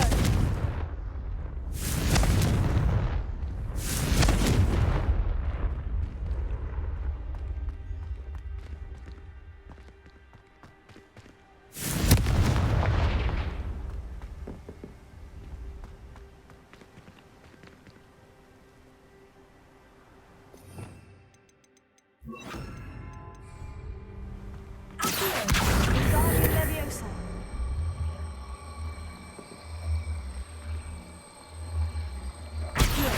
Wingardium Leviosa.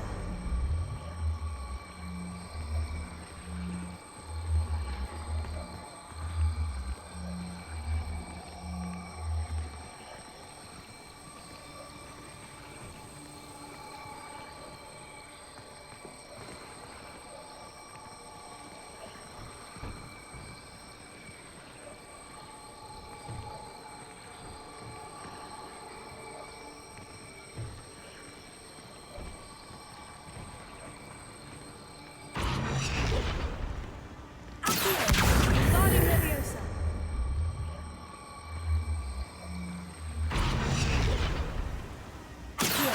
Wingardium Leviosa.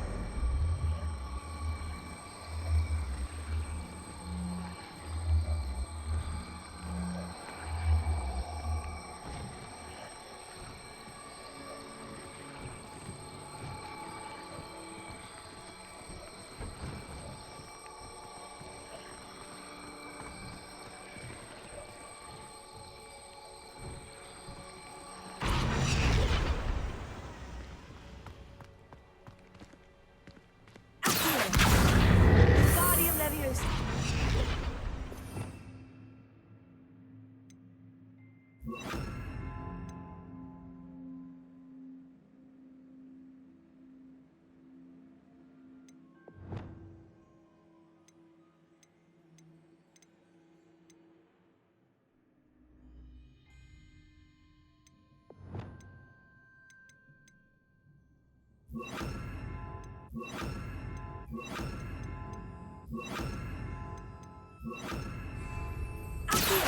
Wingardium Leviosa.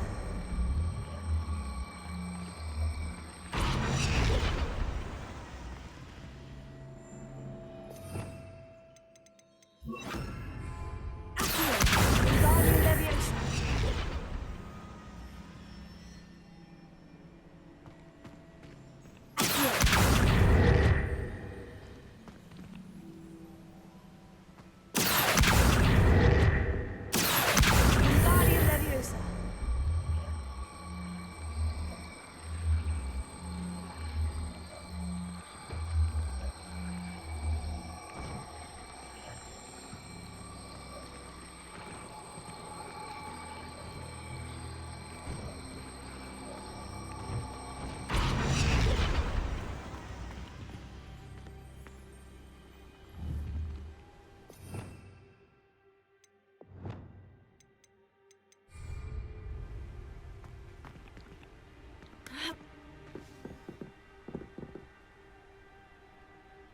Revelio. Wingardium Leviosa.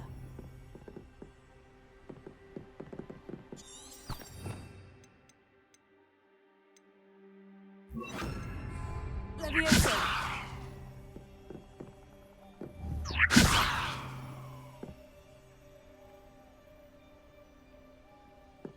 Expelliarmus.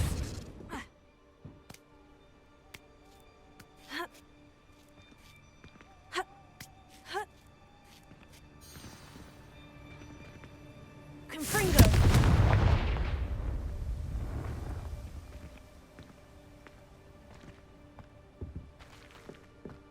I need to find a way into the gatehouse to open the gate for Natty.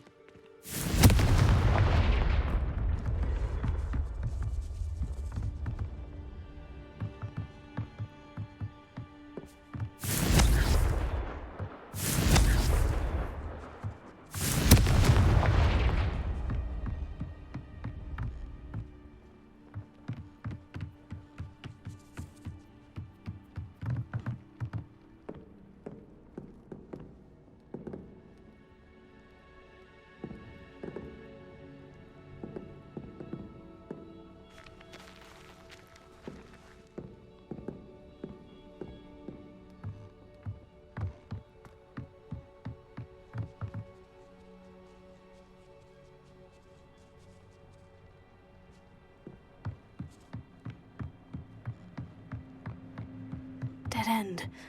Must be another way in. Wingardium Leviosa.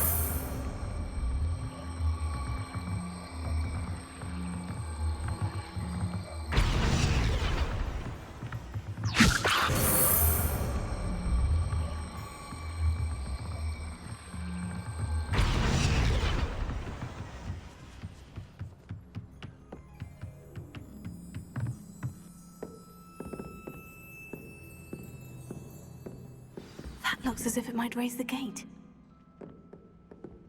Revelio.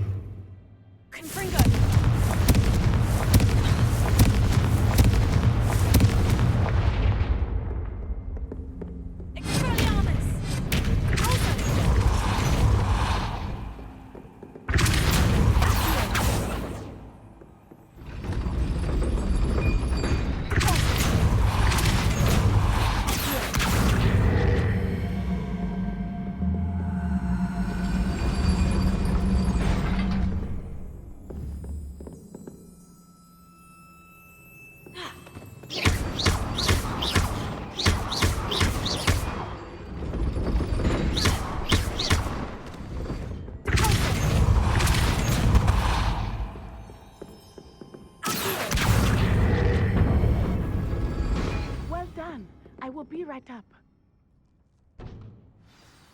I knew you could do it. This way. I will get the door.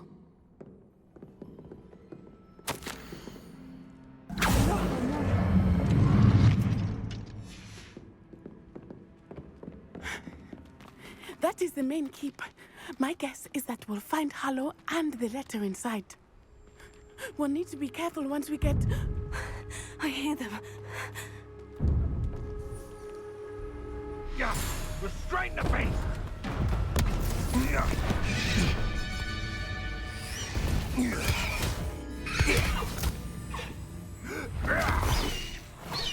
Highwing. Do you know that hippogriff? Get this thing back.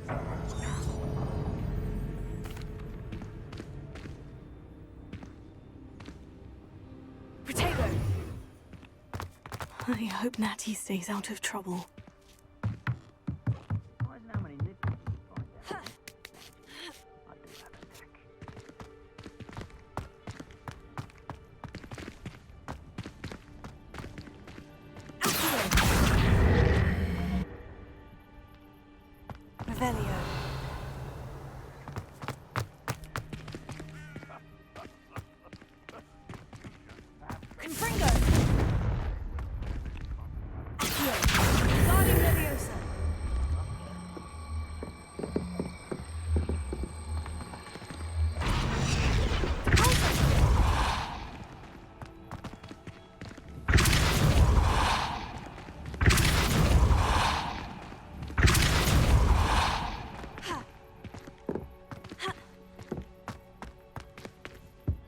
Revelio.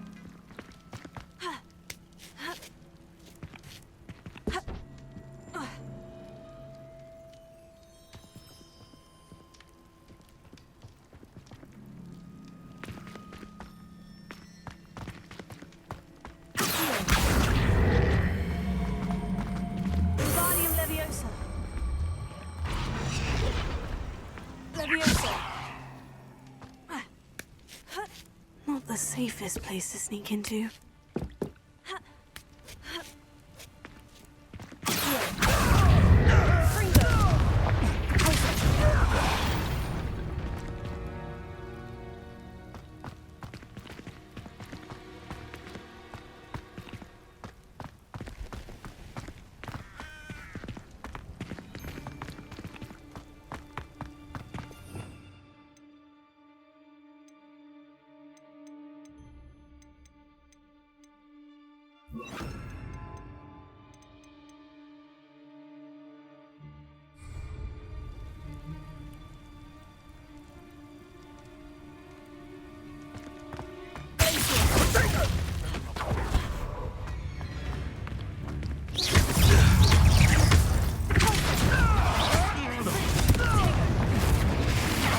Pathetic. Incendio! Being on fire, isn't it? Back to me! Ringo! Unhand me! No! Reduction! Reduction! Stupefy! Ringo!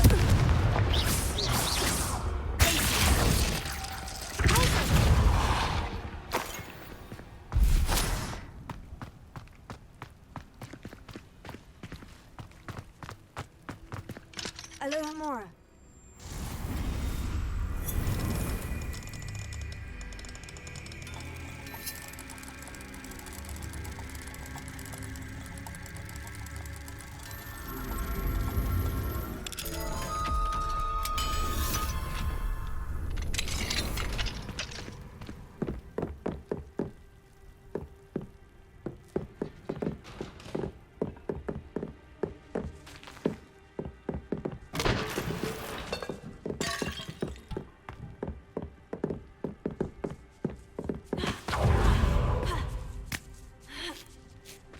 I hope Natty's having an easier time of it.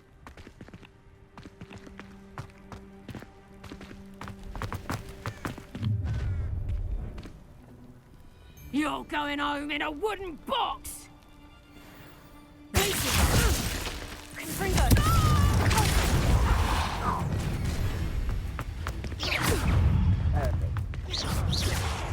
Potato! Look alive!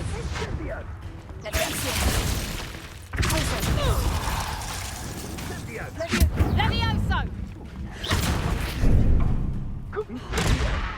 No, you can't. Levioso! Why not simply stay down? Confringo! Potato! Stupefy!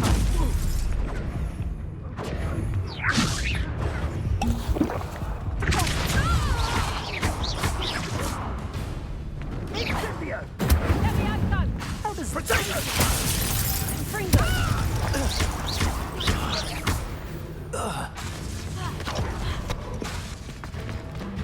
Levioso!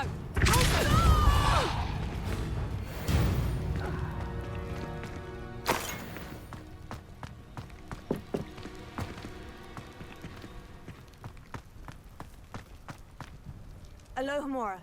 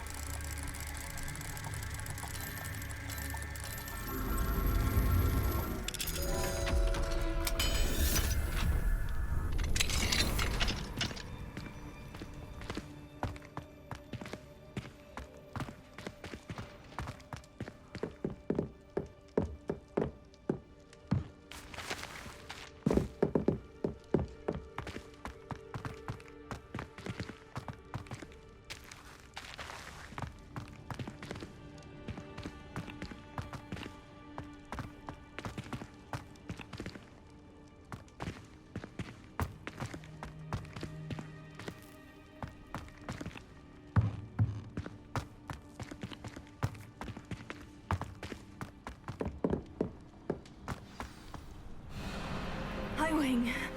It's all right. There we go.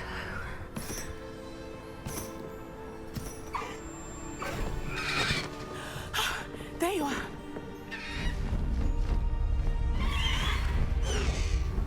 Come on. Hello, Mom. Hurry.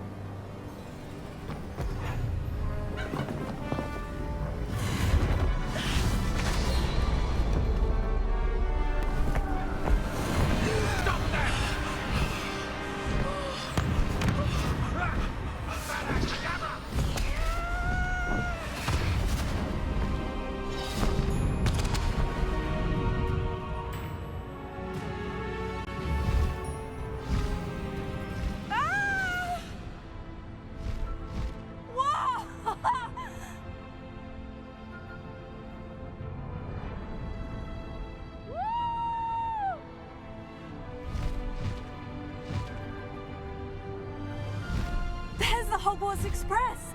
Must be returning from an unscheduled run.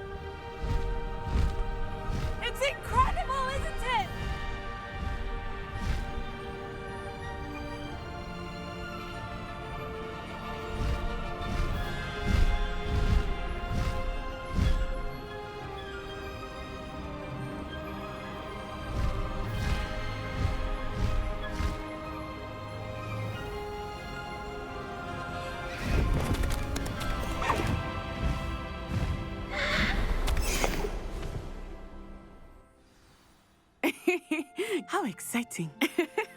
Oh, it was exhilarating, wasn't it? I wasn't sure we were going to make it out alive. There was no need to worry. I had it all under control.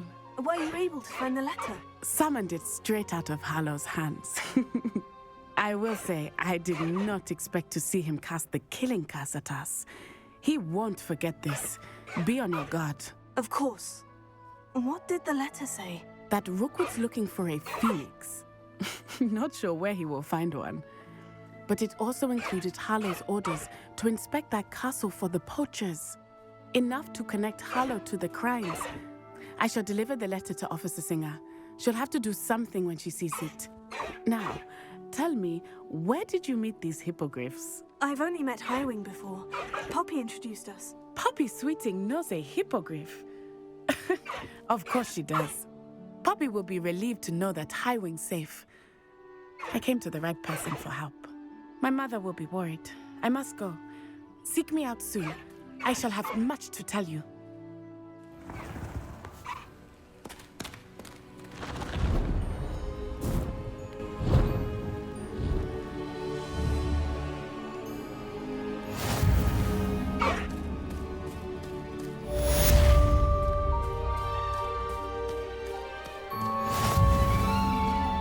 Let's go!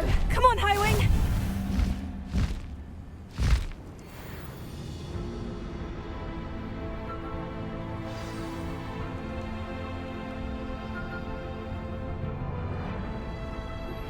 I have learned of a wizard who is being harassed by Harlow.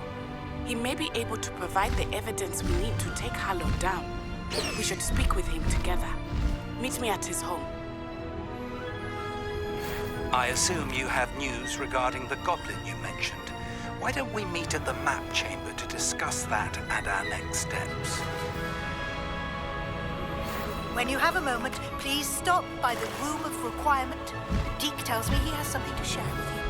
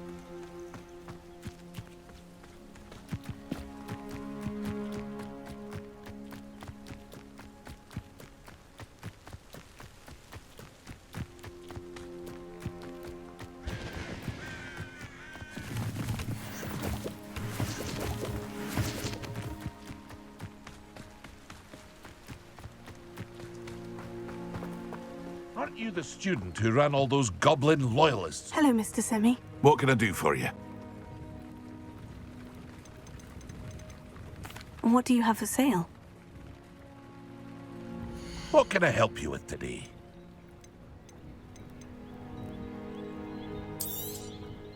Ah, yes, a wonderful choice. I hope to see you again sometime. Seems a pleasant enough little place.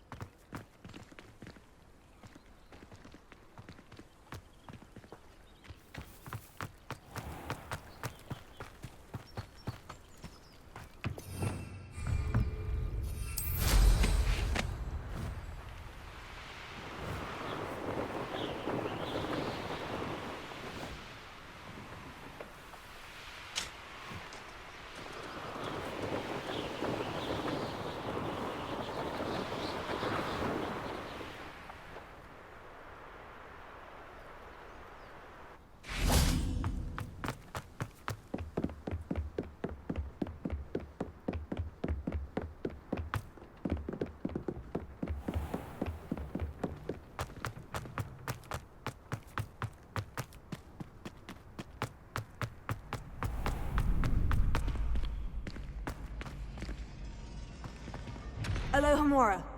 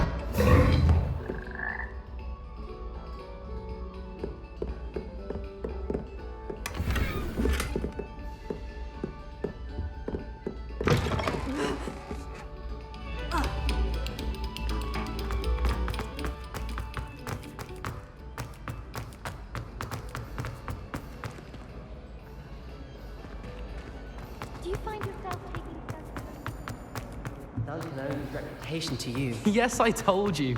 You're very clever.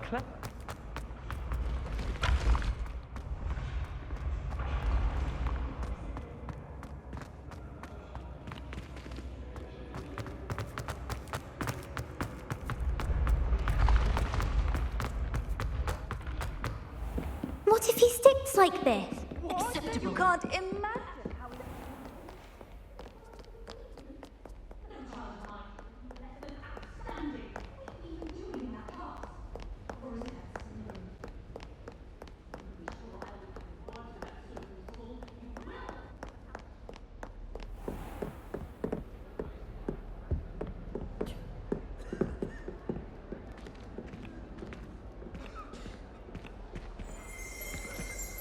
Revelia.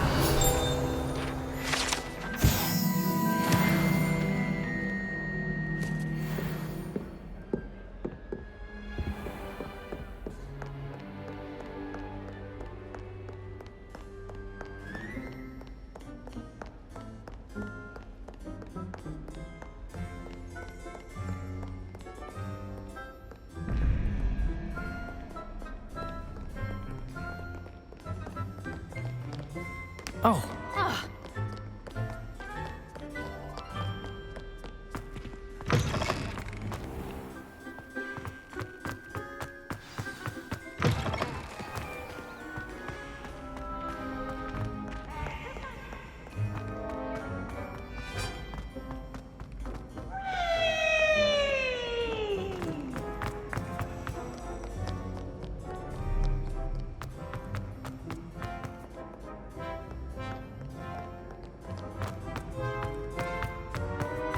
What are you up to now?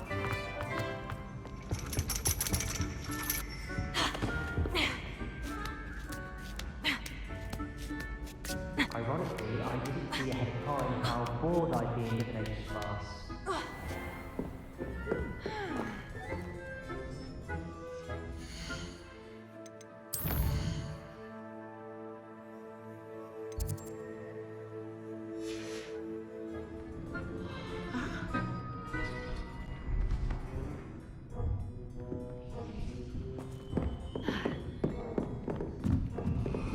Mine now, demiguns.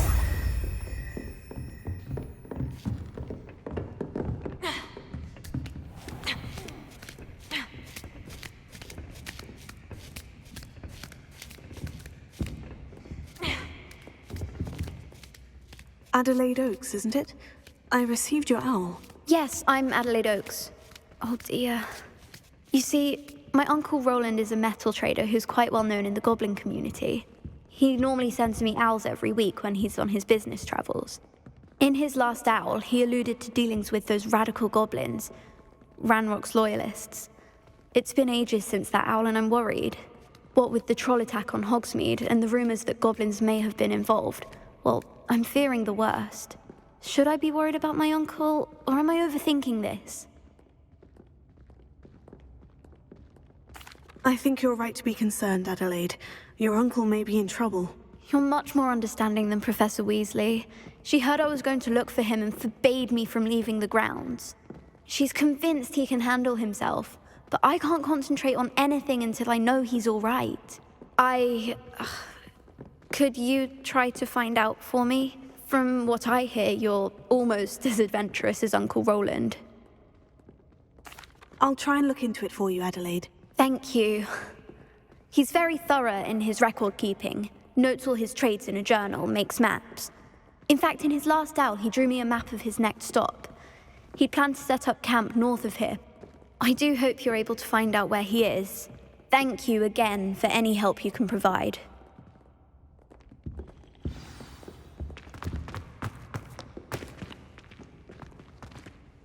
Hello again, Adelaide. Any word of your uncle? Still nothing, I'm afraid. I'd be grateful for any help you could provide. As I mentioned, he'd planned to set up camp north of here.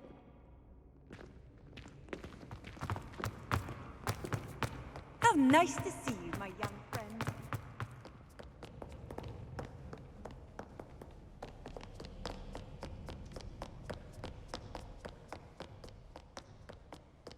I hope Adelaide's Uncle Roland is all right. She seems very worried. Adelaide mentioned her uncle's camp may be near Brockborough, past the river.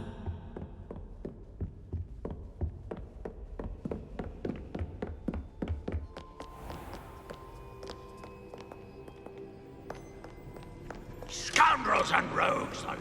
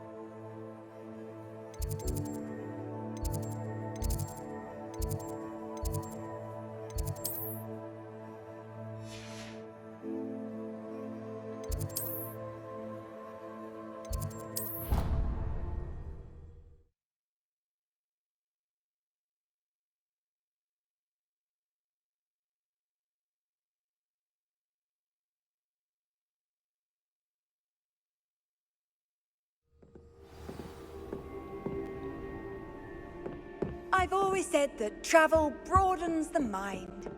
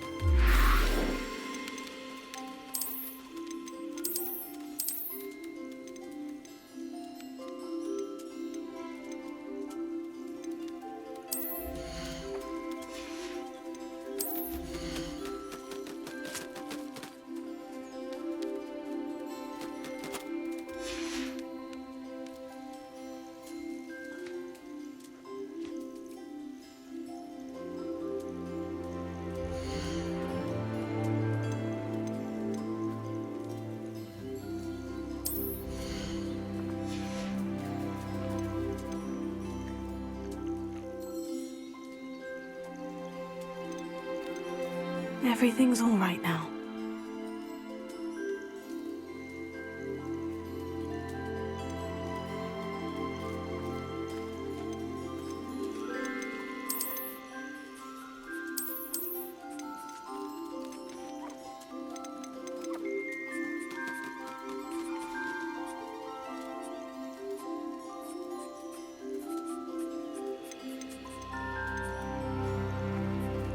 Settle yourself. I mean you no harm.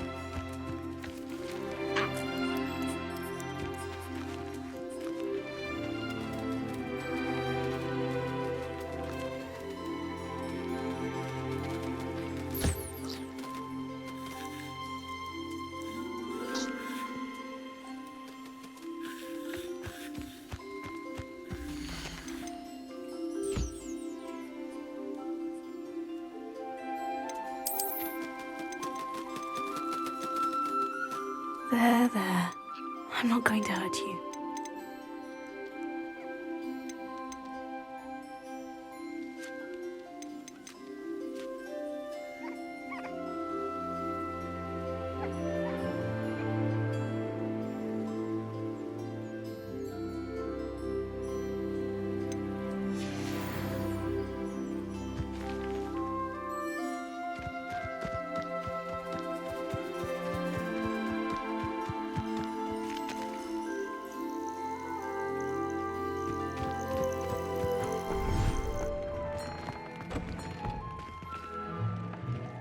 Deke would like to talk with you when you have a moment.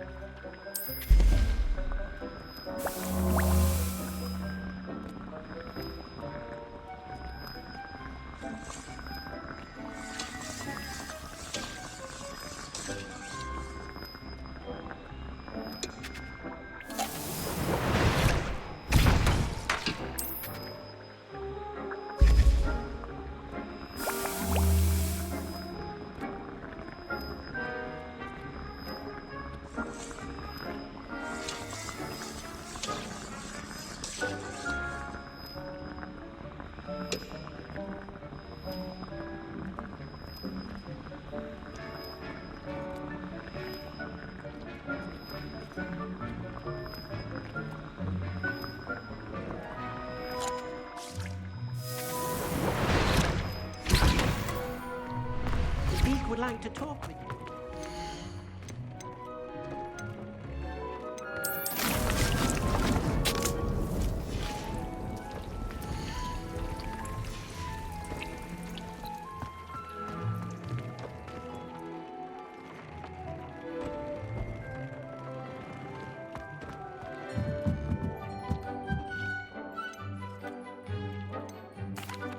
Hello, Deke.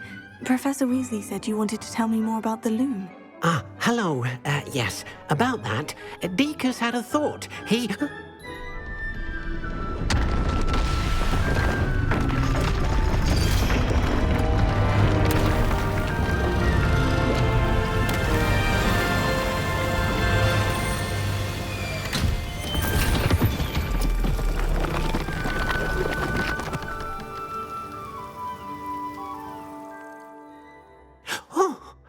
Seems the room thinks you need more space for your beasts. As Deke was saying, he's had a thought. Now, Deke knows how you can test the item of clothing that you enhanced in the enchanted loom. And perhaps help an old friend in the process. What do you mean? A house elf named Tobbs works for his master retrieving leech juice in a cave near Hogwarts. Tobbs' master doesn't let him leave the cave, and Deke knows the cave is infested with spiders. That sounds awful. It is. Deke hasn't heard from his friend for a while now. As the item you wove in the loom has an enchantment that might be useful, Deke thought you could test it whilst checking on Tobbs. I understand. Leave it to me, Deke. I'll find Tobbs for you. Oh, thank you.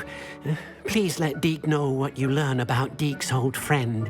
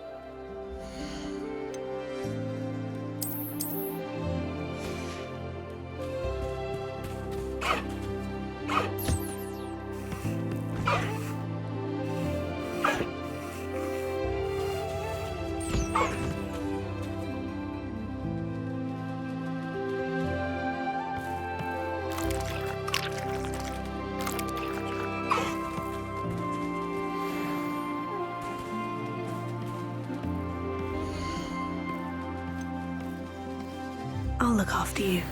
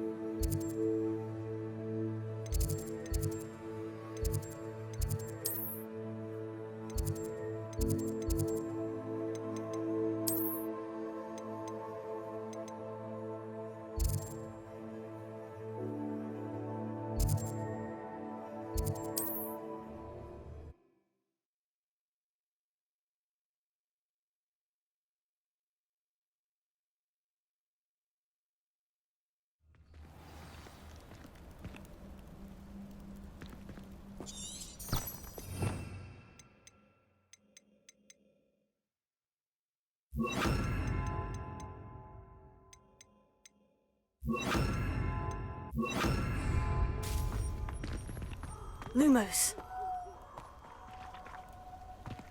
Confringo.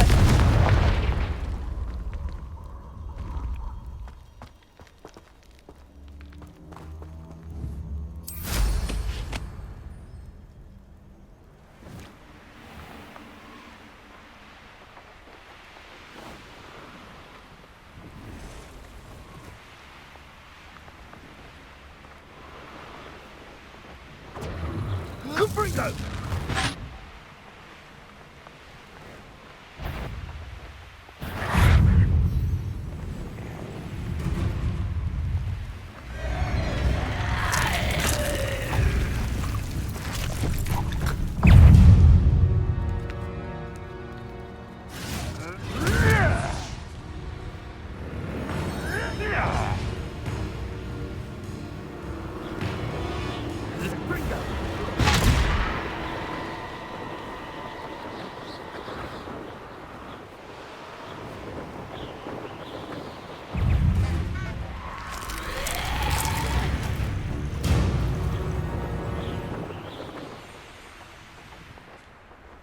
This must be Tob's cave. I suppose I should head inside.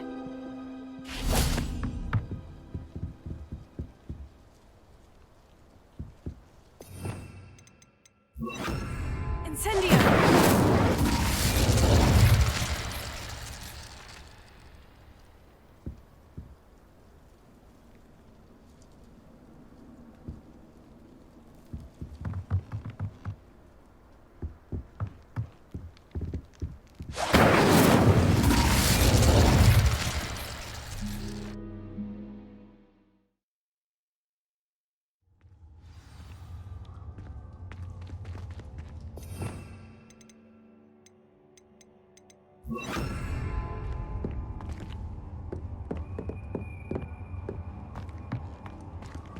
Confringo!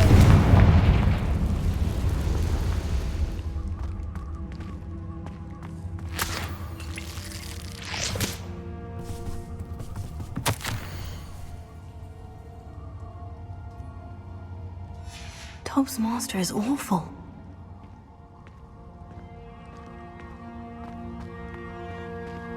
Tobbs?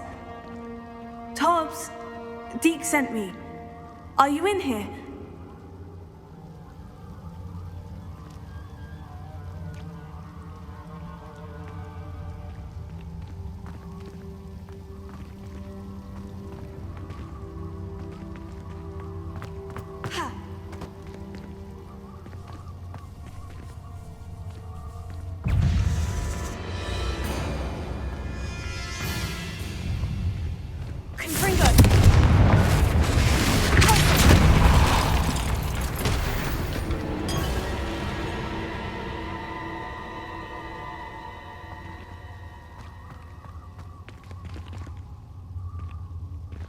Confringo!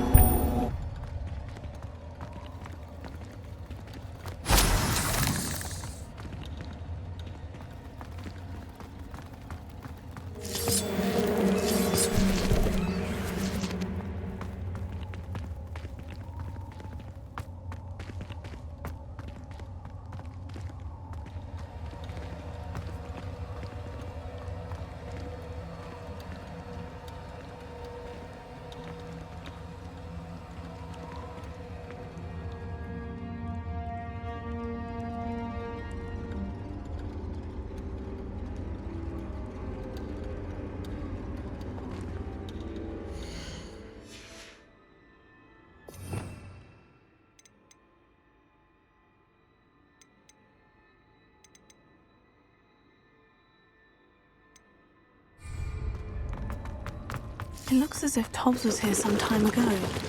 Must have headed deeper into the cave.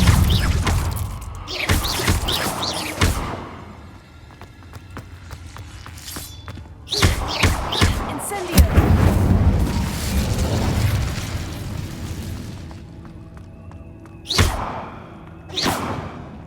Revelio. Incendio!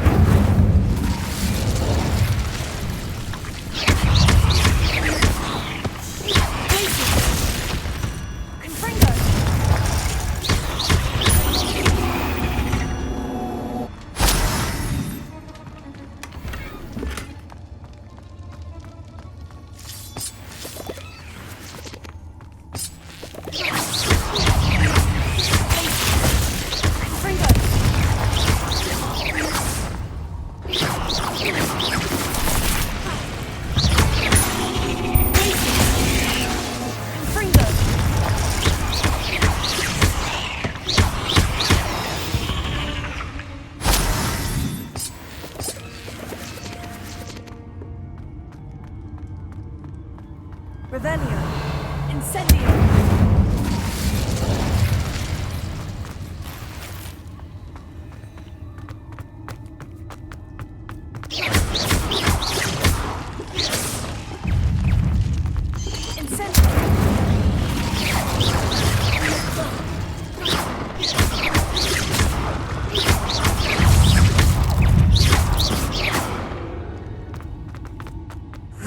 Shame you're so foul.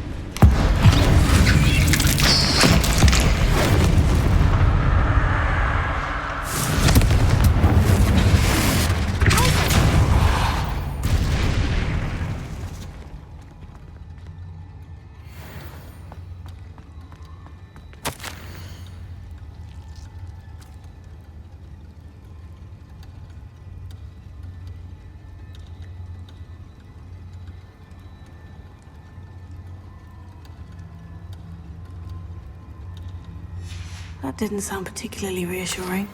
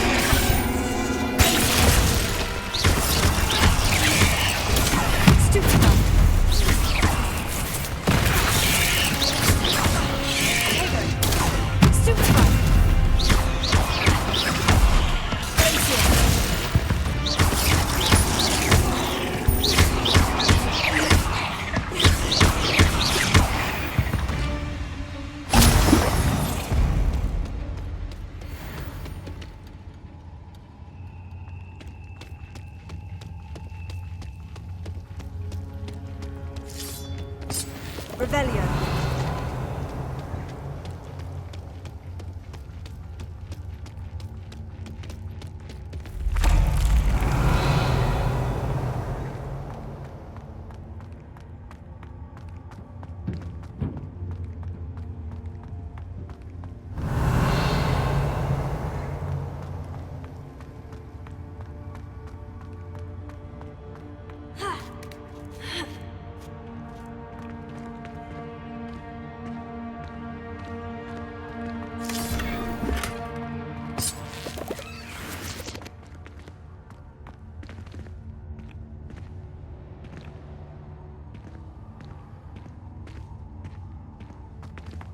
Confringo!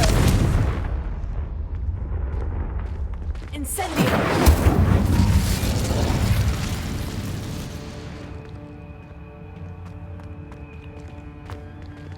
Revelio.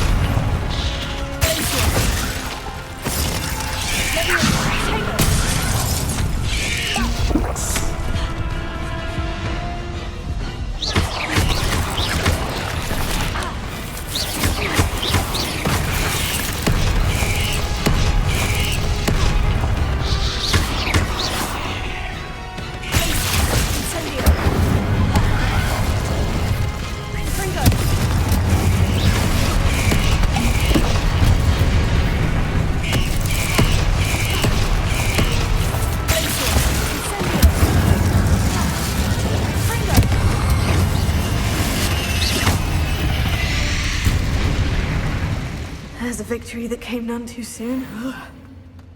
Revelio.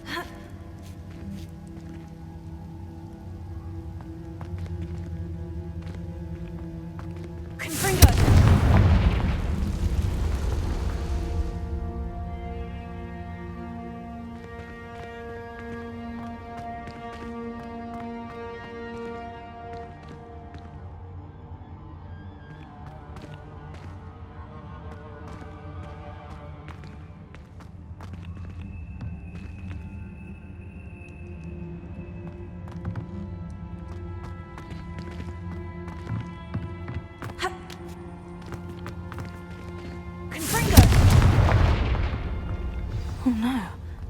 I have a feeling that house elf is Tobbs.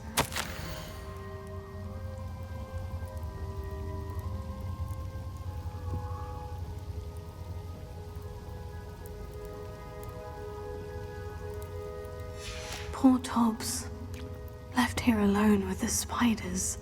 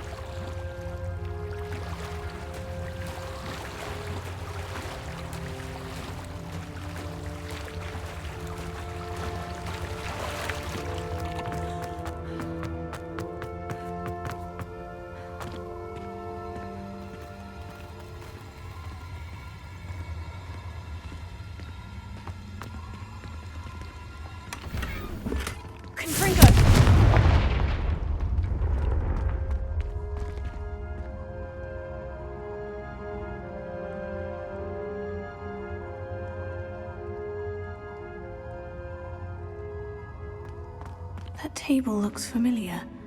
Seems I'm back at the entrance to the cave.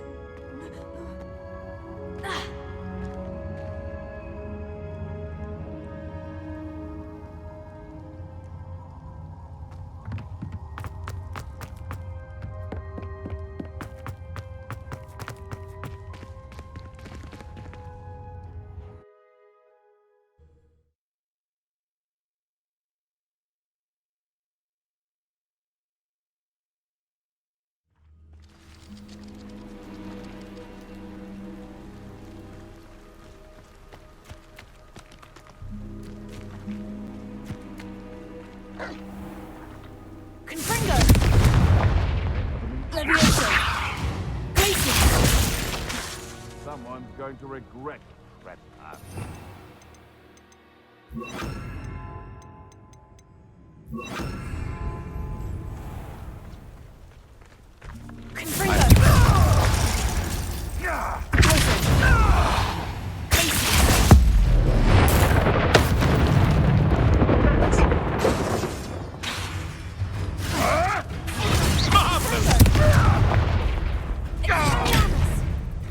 That's mine!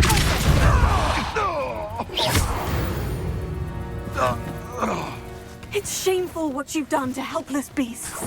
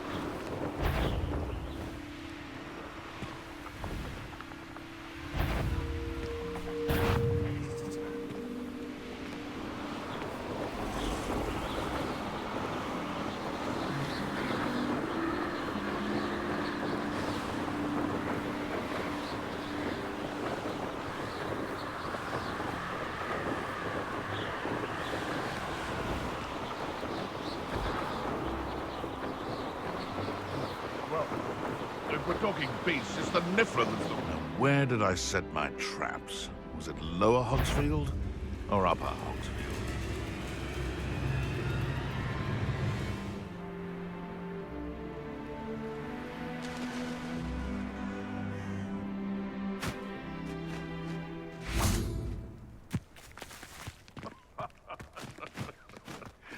Might I remind everyone that a wizard's sharpest come out before I find you. Levioso! Tego!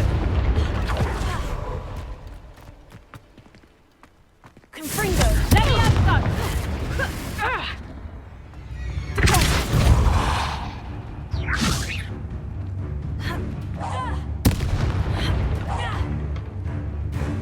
Running home!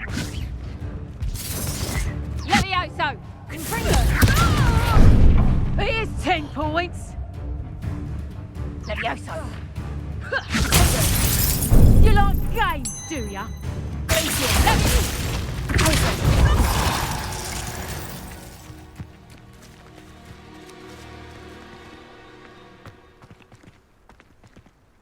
Knew I'd find you!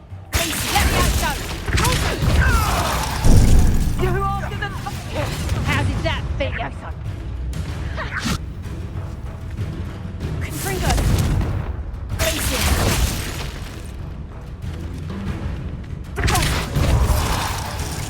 Like a screamer! You'll have to fight eventually. Levioso! What have you done? Incendio! You may want to move. This looks intriguing. Enjoy stealing hippogriffs, do you?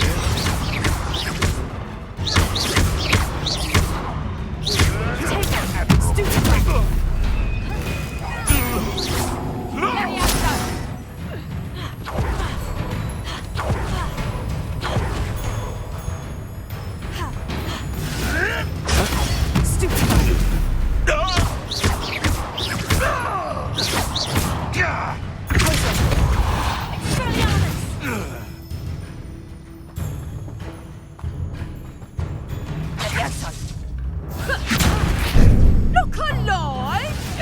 I bet that one hurt. Let me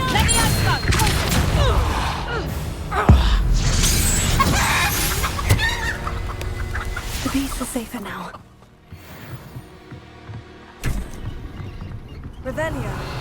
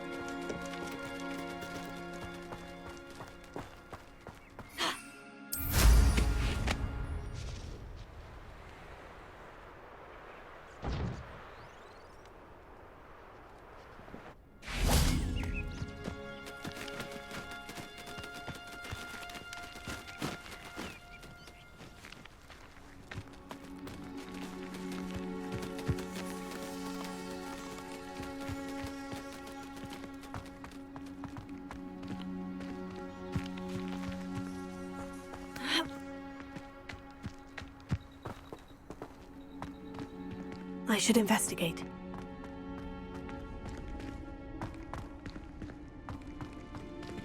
Revelio.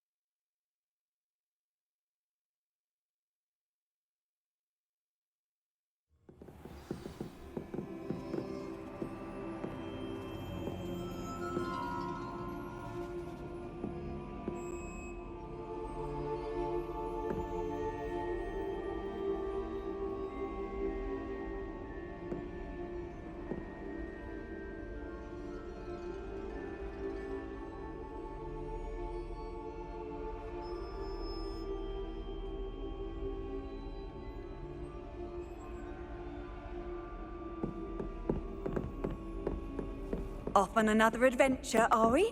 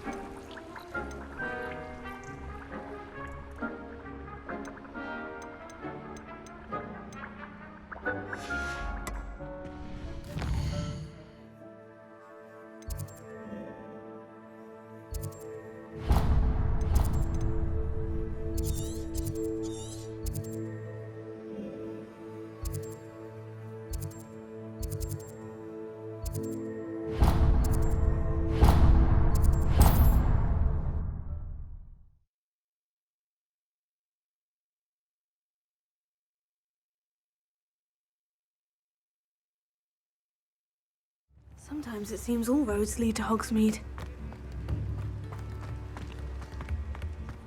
Thank you again for delivering those potions to Madame Lowing.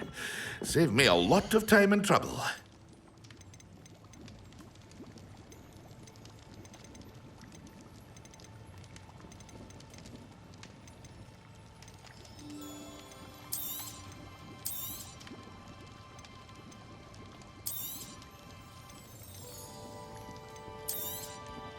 A wise decision. Thank you. I hope to see you again.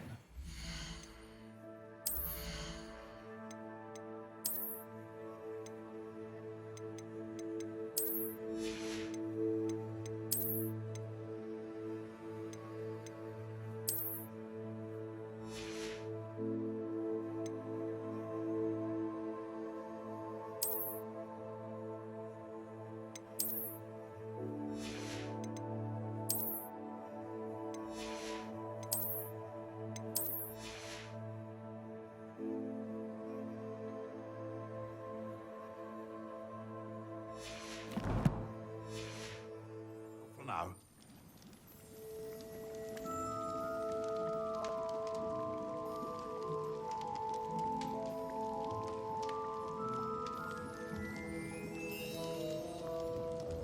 What can I do for you today?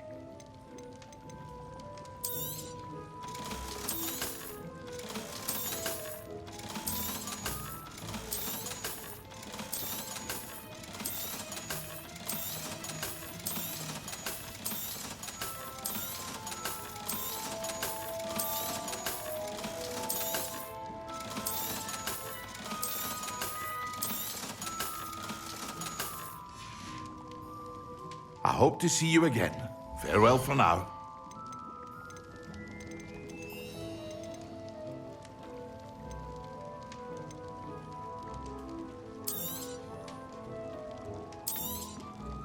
A wise decision. Thank you.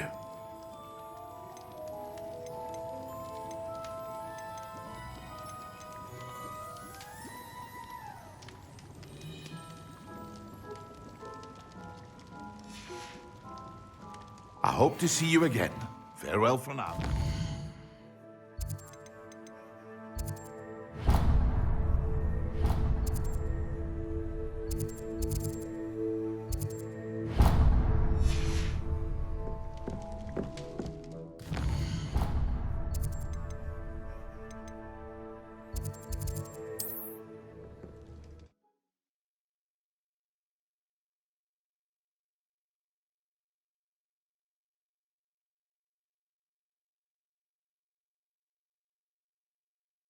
Does it get any more cozy than Hogsmeade?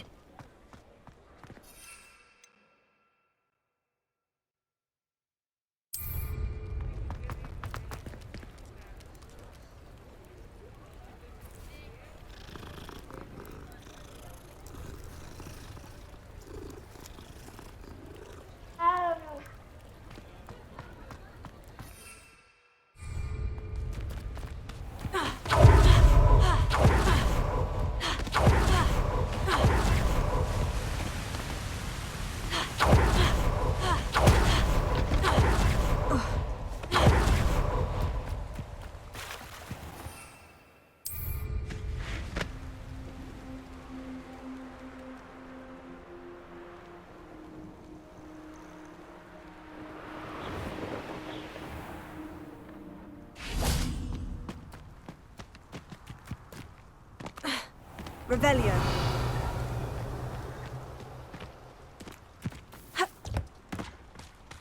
Pardon me?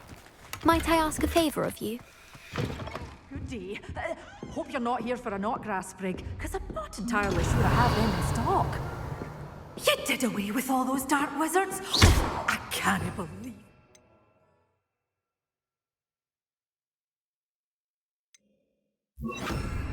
Lumos.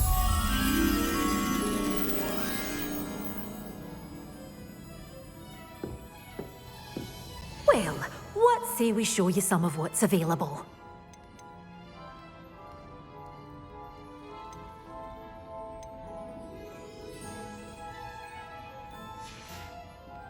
Doors always open. You be sure to stop by soon.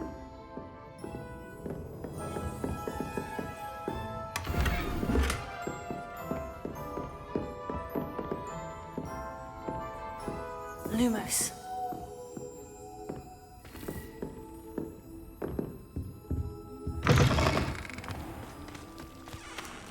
Pardon me? Might I ask a favor? Hello.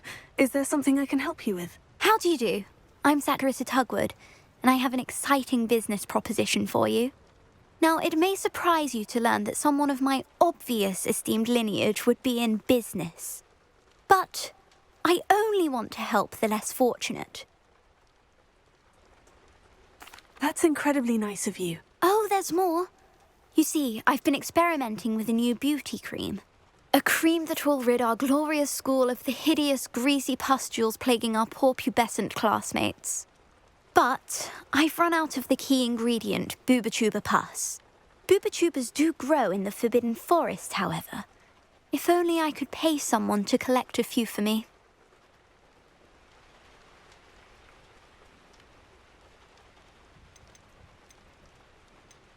I can try and find some for you if I have the time. Marvellous.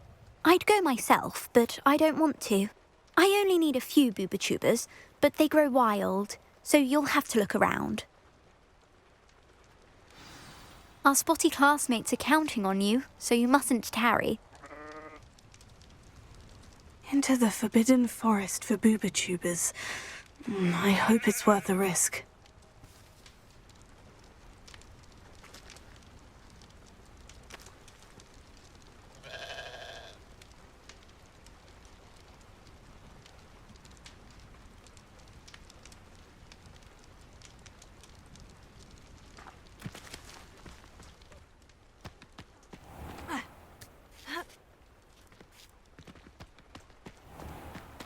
Revelio.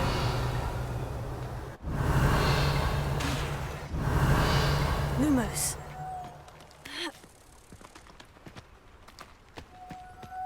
Hogsmeade, here I come.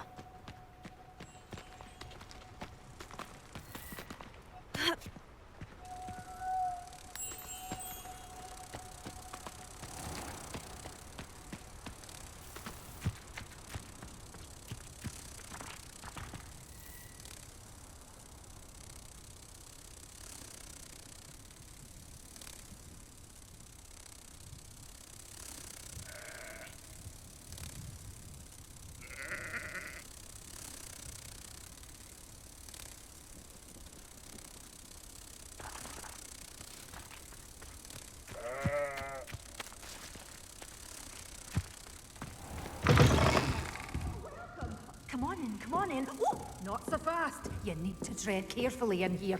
Venomous tentacular.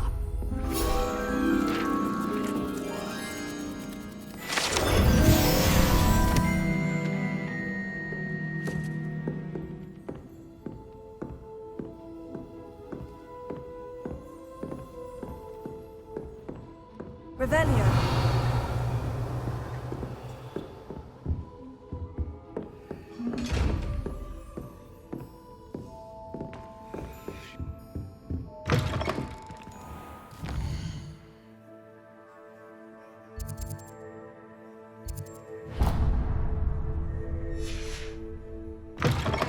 Oh, hello. Careful.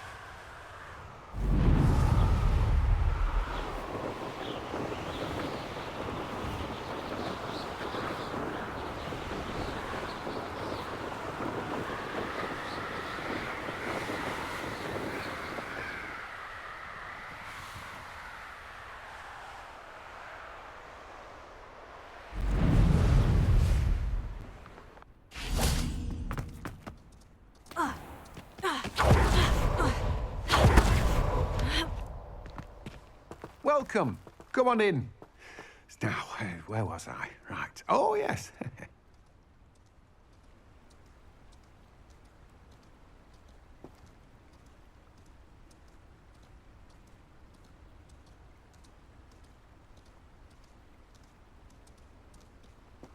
Let me guess. You're after something fresh.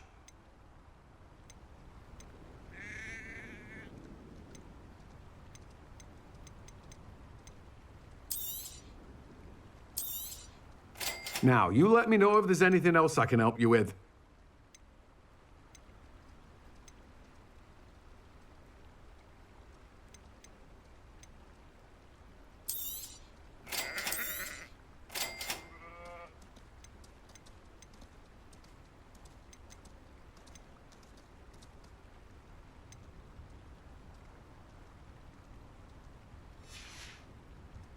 No one can say I don't keep it stacked.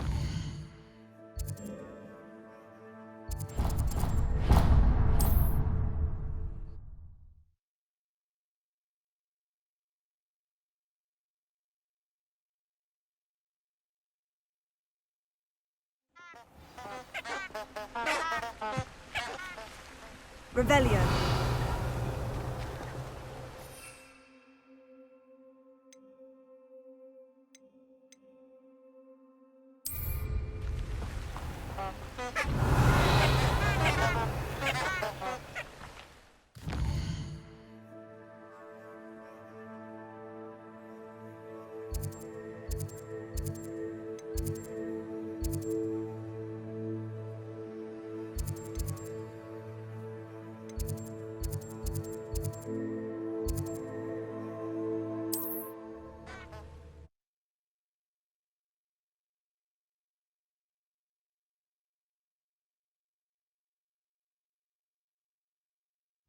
It's like a place right out of a storybook.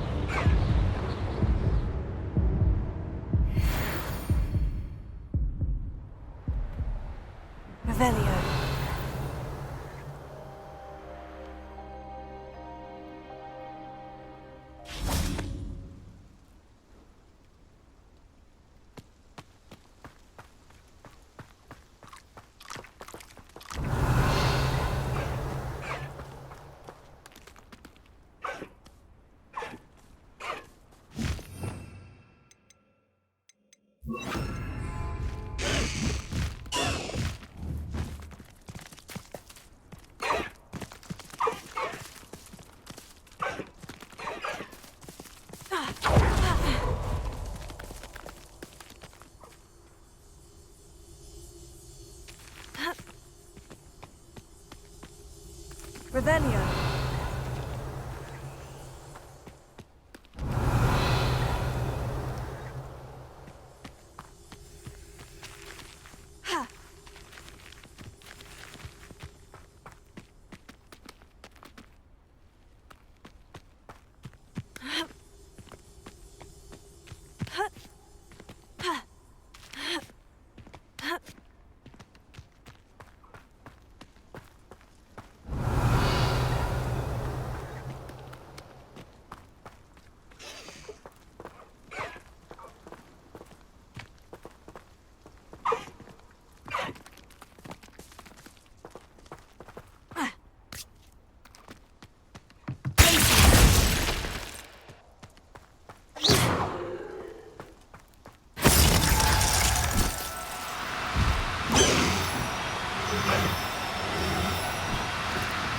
No need to be difficult. I mean you no harm.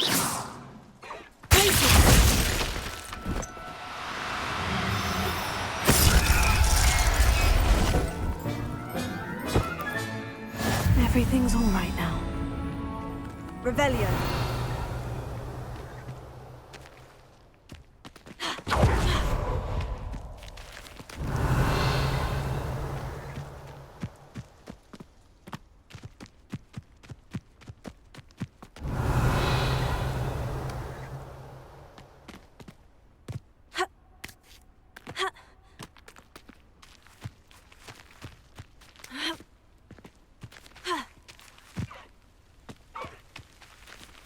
Revelio.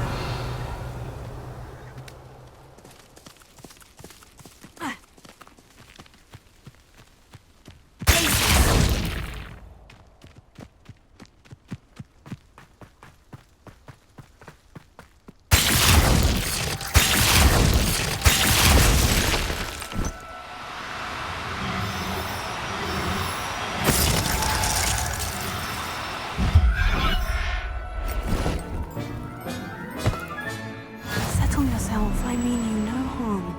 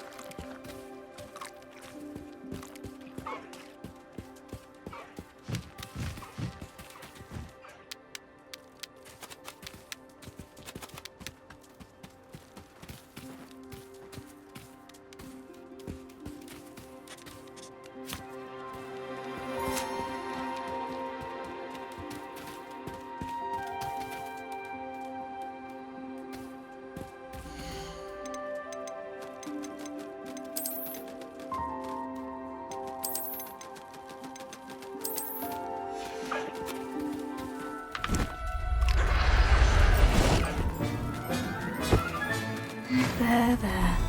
I'm not going to hurt you.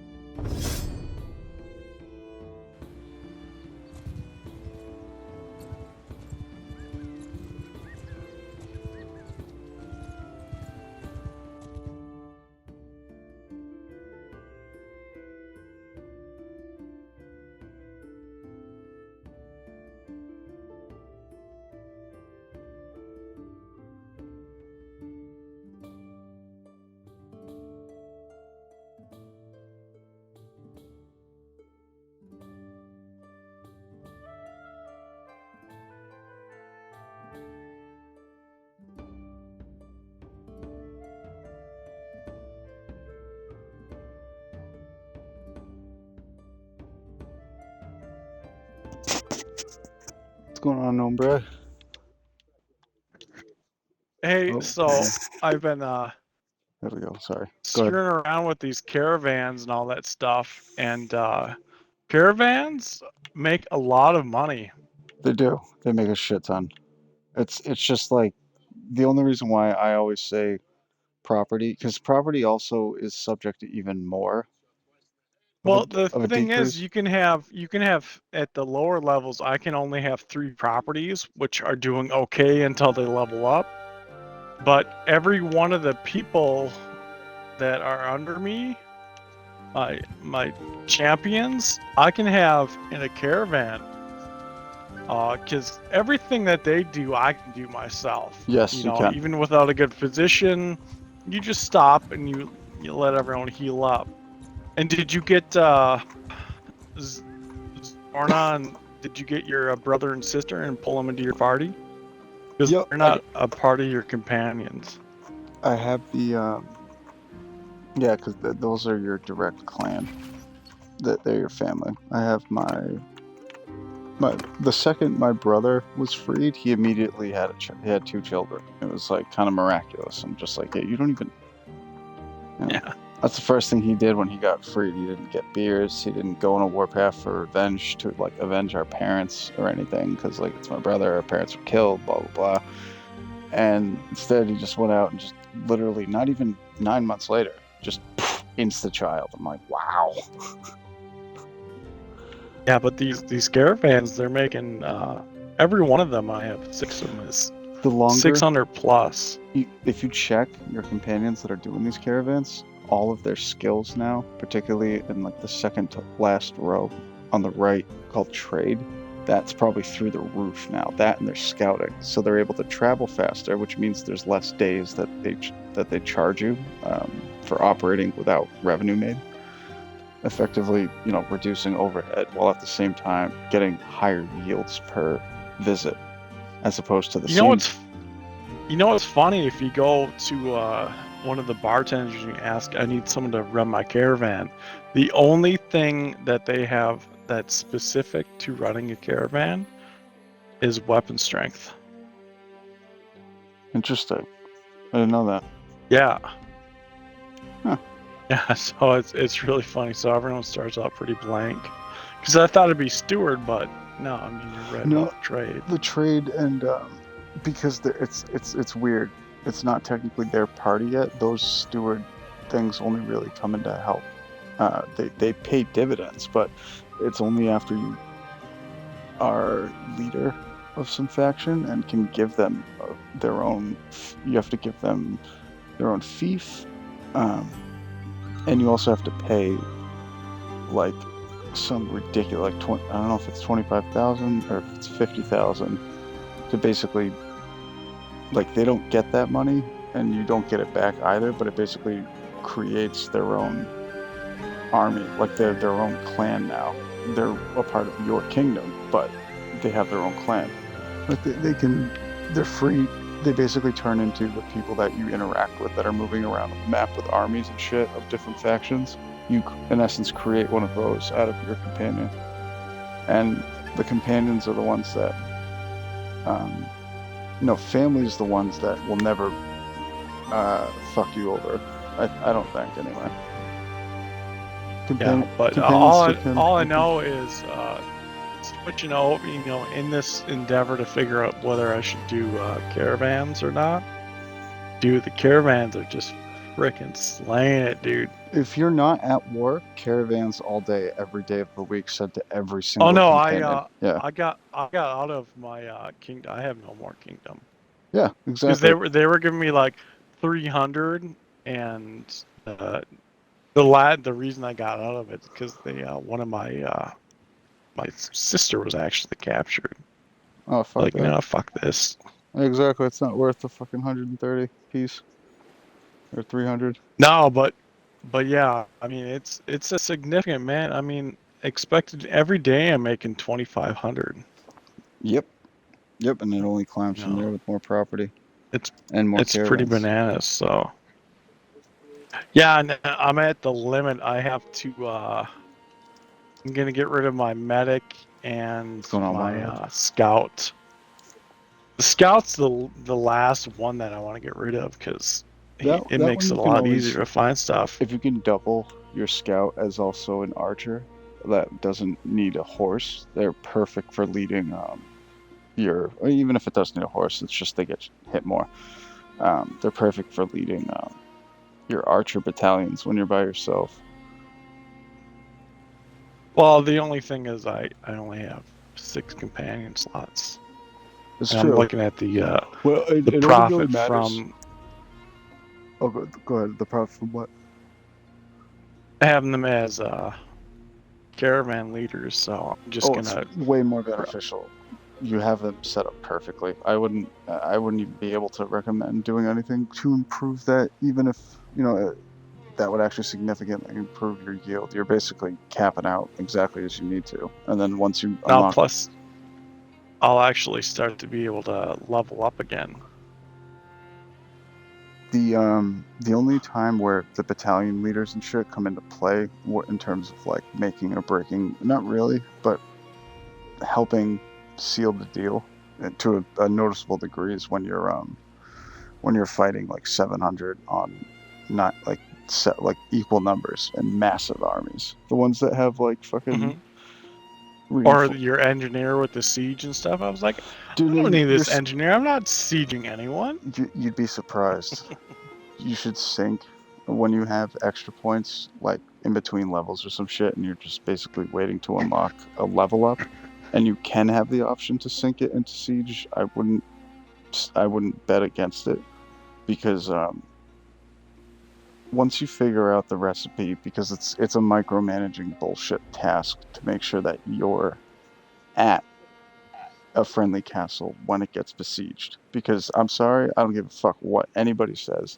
The best thing about this game, the absolute pinnacle of amazingness, is defending. I don't give a fuck what anyone else says. They made it even better in this one. You can actually put down siege shits if you own the bitch. I'm getting ahead of myself. I've a couple streams. I'll have to go dig them out so I do need to make highlights out of those, where 400 stood against 1100 and we fucking won. They fell upon just nothing but death. In those 2 games, I maxed out my fucking crossbow, my fucking bow skill, and my siege skill, all just using the ballista, fucking throwing it through people, dude. It is so fucking gorgeous, man. Let them come. Oh, the only bitch is to fucking understand the ratio of the armies. Are they going to attack your base that you're in, or are you just sitting there wasting time? It's basically the game that you are always playing. And what I've found is... Oh, go ahead. Well, again, I still don't have bases, so that's why it seems worthwhile to have I'm everyone pushed. Yeah, I'm honestly getting like way fucking ahead of myself anyway, dude. You're on perfect par. Not perfect. You're like fucking eagle for the course, homie. You're golden. At this rate, man. It took a long time to It figure it does. out, but And it does cost a lot, especially in the beginning. But like I said, dude, like every mistake that you make can be immediately, or not immediately, but eventually or inevitably rectified and learned from. And it's honestly kind of critical that you make those mistakes, because otherwise, once the empire gets sprawling, you're going to be busy trying to teach yourself that shit then, which is not the best time. Because now you can afford to make mistakes, not when you have a shit ton of fiefdoms and a bunch of fucking enemies ready to fucking bomb rush your shit. I have the dragon banner complete. I'm just waiting because I want to do it by myself, but I have to get to clan tier 4, and I have to have a settlement. I don't know how to get a settlement, so. Oh, I think Wild, you talking about the dragon banner thing, or the just the like sprawling? Yeah. No, the dragon banner. Yeah, because one is for the empire and one's for everyone else. But I was like, I'm just gonna be independent. Yeah. Honestly, it's I'm still trying to work it out. down to a science, but because I haven't yet created a empire yet. So you and I are on the same plane of dealing with that shit. It's funny, there was an achievement on the first game of being a woman and becoming like the queen of Calderia by essentially like either conquering everything or basically making everyone vote for you as like the head honcho leader. I forgot what the name of it was, but it's actually kind of a bitch to do because typically you can like marry into royalty as a dude. You could just offer a bunch of fucking dinars or whatever the currency is and some, you know, some high level gear and resources, and they'll say, "Oh yeah, sure." Like if you ever ask them, we should solidify our relationship through marriage, they're like always like, "Yeah, sure, dude. You can immediately marry into the fam. Like no problem. Just give me some fucking goats. We'll call it a fucking day." You know what I'm saying? It's kind of, you know, is it indicative of an accurate representation? I wouldn't bet against it, but you know, playing as a chick, that's one thing I'm gonna try and do, because I'm pretty sure you can make characters different genders, just like you could in the first game, and that would be the only other way I could imagine making this game any harder. Well, yeah. See, I can marry and use that to my benefit. But like it's a if you two-way find street. any of the lords and stuff like that, you can always marry to benefit, and then you can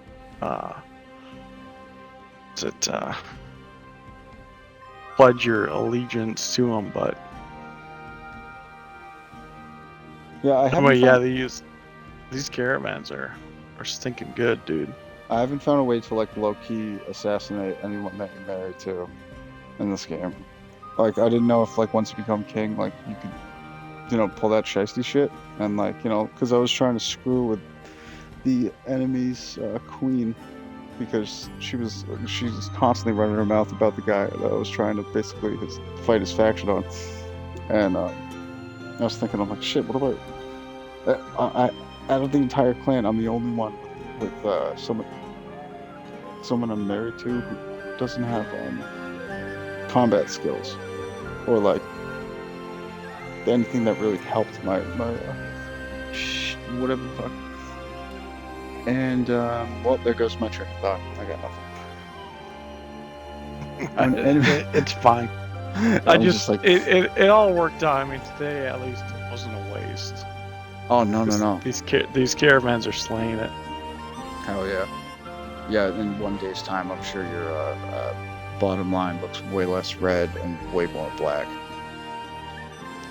Well, I get 2,400 a day from my caravans. That's the fucking, and it's only gonna get better from there too. No, it's good on you for figuring that shit out, dude. Especially early on. The only thing I'm not gonna get rid of my scout. Just remember, because my personal scouting skills are so shitty. Oh no! And that's the other they thing. Move you along super fast. Yeah, but like, I mean, if you want your skills to grow, I mean, it makes sense not to have the scout and just in the beginning just keep running around as a scout yourself. Otherwise, it'll never grow, right? Say that one more time. Well, if I have a scout, I'm not learning scouting. That was one thing I was also wondering about. I don't know if you're not. I know 100%. But you're yeah, not learning scouting. I just haven't tested it, so I can't say like, oh, 100%. I can guarantee. I can say 100%. I'm not learning scouting. And it makes sense. Scout. That makes sense. sense. So it just, why not get rid of the scout and then, you know, I mean, you can still see stuff. You just gotta, you know, track it a little bit more actively. Yes. No, you totally do. And it happens quick as long as you have a few in cunning, I think, or maybe it's control. But if that scout could be making me $800 a day, I'd take that crap. Of course, it all adds up, man. All adds up. One, not to dictate play style, but if and when you do get a fiefdom, it might also be a wise move. You'll see it too. Use family. Because sometimes if you use companions and they dip, they might immediately fucking take the fiefdom that they're in charge of with them. Like you can install them as governors, like just like you can set them up as caravans. So I would imagine if you already made this much headway into the financial infrastructure, then I'm gonna imagine just as much progress, Jen. You're gonna be fucking loving this game in a few hours, dude.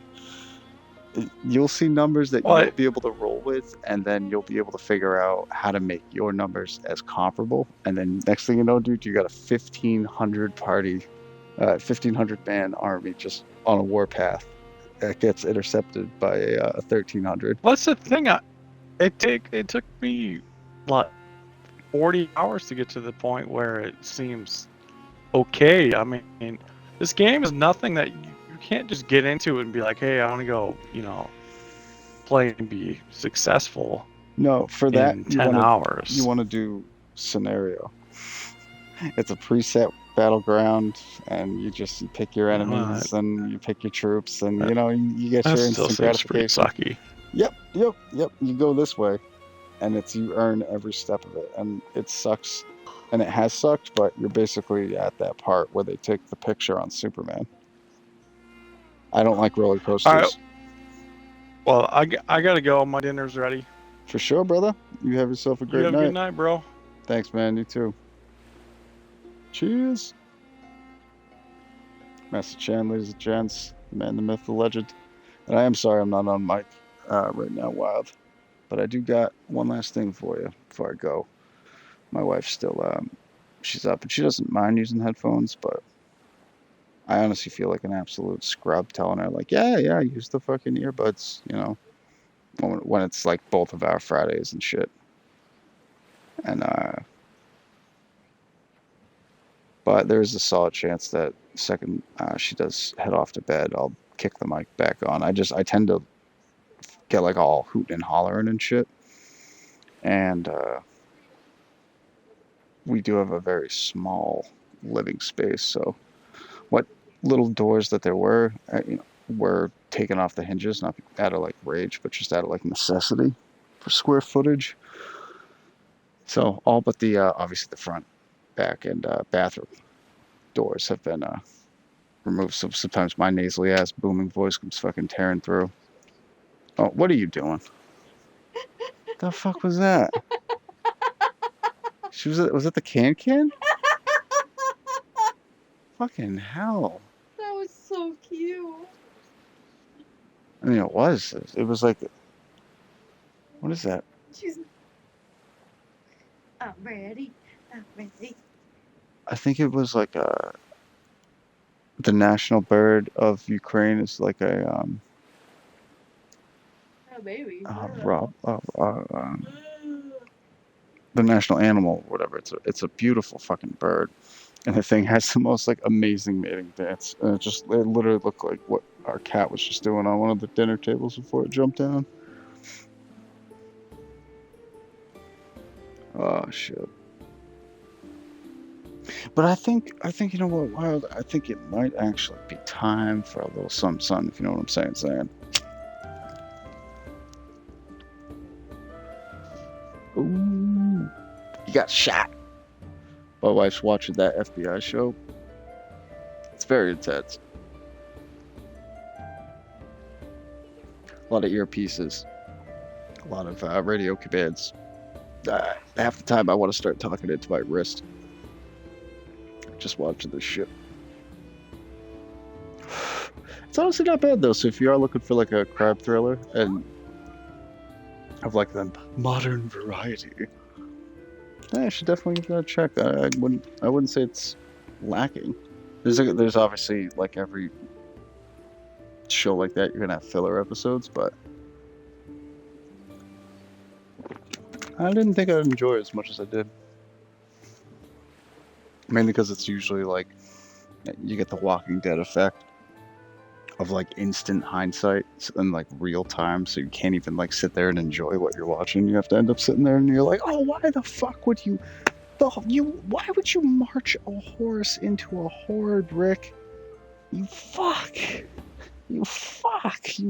Oh, it's dying. Oh, you son of a bitch.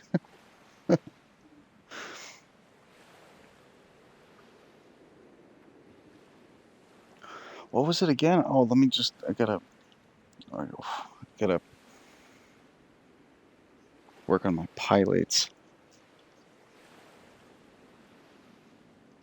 My spin class instructor said, some additional pilates may benefit my understanding of.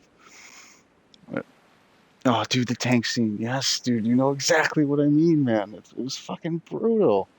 Like, you already saw zombies, okay? You were at Homeboy's house, like you were at the, like met his son, like the whole thing with his wife. Oh, Morgan, you troubled soul. He had so much beef coming too. Oh, and like you've seen walkers, you know what I mean? You've seen what they do. You even found the old one that was like the first one you saw who took your zombie virginity and were like, "Oh, I feel for you, and I'm so sorry what had happened." And like, said some cute words and shit to this thing that was still trying to eat him. And it was like this cute moment and shit. So like he knows, you know what I mean? And like the motherfucker had the only intelligent means of transport, like longevity wise.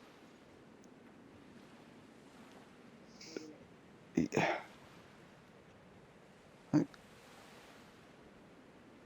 did he not have comic books in his world? I mean, I realize it's about a comic book, but I mean, did the comic book world not have comic books? That would have been a little like, is it counterintuitive? No, oxymoronic. That's not. I don't even think that might be.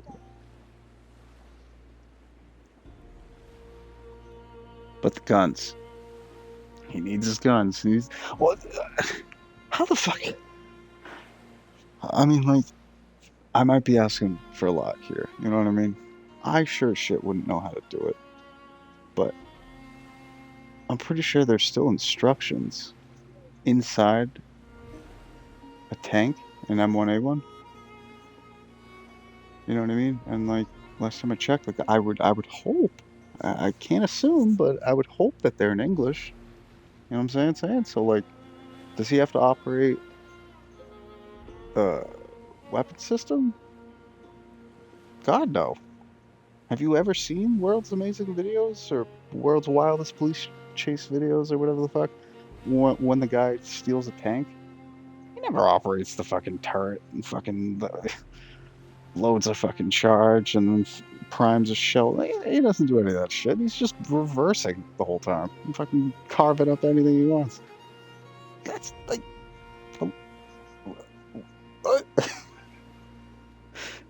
Like, all you would have to really do is just fucking make a couple passes. I mean, granted, you'd have to fill up like midway, which would be a little dicey, but I mean, that thing was it was right there, and it didn't even look like it was like out of commission.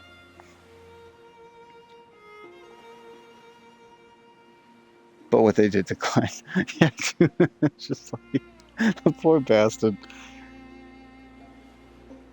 Like, oh man, honestly.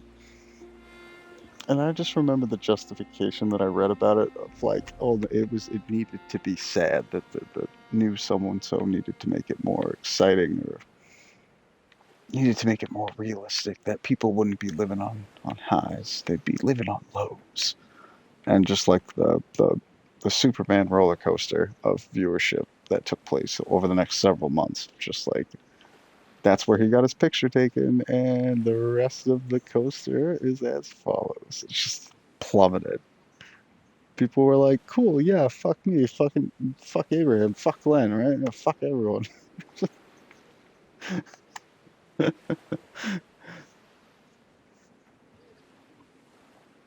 So how did they turn instead of just decomposing?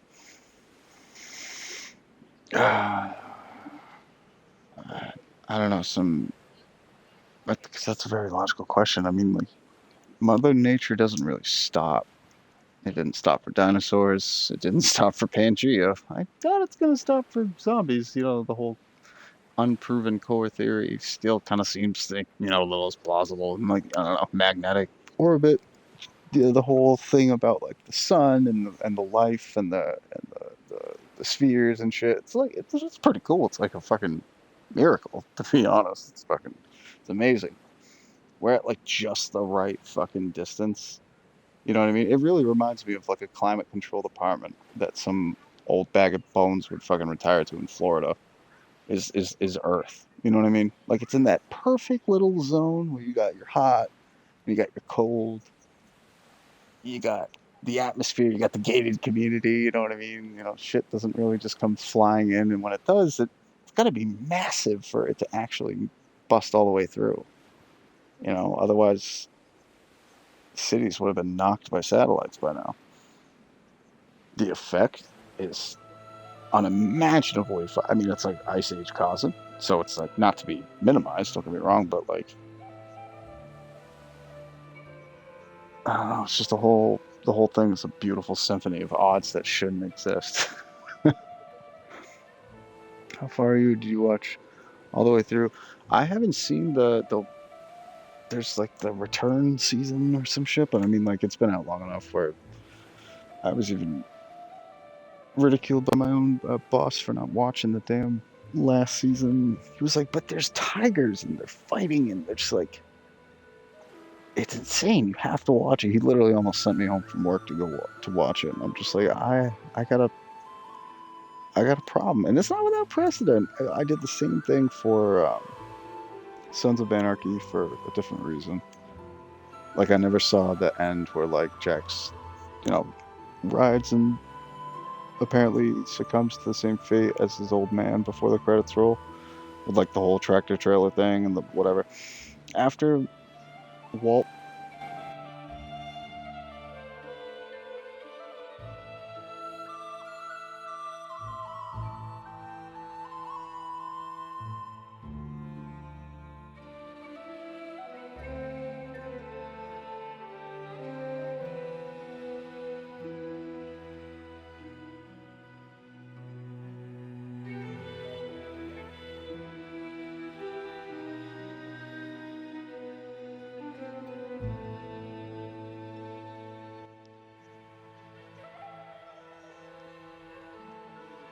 Oh, there we go. Sorry.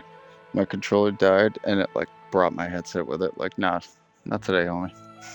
Do you want to finish that sentence? I don't think so.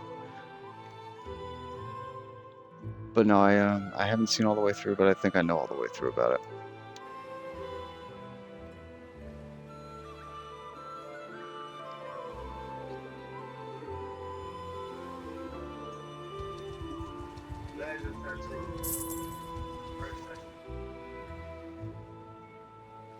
Pimp to pimp.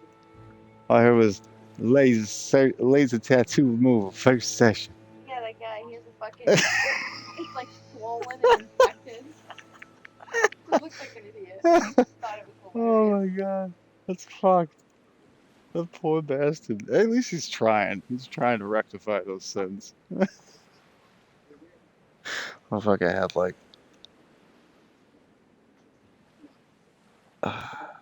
remember the Say No More fam for like the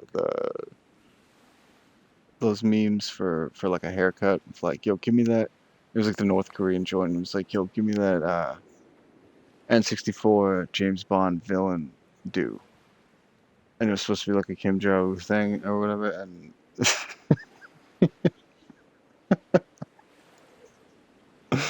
oh, that shit had me dying. But he basically had one of those hairdos on like his forehead for a face tattoo, and it's just like, ah, damn. Where the fuck are we going? Oh, but shit, yeah. I was just like delaying the nevs, man. I'm pretty sure you asked me what it was again. I'm pretty sure it's that motherfucker. Rip Van Winkle-time. Babe. What is that? It's the little beads in a beanbag chair. No, the cat. The cat is attached. The cat's playing it. The cat knocked it over. Oh, it's covered in it. Dude, I honestly thought it was like an ocelot or whatever the fuck. Yeah, it's covered in it. There's a bunch of them. You see? Yeah, look at this fat fuck. She's fucking, this lard ass is all jealous. Like, oh, look at all this fun that they get to experience. Pretty funny, huh? There's the one who we saved of playing those? Well, the only thing we really did was facilitate the medication, but the one who had FIP, she's like watching the phone of these two cats playing around and packing peanuts. She's like all judgy and shit. Like that's what you don't provide me with. So, Eddie, what have you done for me lately?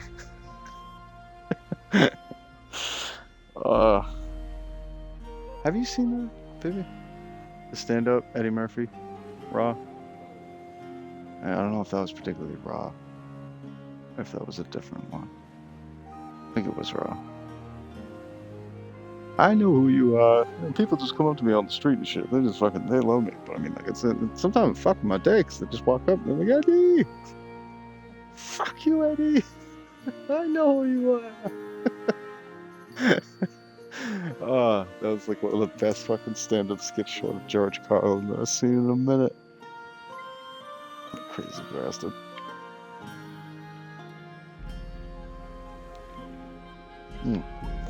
What the fuck are we doing? I'm just standing here. My fucking poor dude, my bearded bald man, has just been sitting outside the gate like, can we do something? Please? Sorry. I got stuck on the old babbling bullshit. Seems to be a recurring theme.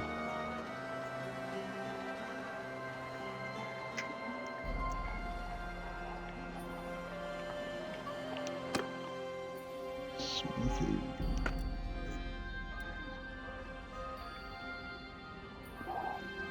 Hell yeah.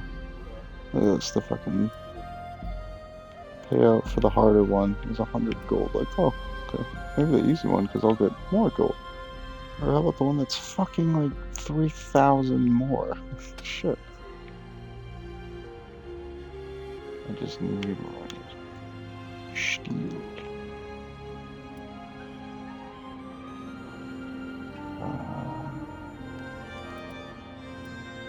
Forge this yet? I can't even make steel. I'm bum ass. I'm steelless. How about maybe we can snack some?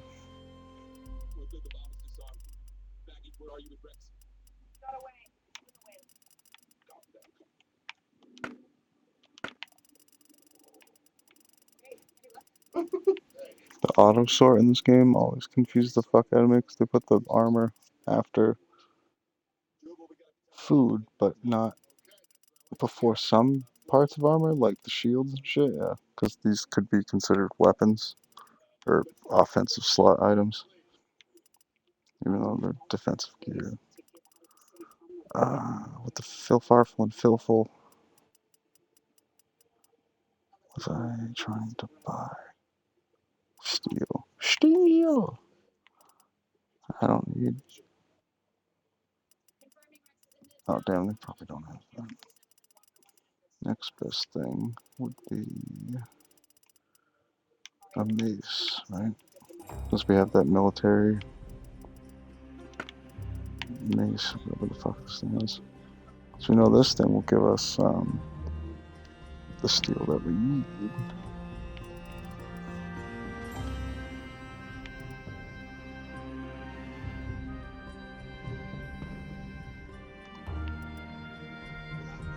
I guess that's exactly what we're looking for. Damn, I just wish there was one that was cheaper, but there's not. Oh well.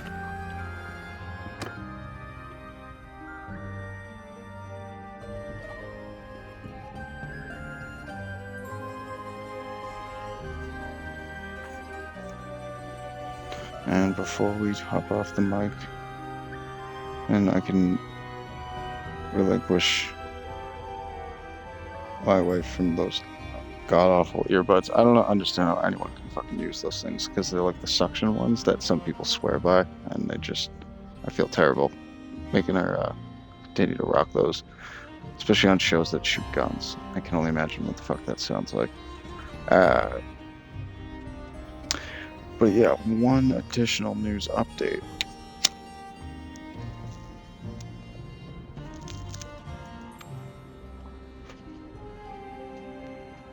There was the purple stuff, the green stuff, the blue stuff.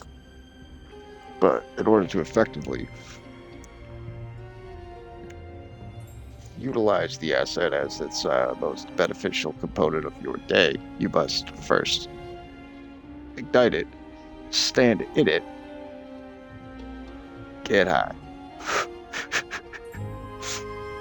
It was always, whenever we put down the kill streak rewards, the crates, it was always purple smoke for the supply crates, this supply drops in Black Ops 2, I believe. And whenever my buddy Duke would get a kill streak, I always knew he got exactly a supply drop or whatever, because he'd be like, yeah. I'm like, oh, what the hell's going on? You alright over there? You need help? He's like, nah, dude, I'm just fucking standing in that purple smoking real hot. I'm like, oh well, alright.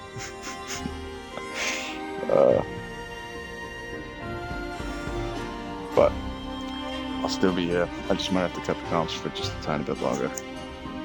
Cheers!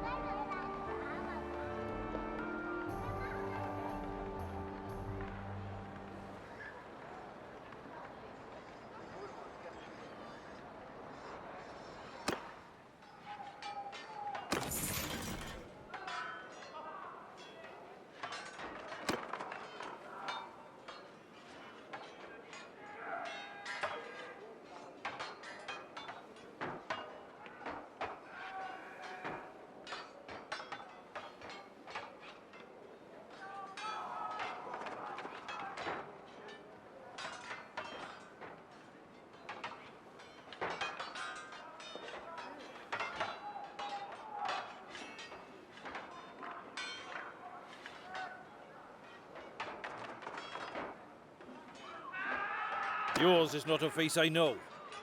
What is your name, stranger?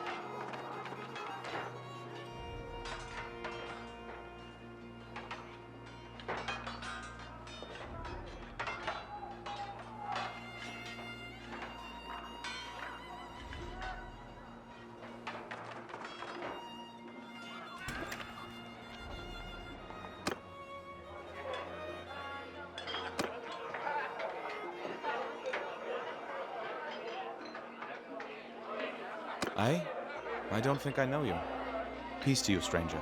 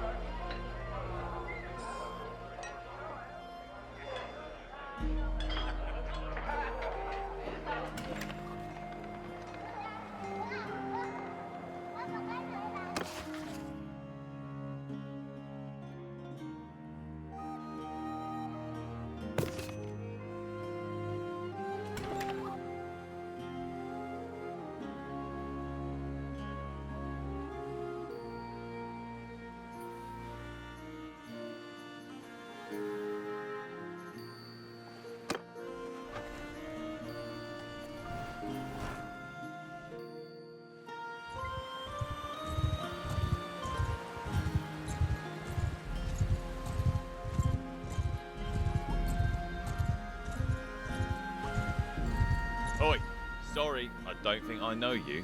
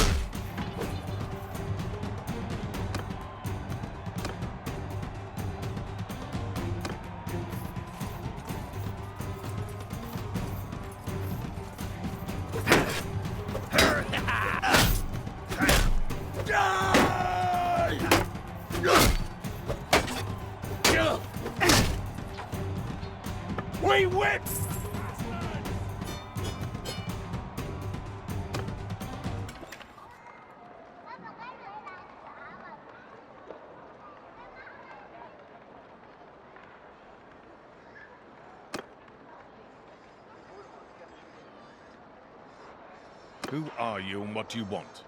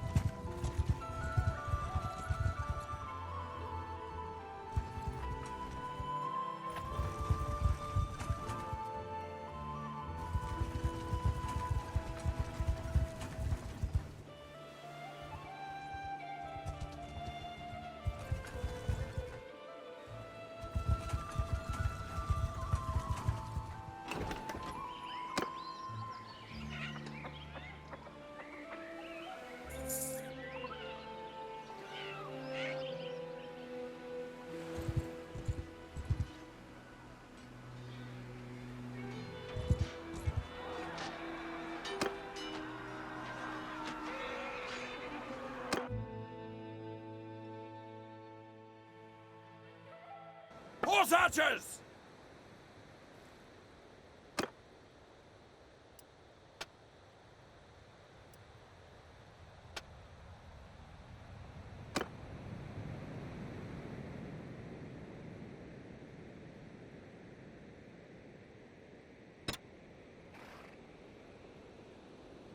Horse bowmen!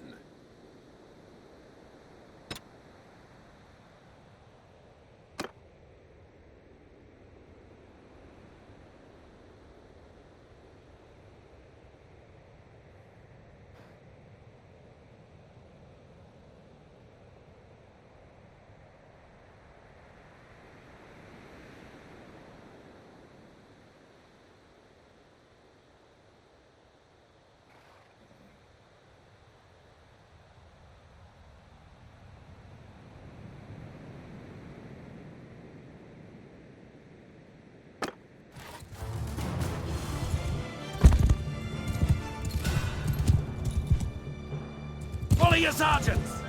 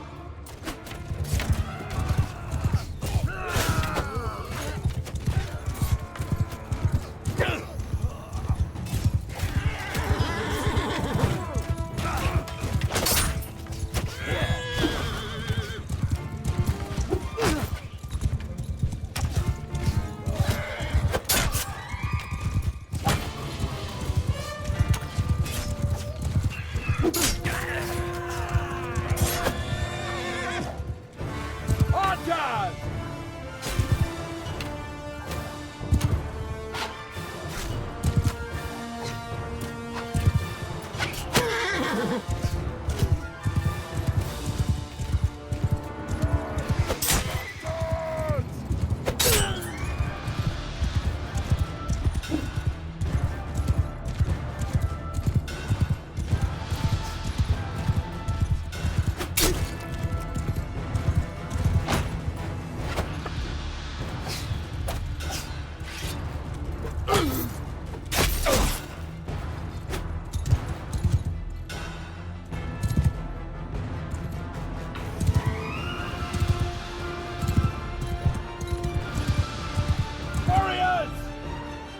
I'm in command!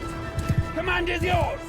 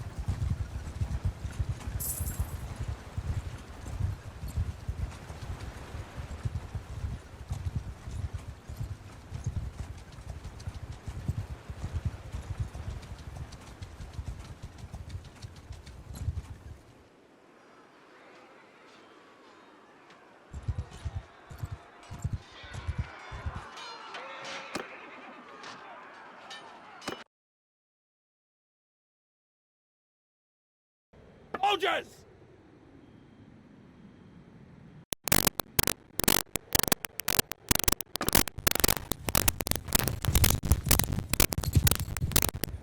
Follow your sergeants!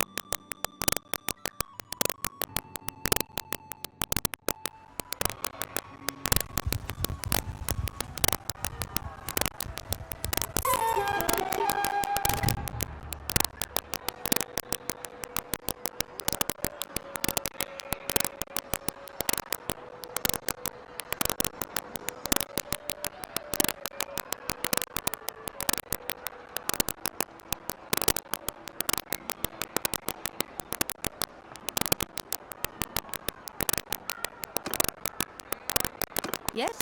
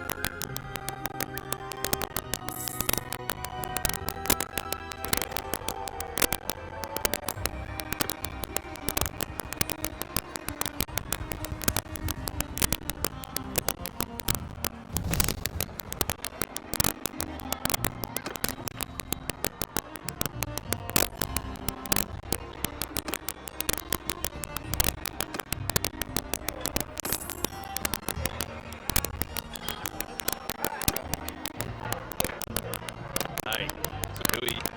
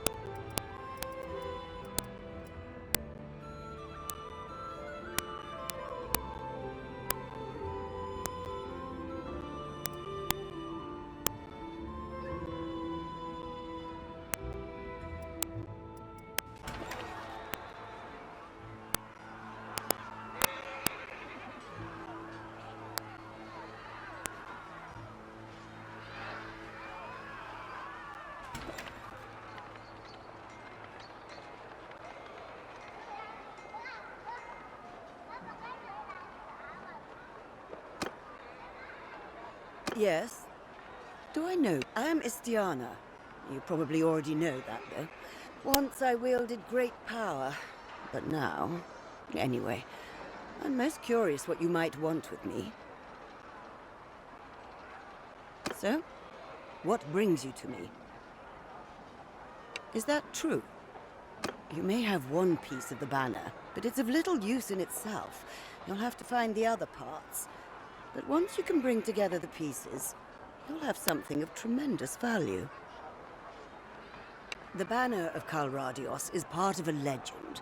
They say it was carried by Calradios the Great as he led his small band of exiles into this land to make a new home for themselves. They say that so long as it is carried by a true son of Calradios, he shall never be defeated in battle. Or a daughter, I imagine, although that has never come up. Of course, our glorious armies have been defeated many times, but I guess those commanders and emperors were not true sons. Clever little legend. A child could see through it if she tried. But of course, people never try to see through the noble lies that bind us together. Thank heaven for that. A buyer? Think bigger than that.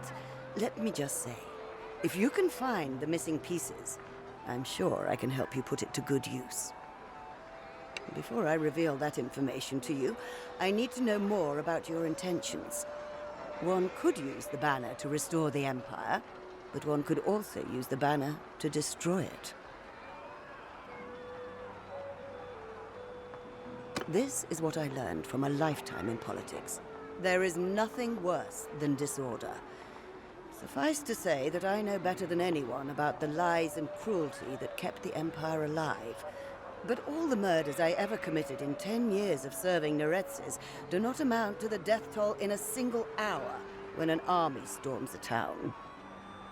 So, if you intend to use the banner to save the Empire, I'll tell you what I know. But if you want to go backward, not forward, then I will not help you. Then you can come back when you have made up your mind.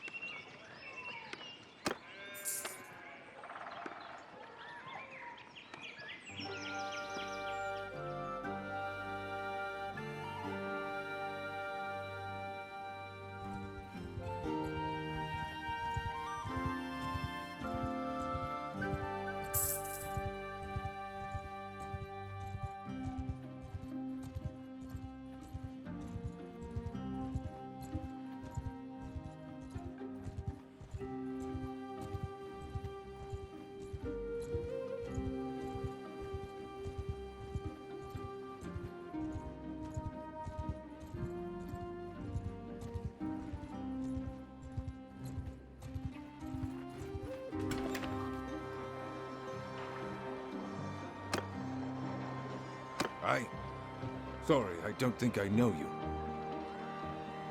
You probably are aware that I am Azagos. I'm not sure why you have sought me out, but know that my old life as an Imperial lapdog is over.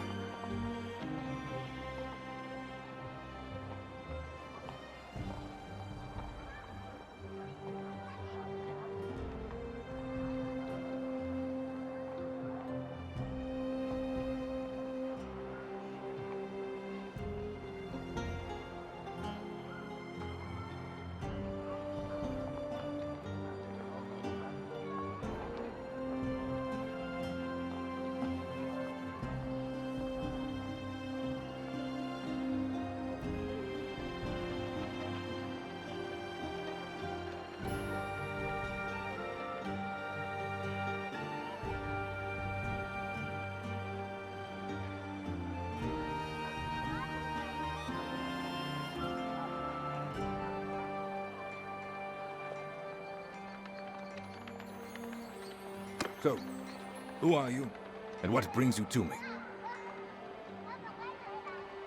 Is that true? Well, that is interesting. You may have one piece of the banner, but it's of little use in itself. You'll have to find the other parts.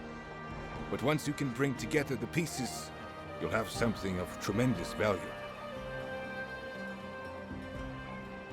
The banner of Karadios is part of a legend. It was said to be carried by Karadios the Great, who first led his people to this land to conquer and despoil. The legend says that no army led by a true son of Karadios shall be defeated in battle. Convenient legend, eh? Of course, the Kalradians have been defeated many times, but I guess those were not true sons. Still, you could say it represents the strength and endurance of this empire. Of iron. I can help you do far more than that.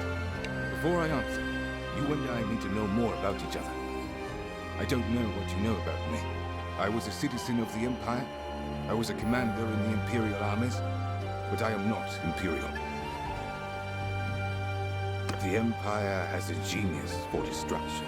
The destruction of languages, traditions, gods. It takes our fortresses, slaughters our men, and turns our children into its own children. I have vowed that this empire shall not survive this civil war if I can do anything to stop it. And believe me, if I had that banner, there is very much something I could do. Good. Then I will tell you what I know. I heard about one other piece. When you have recovered all pieces, return to me, and I'll help you put them to use.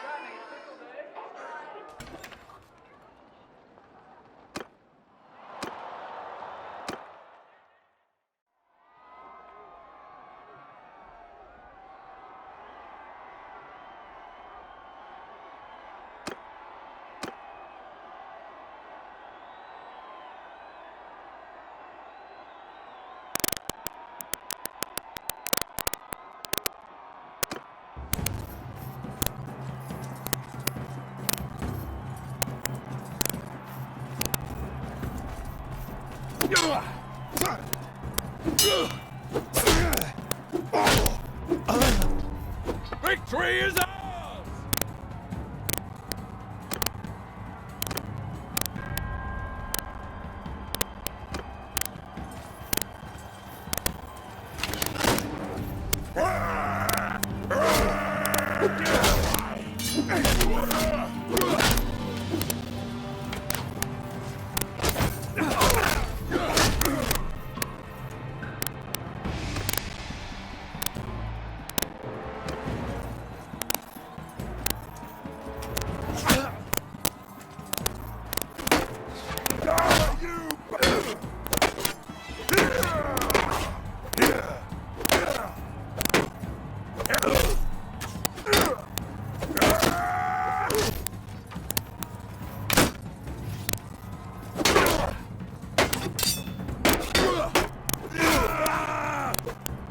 Heaven be praised!